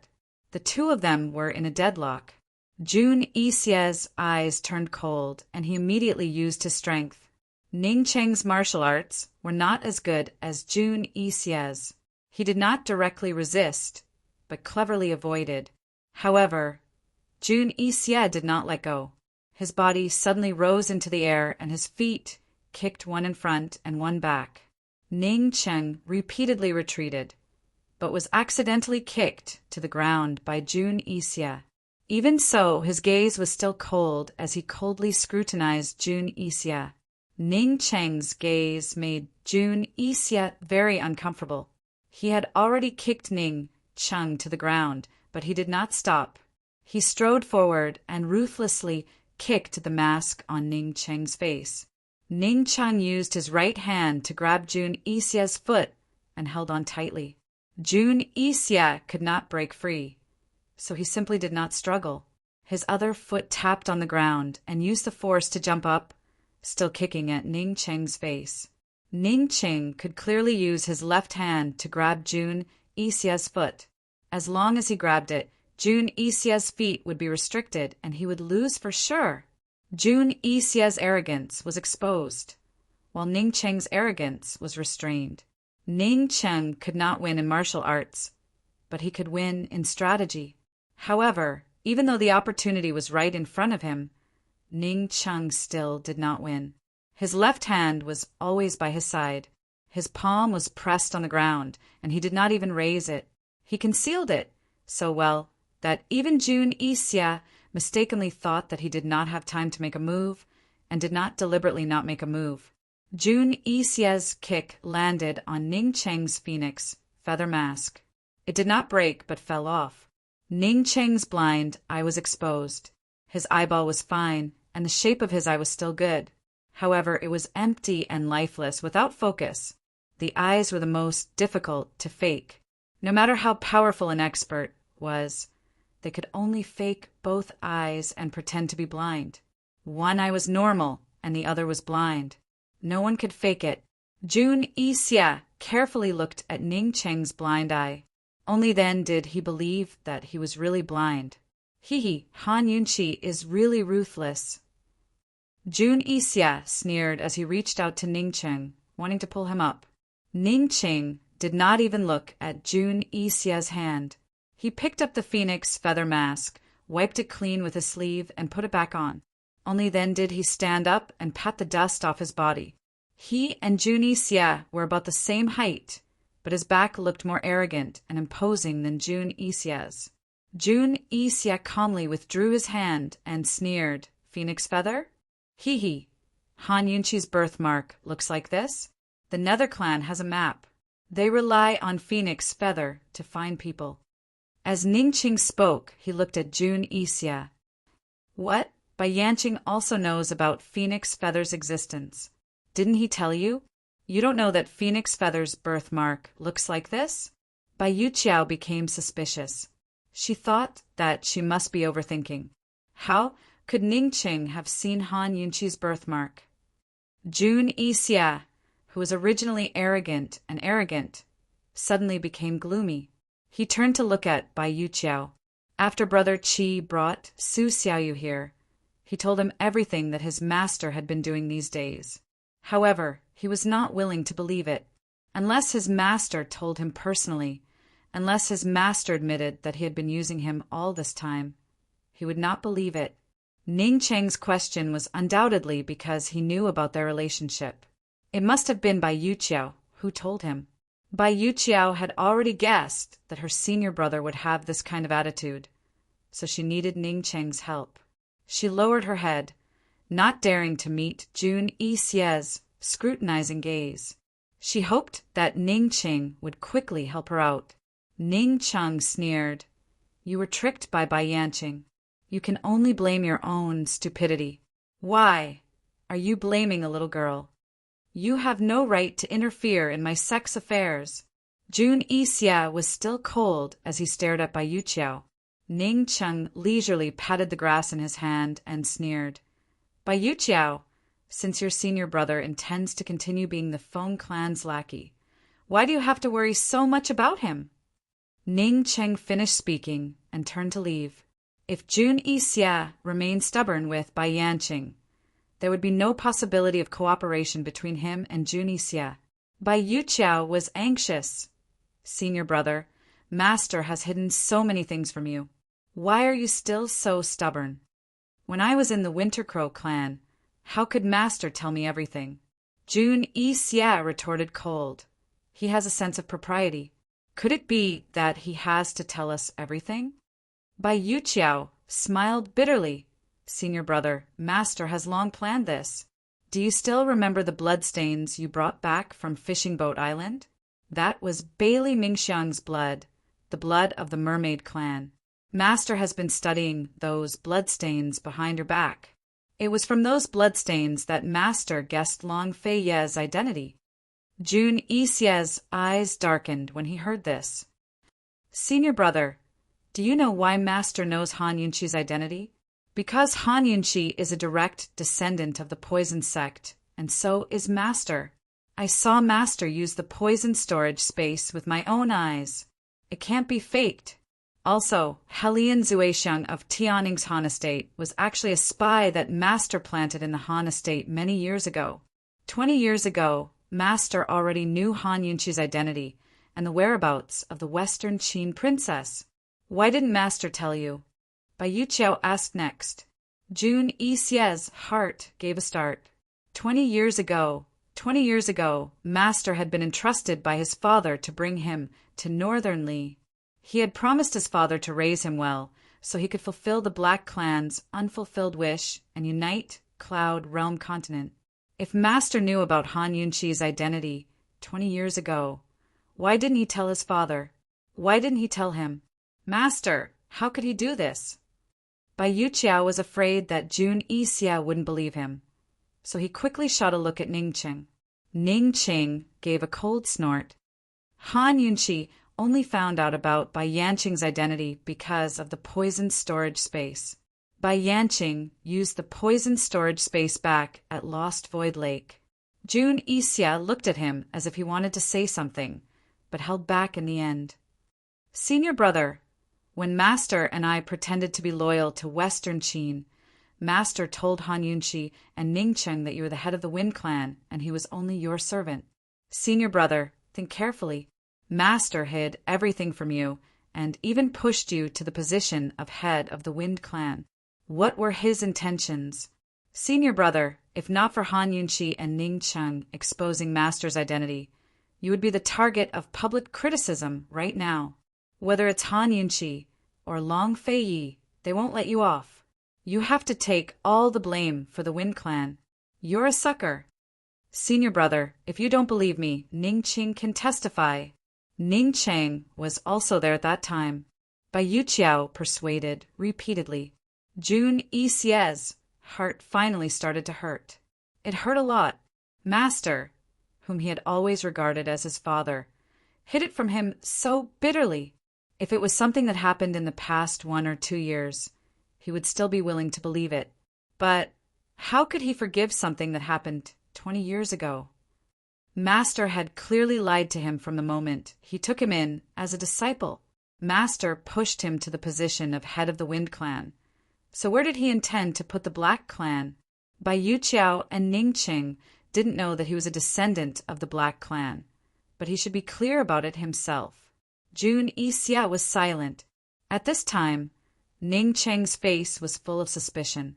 Bai Yuqiao's words just now reminded him of something. Ning Qing, say something. Bai Yuqiao stomped his feet anxiously. Ning Qing then slowly looked at Jun Yixia and said, Jun Yixia, Bai Yanqing hasn't contacted you yet, right? He also didn't tell you that Gu Beiwei is in his hands, right? Jun Yixia didn't say anything.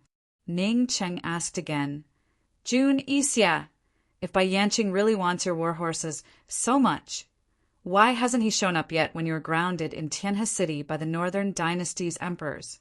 What is he hiding from? Jun Yixia was immersed in his own despair and didn't answer. Bai Yuqiao hurriedly replied. Master and Senior Brother agreed that Senior Brother would only be in charge of bringing the war horses back. After killing the Crown Prince and Second Prince, Master would help him deal with the Northern Dynasty's emperors. But Master went back on his word. Jun Yixia looked at Bai Yuqiao coldly again, but didn't reprimand him. Chapter 924. Hearing Bai Yuqiao's explanation, Ning Qing gave a cold laugh. Jun Yixia, you've really been played by Bai Yanqing. The Northern Dynasty's emperors are not fools.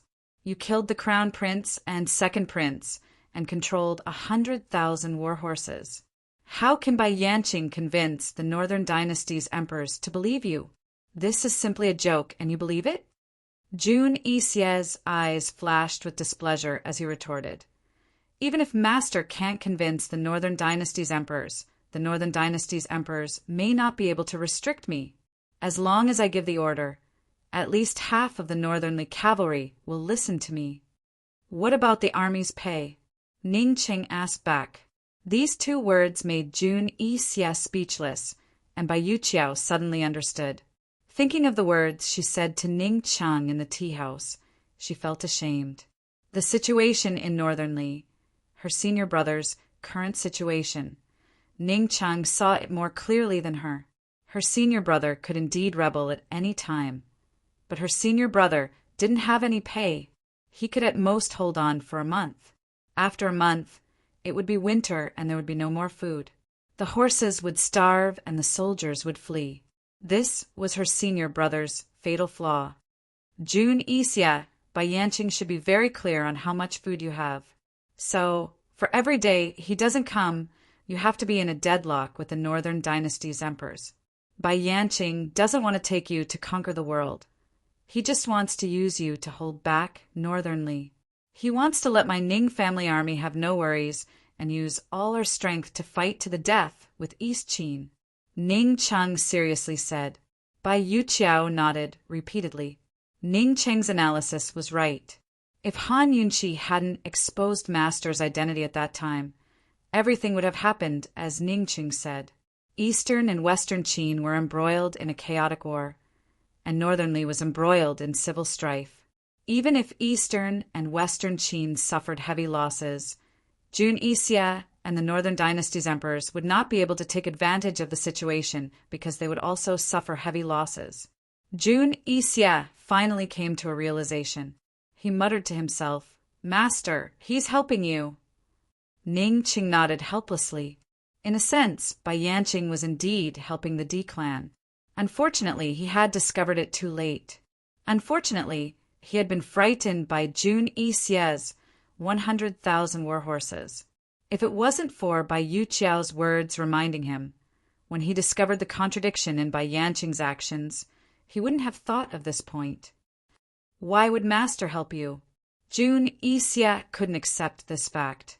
However, Ning Qing knew in his heart that although Bai Yanqing seemed to be helping the D clan, he actually wanted the D clan to have no worries and go all out to fight East Qin. Bai Yanqing played a large game of chess. He schemed against Long Fei Yi, Han Yunqi, and even him and Jun Yixia. There was only one goal, which was to have Eastern and Western Qin fight to the death with no chance of reconciliation. Han Yunqi's words once again echoed in Ning Cheng's ears. Han Yunqi questioned him. "Didn't you say you would give everyone a chance to redeem themselves? You even used the red barbarian cannons. What is the meaning of this?" "That's right. Back then, Han Yunqi and Long Fei Yi both suspected Bai Yanqing's intentions. They both suspected that the enmity between Eastern and Western Qin was a misunderstanding. But he just didn't believe it. He just didn't want to believe it, now that he knew that Bai Yanqing was hiding things from Jun Yixia. And Bai Yuqiao brought it up, he couldn't help but be suspicious. But he couldn't figure it out. If the Wind Clan was the one who instigated the civil war between Eastern and Western Qin, then what were they after? Were they after Cloud Realm Continent? Judging from Bai Yanqing's actions, he didn't care about Cloud Realm Continent at all. He just wanted to throw the continent into chaos. Ning Cheng was immersed in his own thoughts, while Jun Yixia laughed loudly. "Ning Cheng, don't tell me my master is truly loyal to Western Qin. I'm telling you, that's impossible." It was obvious that Jun Yixia hadn't realized Bai Yanqing's true motives. A complicated look flickered past Ning Cheng's eyes before he asked, "Jun Yixia, you've been his disciple for over 20 years. What do you think he wants to do?" What did Master want to do?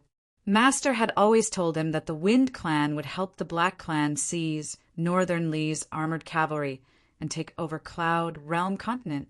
Just like how the Black Clan had instigated the civil war between Eastern and Western Qin, the Wind Clan was the Black Clan's best ally. But now he couldn't believe his own lies. Ning Cheng turned back and approached Jun Yixia step by step. "Tell me, what does he want to do?"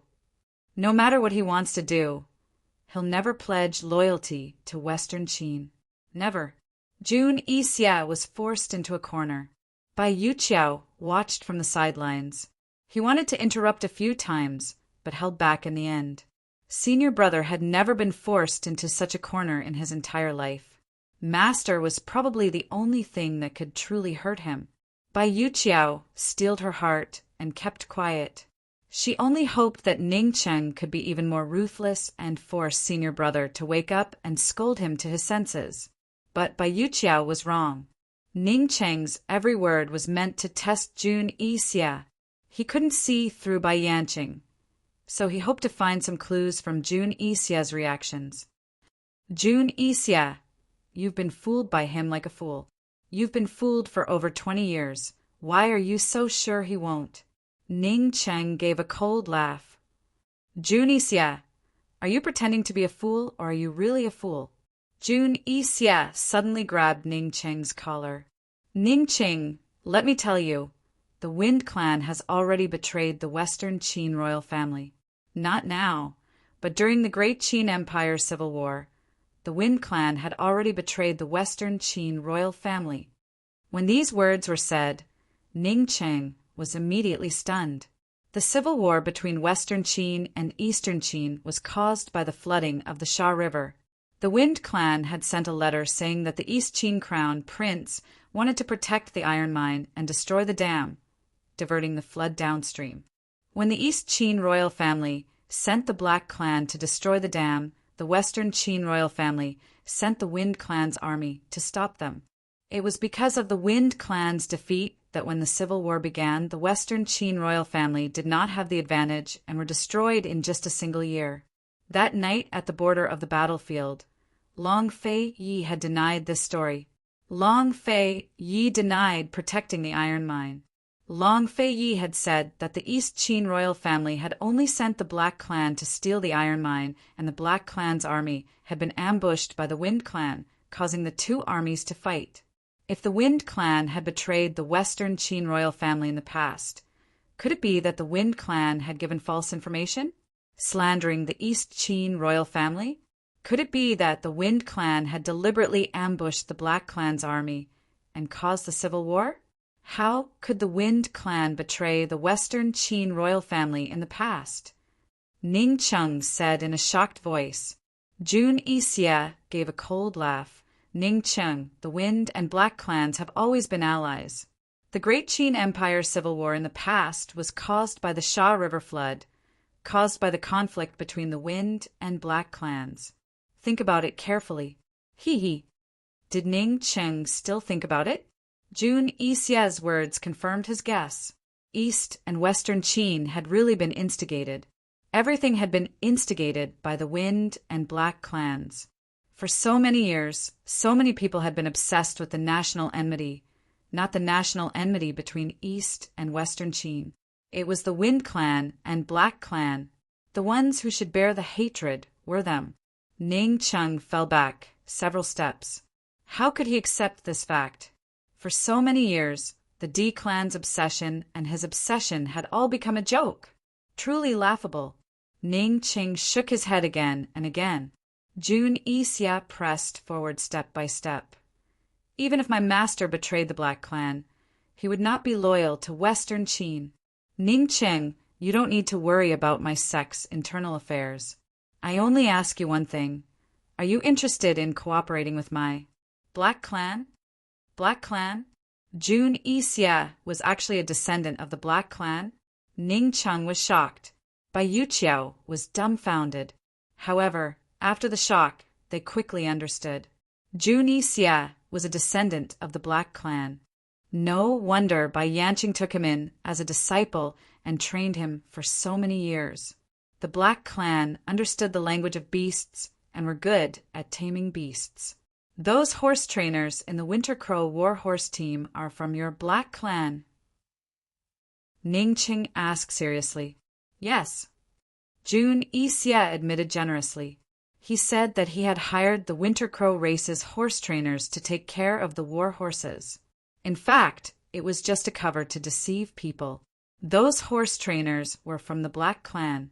It was because of his beast-taming skills that he was worshipped by the Winter Crow royal family and easily bought back 90,000 war horses. Ning Cheng was deeply moved. He never thought that the truth would be like this. Long Fei Yi must be very puzzled as to how Jun Yixia curried favor with the Winter Crow royal family and brought back war horses. Ning Cheng, that bitch Han Yunqi has already thrown herself into Long Fei Ye's arms. Why are you so obsessed with reviving Western Qin? You must have been blind to let her be your master. Jun Yixia said mockingly. Ning Cheng lowered his head and remained silent. Jun Yixia knocked on his phoenix feather mask and said in a mocking tone, What, you're still wearing this thing on your face? Are you trying to show your loyalty or humiliate yourself? Ning Cheng slapped Jun Yixia's hand away and still didn't say anything. A trace of suspicion flashed across Jun Yixia's eyes, and he suddenly took off his phoenix feather mask. Just as he was about to throw it away, Ning Cheng finally stopped him. He snatched the phoenix feather mask and said coldly, Junixia, I can cooperate with you. The country will belong to you, and Han Yunqi will belong to me. I won't allow you to hurt her. How's that? Bai Yuqiao looked over when she heard this. Although she had guessed it, she still found it hard to believe when she heard Ning Cheng admit it himself. No wonder Ning Cheng still refused to let go of the D clan when Han Yunqi forgot about the national enmity and hooked up with Long Fei Yi. It turned out that his heart wasn't with Western Qin, but with the Western Qin princess. Jun Yixia burst into laughter. I don't want the country, but I want the beauty. Hee hee. Han Yunqi's taste is indeed not bad. What a pity. Back then, he had almost gotten Han Yunqi in a moment of impulse. Jun Yixia was still laughing when Ning Cheng suddenly threw a punch at Jun Yixia's mouth. Jun Yixia didn't expect this, and his entire face was knocked askew. He fell to the ground and spat out 2 teeth. Ning Cheng. Bai Yuqiao rushed over angrily, but Ning Cheng kicked him away. He was furious. Before Jun Yixia could get up, he grabbed Jun Yixia and threw another punch at him. However, Jun Yixia blocked the punch and sneered. I really haven't had a taste of her, but Long Fei Yi is probably sick of her. I'm not interested in Long Fei Ye's broken shoes. If you want, I'll keep you. You have so much strength. Save it for Long Fei Yi. Come at me. Who do you think you are? What Jun Yixia said did make some sense. However, Ning Cheng didn't know where he got the strength from. He broke free from Jun Yixia's grip and punched Jun Yixia in the face again, sending him flying. The needle in his left hand pierced deeply into his flesh as he clenched his fist. However, Ning Cheng didn't feel any pain. His heart felt worse than his palm. Looking at Jun Yixia's face, he suddenly realized that he was just like Jun Yixia. They were both good-for-nothings. Chapter 9:25. When Jun Yixia got up, Ning Cheng wanted to chase after him, but several guards hurried over to stop him. Ning Cheng stared at Jun Yixia, the anger in his eyes burning fiercely, as if it would never cease. Jun Yixia's teeth were broken, and his face was bruised and swollen. He got up on his own. Bai Yuqiao ignored the pain on his body and rushed over to help him up, but was pushed away. Bai Yuqiao fell to the ground, but Jun Yixia didn't even look at her. Perhaps he didn't even notice that the person who came to help him was Bai Yuqiao, and only thought that it was a guard. Bai Yuqiao was in so much pain from Ning Cheng's kick, and with this fall he was in so much pain that he couldn't get up. Jun Yixia wiped the blood from the corner of his mouth, and his lips curled into a cold and arrogant smile. If Ning Cheng had come up with another reason to agree to cooperate with him, he would have been suspicious. However, he definitely wouldn't doubt Ning Cheng's reason. Although the D clan was a merchant family, they were famous among the 7 noble families for their integrity. Even if the D clan was disappointed with Western Qin, they wouldn't cooperate with the Black clan and betray Western Qin. However, Ning Cheng's love had turned into hatred, so it was better not to talk about it. Jun Yixia licked the blood from the corner of his mouth, and once again sized up the phoenix feather mask on Ning Cheng's face. The more he looked at it, the more meaningful it seemed. He chuckled and said, You used the phoenix feather mask to block that blind eye. How interesting. How do you want to cooperate? Ning Cheng asked coldly. Jun Yixia didn't answer immediately, and instead invited Ning Cheng into the barracks. In the tent, Jun Yixia casually sat down on the main seat and told Ning Cheng directly, Pay. Ning Cheng's eyes flashed with contempt as he asked, How much do you need? The Northern Dynasty's emperors cut off all of my rations. The 30,000 horses here need rations. In the following month, the 2nd and 3rd batches of horses will arrive, and they will all need money to feed them. Winter provisions are the most expensive. Jun Yixia asked for money very straightforwardly, without blushing at all. That's all? Ning Cheng played dumb. I still have 10,000 cavalrymen under my command. Jun Yixia added. That's it. Ning Cheng asked again. Jun Yixia was about to nod when Ning Cheng said coldly, Jun Yixia, you should know that our cooperation is not a business deal. Just tell me how much you want. This patriarch is not in the mood to haggle with you. Jun Yixia rubbed his aching shoulder and laughed. Good. That's straightforward enough. I want 1 billion. If it were anyone else, they would have been frightened by this number. But Ning Cheng's expression didn't change, and he didn't even frown. Coldly, he said, just 90,000 horses and 10,000 cavalrymen for the winter. All of the military supplies will be at most 20 million. Ning Cheng wasn't just a merchant, but also a general who led troops into battle. He was very clear about the situation in the army. So, Patriarch Ning only plans to cooperate with me for 1 winter? Jun Yixia raised an eyebrow and asked.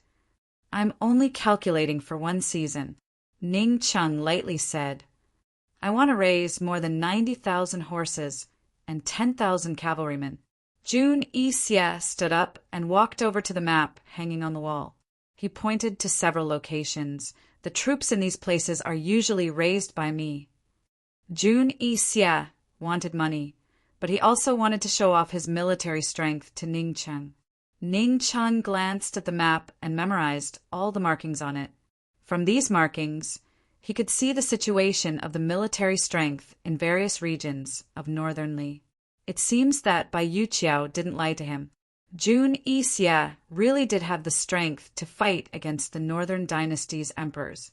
If he had enough provisions, then once he sent out his troops, northern Li would definitely fall into chaos. Although the northern dynasty's emperors wouldn't be defeated, they wouldn't be able to gain any benefits from Jun Yixia. Even with these, I still don't need 1 billion. Ning Cheng calmly said. 1 billion, including the cost of the cooperation between the Black and D clans. In the future, whether it's dealing with the Long Fei Yi or conquering Western Zhou's Tianning, I won't ask you for a single cent. Jun Yixia seriously said. Ning Cheng smiled. I can give you 1 billion, but what can your Black clan give me? What do you want? Jun Yixia asked back. Ning Cheng coldly said 3 words, Han Yunqi. Jun Yixia's eyes flashed with a cold smile. He stood up and walked over. He patted Ning Cheng's shoulder and probed. Brother, why do you have to do this? You and I will rule Cloud Realm together in the future. What kind of woman can't we have? If you can't do it, then there's nothing to talk about. Ning Cheng was very decisive. Jun Yixia immediately raised his hand and let go of Ning Cheng's shoulder. Master Ning, if you want to snatch a woman, go snatch it yourself. I'm not interested. Ning Cheng's eyes flashed with a sinister glint. Coldly, he said, Give me 30,000 military horses and 10,000 cavalrymen. Although Ning Cheng repeatedly emphasized Han Yunqi, these words still aroused Jun Yixia's vigilance. Jun Yixia meaningfully sized him up, but didn't say anything. You can help my D-clan army fight against the Long Fei Yi. I can provide for all your horses and soldiers. I can also add another 100 million taels for you to recruit soldiers. This winter, you only need to throw Northern Li into chaos. When spring comes next year, you can lead your troops south and take control of the south. Jun Yixia still didn't say anything. He walked back to his seat and slowly sat down. If he gave Ning Cheng 30,000 military horses, Ning Cheng's military strength would increase greatly. In addition to the D clan's red barbarian cannons, the D clan would really be able to contend against the Long Fei Yi. Perhaps they would even have a chance of winning. He had 60,000 cavalrymen left behind. In addition to the various forces in northern Li, it was enough to contend against the northern dynasty's emperor's military strength. When Ning Cheng and the Long Fei Yi were both heavily injured, he would be able to take care of the northern dynasty's emperors and reap the benefits from the south. However, if Ning Cheng regretted it, Wouldn't he have cheated him of 30,000 war horses for nothing? In this kind of chaotic time, although 1 billion taels was a lot, he definitely couldn't buy so many war horses. Even if he made another trip to Winter Crow, he wouldn't be able to bring back so many war horses. What if Ning Cheng bid him back after obtaining the 30,000 war horses?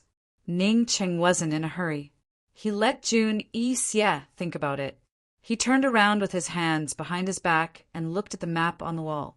Jun Yi-Xie looked at Ning Cheng's back and slowly narrowed his eyes. Because of his master's matter, he had been a bit impulsive. Now that he had calmed down, he thought about how he had easily told Ning Cheng the secret of the Eastern and Western Qin Civil War. It seemed a bit inappropriate. If Ning Cheng continued to be loyal to Western Qin and no longer made an enemy of East Qin, then wouldn't everything he did today be smashing his own foot with a rock? The more Jun Yi-Xie thought, the more complicated his eyes became. Ning Cheng looked like he was paying attention to the map, but his eyes were always looking at Jun Yi-Xie. He hesitated a bit before saying, "Jun Yi-Xie, I've said it before. The world is yours and Han Yunqi is mine. When I defeat Long Fei Yi, I'll return the 30,000 war horses to you. It's not impossible. Women are like clothes. You may think about it today, but perhaps after this year, you won't like it anymore." Jun Yi-Xie's words were very subtle, but Ning Cheng was very direct. "My body is poisoned and I rely on Bai Yuqiao's antidote to survive. You cannot believe me, but at least believe in your junior sister's poison, Jun Yi-Xie finally realized this point. With Ning Cheng's weakness in his hands, he wasn't afraid of Ning Cheng biting back at him. It looks like I'll have to trouble Clan Head Ning to stay with my army," Jun Yi-Xie smiled. In other words, he was going to put Ning Cheng under house arrest. Han Yunqi was a detoxification expert. How could he set his mind at ease if she let Ning Cheng go? If he put Ning Cheng under house arrest by his side, he could indirectly steal Cloud Realm Trade Consortium's money through Ning Cheng. He could even control the D clan for his own use. After dispelling his suspicions, Jun Yi-Xie was too fond of such a profitable business deal. "Then I'll have to trouble you to take care of me," Ning Cheng said mildly. "You're too polite." Jun Yi-Xie smiled with satisfaction. Just like that, Ning Cheng stayed at Jun Yi-Xie's horse farm.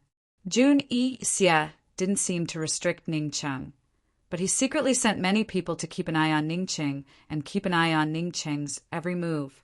He didn't tell Ning Cheng to arrange the soldiers' pay and provisions right away, but Ning Cheng wasn't in a rush to do so either. He didn't go anywhere, but sat by the gates of the barracks in a daze all day. As for Bai Yanqing's matter, Jun Yi-Xie didn't bring it up again. By nightfall, Jun Yi-Xie had Ning Cheng write a letter to the D clan to report his safety. Ning Cheng naturally knew that Jun Yi-Xie would read his letter, so he only wrote a few words. "Staying at Northern Li's horse farm for now. Everything is well."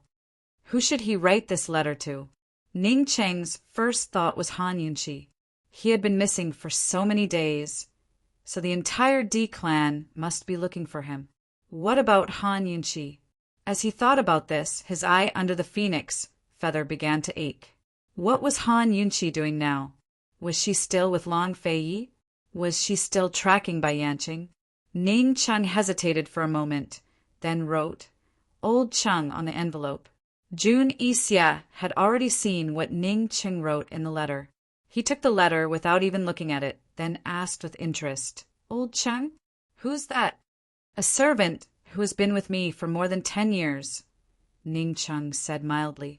Jun Yi-Xie casually handed the letter to an attendant beside him to send it out. "I heard that Myriad Merchant Hall hasn't been peaceful recently. There's been trouble at the gambling houses and auction houses." Jun Yi-Xie probed. A complicated look flitted past Ning Cheng's eyes, but it quickly disappeared. He said disdainfully, "There's nothing my Myriad Merchant Hall can't handle in the three-way black market." Outsiders might not know, but Ning Cheng was well aware. Ever since Cloud Realm Trade Consortium lost its medicinal ingredients business and the South Central region's market, It had suffered heavy losses over the past 2 years. It was all thanks to the gambling houses and auction houses that they could keep afloat. If both places were in trouble, Cloud Realm Trade Consortium wouldn't be able to hold on much longer.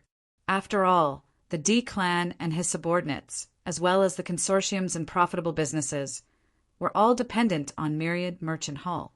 What had happened to the gambling houses and auction houses? Would the Council of Elders be able to hold on without him? Was that girl Ning Jing still in the black market?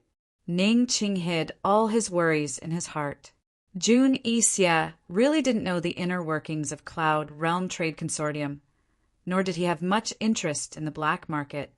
In any case, he was certain that the D clan had plenty of silver. Rest and recuperate for a few days. We'll talk about the soldiers' pay another day, Jun Yixia said seriously. 1 billion was a huge sum. Was Ning Chung planning to pay it all at once, or how? How was Ning Chung going to pay for 30,000 battle horses? Should he tell the world about his cooperation with Ning Chung, or do it in secret? Everything still needed to be discussed in detail. As soon as Jun Yixia left Ning Cheng's place, Bai Yuqiao came looking for him. Senior brother, master's matter, enough! Jun Yixia cut him off coldly. Senior brother, don't tell me you're still! Jun Yixia abruptly turned around, his gaze fierce.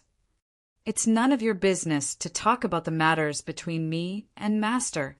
So, speaking, he stalked off. Bai Yuqiao felt her heart ache. At least she'd tried her best, she thought. At least senior brother knew the truth. After over 20 years of master and disciple love, how could they hate each other so easily? Of course, once they did, there would be no turning back. Jun Yixia wasn't stupid, but he needed time to hide and lick his wounds. Meanwhile, the commotion had died down and the conspiracy was settled. Ning Chang sat alone in the barracks, licking the wounds of the D clan and himself. The faith of 3 generations, the persistence of 100 years, and his perseverance had suddenly turned into a joke overnight. Chapter 926. The enmity between Eastern and Western Qin was nothing but a misunderstanding, a joke. If Han Yunqi knew about this, she would be very happy, right? How happy would she be? Would she be as happy as a little girl, screaming and jumping up and down? Ning Qing had never seen her like that. In fact, he had never seen her smile before. Thinking of this, he seemed to see that woman's confident and bright smile. How would Long Fei Yi react? Even if Ning Cheng was unwilling to accept or believe it, he had to admit that Long Fei Yi and Han Yunqi had won the bet this time. What else could he refuse to accept from Han Yunqi? She was the master and he was the servant. She was the monarch and he was the subject. She did not forget her important task and did not have an affair with the enemy. What right did he have to refuse to accept her? She chose Long Fei Yi, so what reason did he have to interfere? Ning Cheng sat on the ground with his head bowed and his hands resting on his knees. In the darkness, the candlelight illuminated the strong contours of his face, causing his lips to curve up into a bitter smile. It was as if this was his fate, but there was nothing he could do. He did not believe that Eastern and Western Qin was just a misunderstanding. How could it be so coincidental that he was the first to know the secret? Ning Qing was immersed in his thoughts when Bai Yuqiao walked in. "Have I talked to my senior brother?" Bai Yuqiao asked. Ning Qing looked up at her and sneered in his heart. Bai Yuqiao would be a very useful chess piece. The truth was revealed, but it did not mean that the hatred of so many years would end. The civil war of the great Qin Empire had caused countless deaths and countless sacrifices. This debt was real. Who would pay for this debt? Naturally, it would be the Black Clan and the Wind Clan. He could not do anything to Bai Yanqing, but he did not believe that he could not take down Jun Yixia. Ning Cheng's letter to Uncle Cheng was on the way, and Uncle Cheng's situation was not good at all. Han Yunqi and her group had already completed the transaction of South Jew Garden and West Jade Garden. After paying the banknotes and receiving the title deeds, they returned to the three-way black market. Uncle Cheng sat in Myriad Merchant Hall for a while, then found an excuse to slip away. He had previously made an agreement with Jia Dai that once the transaction was completed, he would go to the three-way black markets, Jian Fu Bank, to get the money. But he had already waited at Fortune Bank for an hour, but he still didn't see Jia Dai's people coming over. Jia Dai had raised the price at the last minute without discussing it with him, and now he had not come to meet him. The more Uncle Cheng thought about it, the more he felt that something was wrong. After sitting for a while longer, he made a prompt decision to rush to Myriad Merchant Hall's thriving Heaven's Bank.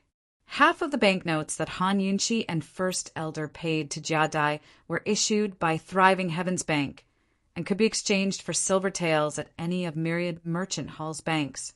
If he blocked the account number of those banknotes before Jia Dai cashed in the cash, those banknotes would become invalid, and Jia Dai would not be able to get the silver taels. However, when Uncle Cheng arrived at Thriving Heaven's Bank, he was informed that those banknotes had already been exchanged at other banks. Damn it! Uncle Cheng pounded his fist on the counter, scaring the manager so much that he did not know what to do. Simply abominable. Uncle Cheng was unable to restrain his anger, but very soon he could not be bothered to be angry. Instead, it was replaced by panic. Without that sum of money, how is he going to help Deacon Jean repay his debt? The deadline that he had promised Deacon Jean was tonight. Uncle Cheng gradually fell silent, his expression complicated. Seeing this, the manager cautiously leaned over and whispered, "Uncle Cheng, these banknotes were issued by the Council of Elders, right? What kind of deal did First Elder make recently that required such a large sum of silver? How would the subordinates know that the Princess of Western Qin had already meddled in Myriad Merchant Hall's affairs? And how would the Council of Elders' expenses be known by the subordinates? In the bank, only the manager knew that Myriad Merchant Hall had paid out 700 million in banknotes this afternoon. Uncle Cheng was immersed in his own thoughts and did not hear the manager's question at all. Right now, he only had two paths. One was to silence them before Deacon Jean found Han Yunqi and the Council of Elders. The other was to flee. After Uncle Cheng left Thriving Heaven's Bank, he did not return to Myriad Merchant Hall. Instead, he called for several experts to accompany him and headed towards the three-way black market's most chaotic brothel. Although it was already late at night, Han Yunqi was still very, very busy. After returning from West Jade Garden, she discussed with the elders about reopening the casinos. South Jew Garden and West Jade Garden had many courtyards that could be used directly and did not need to be renovated. It would be fine as long as they moved everything from the casinos. Let's start tonight. Remember, this must be kept a secret. The casinos must be reopened within 10 days at the latest, Han Yunqi said seriously. Ever since she left Ningjing's place, she had been on high alert, unwilling to relax for even a moment. "Princess, please name the casinos," First Elder said respectfully. They had discussed and decided to name South Jew Garden, which was closest to Three-Way Black Market, as an ordinary casino. They would open it first, while West Jade Garden would use a membership system. They would spread the news first and wait for a while. Han Yunqi thought for a moment, then said, "Let's use the original name. In a few days, find some people to spread the news that the casinos are opened by the garden owner." First Elder clapped his hands in approval. Such misleading rumors would only make the casino's origins more and more mysterious. This would definitely do them more good than harm. Han Yunqi and the other elders finalized a few more details before the meeting ended. Han Yunqi was pushed by a maidservant and chatted with the elders all the way out of the meeting hall. "Your Highness, these 2 days have been hard on you. Your Highness, quickly go and rest. Leave the rest to us.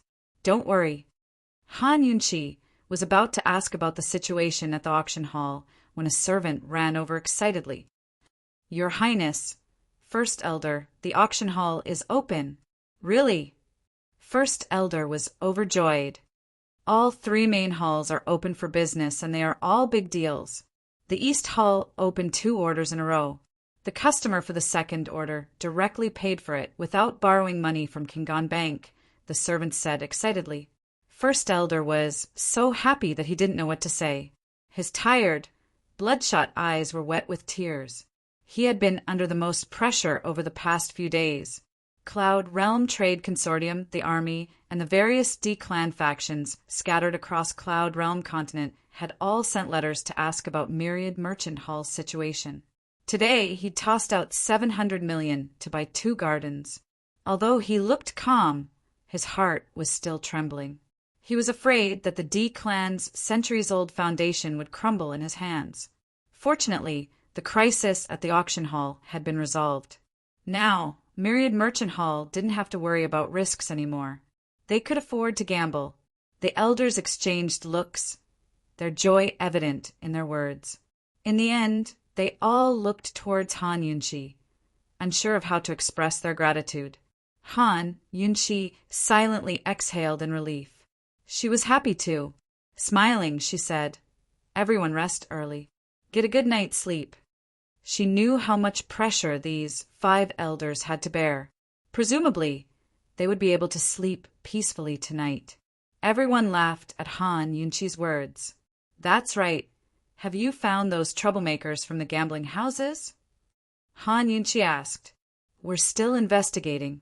We'll report as soon as there's any news," the head elder replied hastily. Han Yunqi nodded and dismissed everyone. She was going to have a servant girl push her over to Ning Jing's room for a look, but she suddenly remembered someone else and didn't go over. She'd only been gone for 2 days. Why did it feel so long after spending a night outside? Why did it feel like she hadn't seen the Long Fei Yi for 3 years? Was that guy already waiting for him in her room? Han Yunqi's ears still burned when she thought back to everything that had happened that night. She'd vowed many times to torment the Long Fei Yi, but when she did, she felt like she didn't have enough power to control him. In the end, he still managed to eat her alive. Han Yunqi quickly returned to her room. As usual, she dismissed all the servant girls inside and outside the room.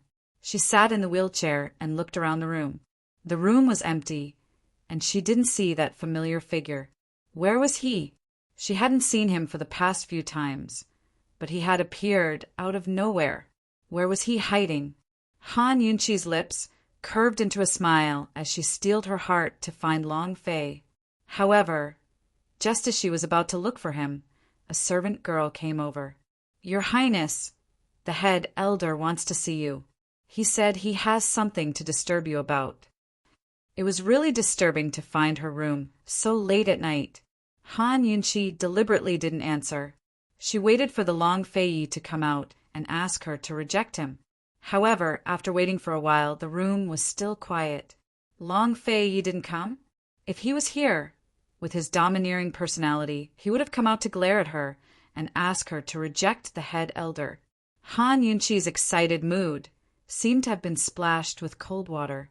She suddenly felt down.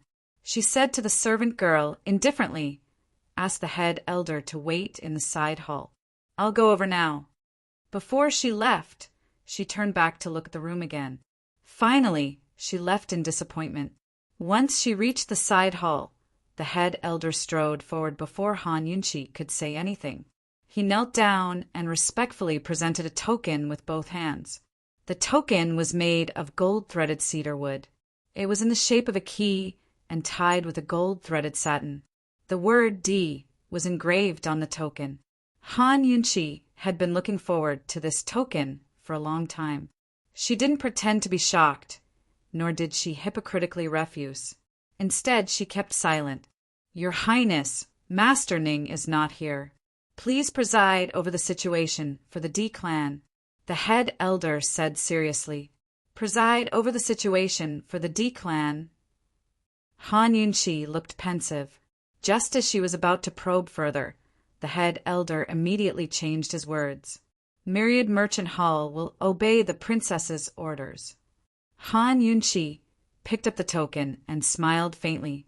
"Head elder, aren't you afraid that Long Fei Yi and I will still be together and waste all the D-clan's money?" The head elder smiled embarrassedly. If the princess really wants to, who can stop you? Han Yunqi suddenly thought of Ning Cheng. He was young and wasn't as open-minded as the head elder who was old. That's right. If she wanted to, who could stop her from betraying the heavy responsibility of Western Qin? Why did she have to work so hard to resolve these crises for Myriad Merchant Hall? Why did she have to fight so hard for a just and above-board position? Han Yunqi returned the elder token to the head elder. If the elder council trusts me, just promise me one thing. Ning Cheng isn't here, so Myriad Merchant Hall's affairs will still be handled by you and the other elders. I'm just offering a few suggestions. The head elder was very surprised. To put it bluntly, this token was free silver and free authority. With this token in hand, who in the D clan would dare look down on her? Who would dare question her? She didn't want it? What is it, Your Highness? Please instruct me, the head elder said seriously.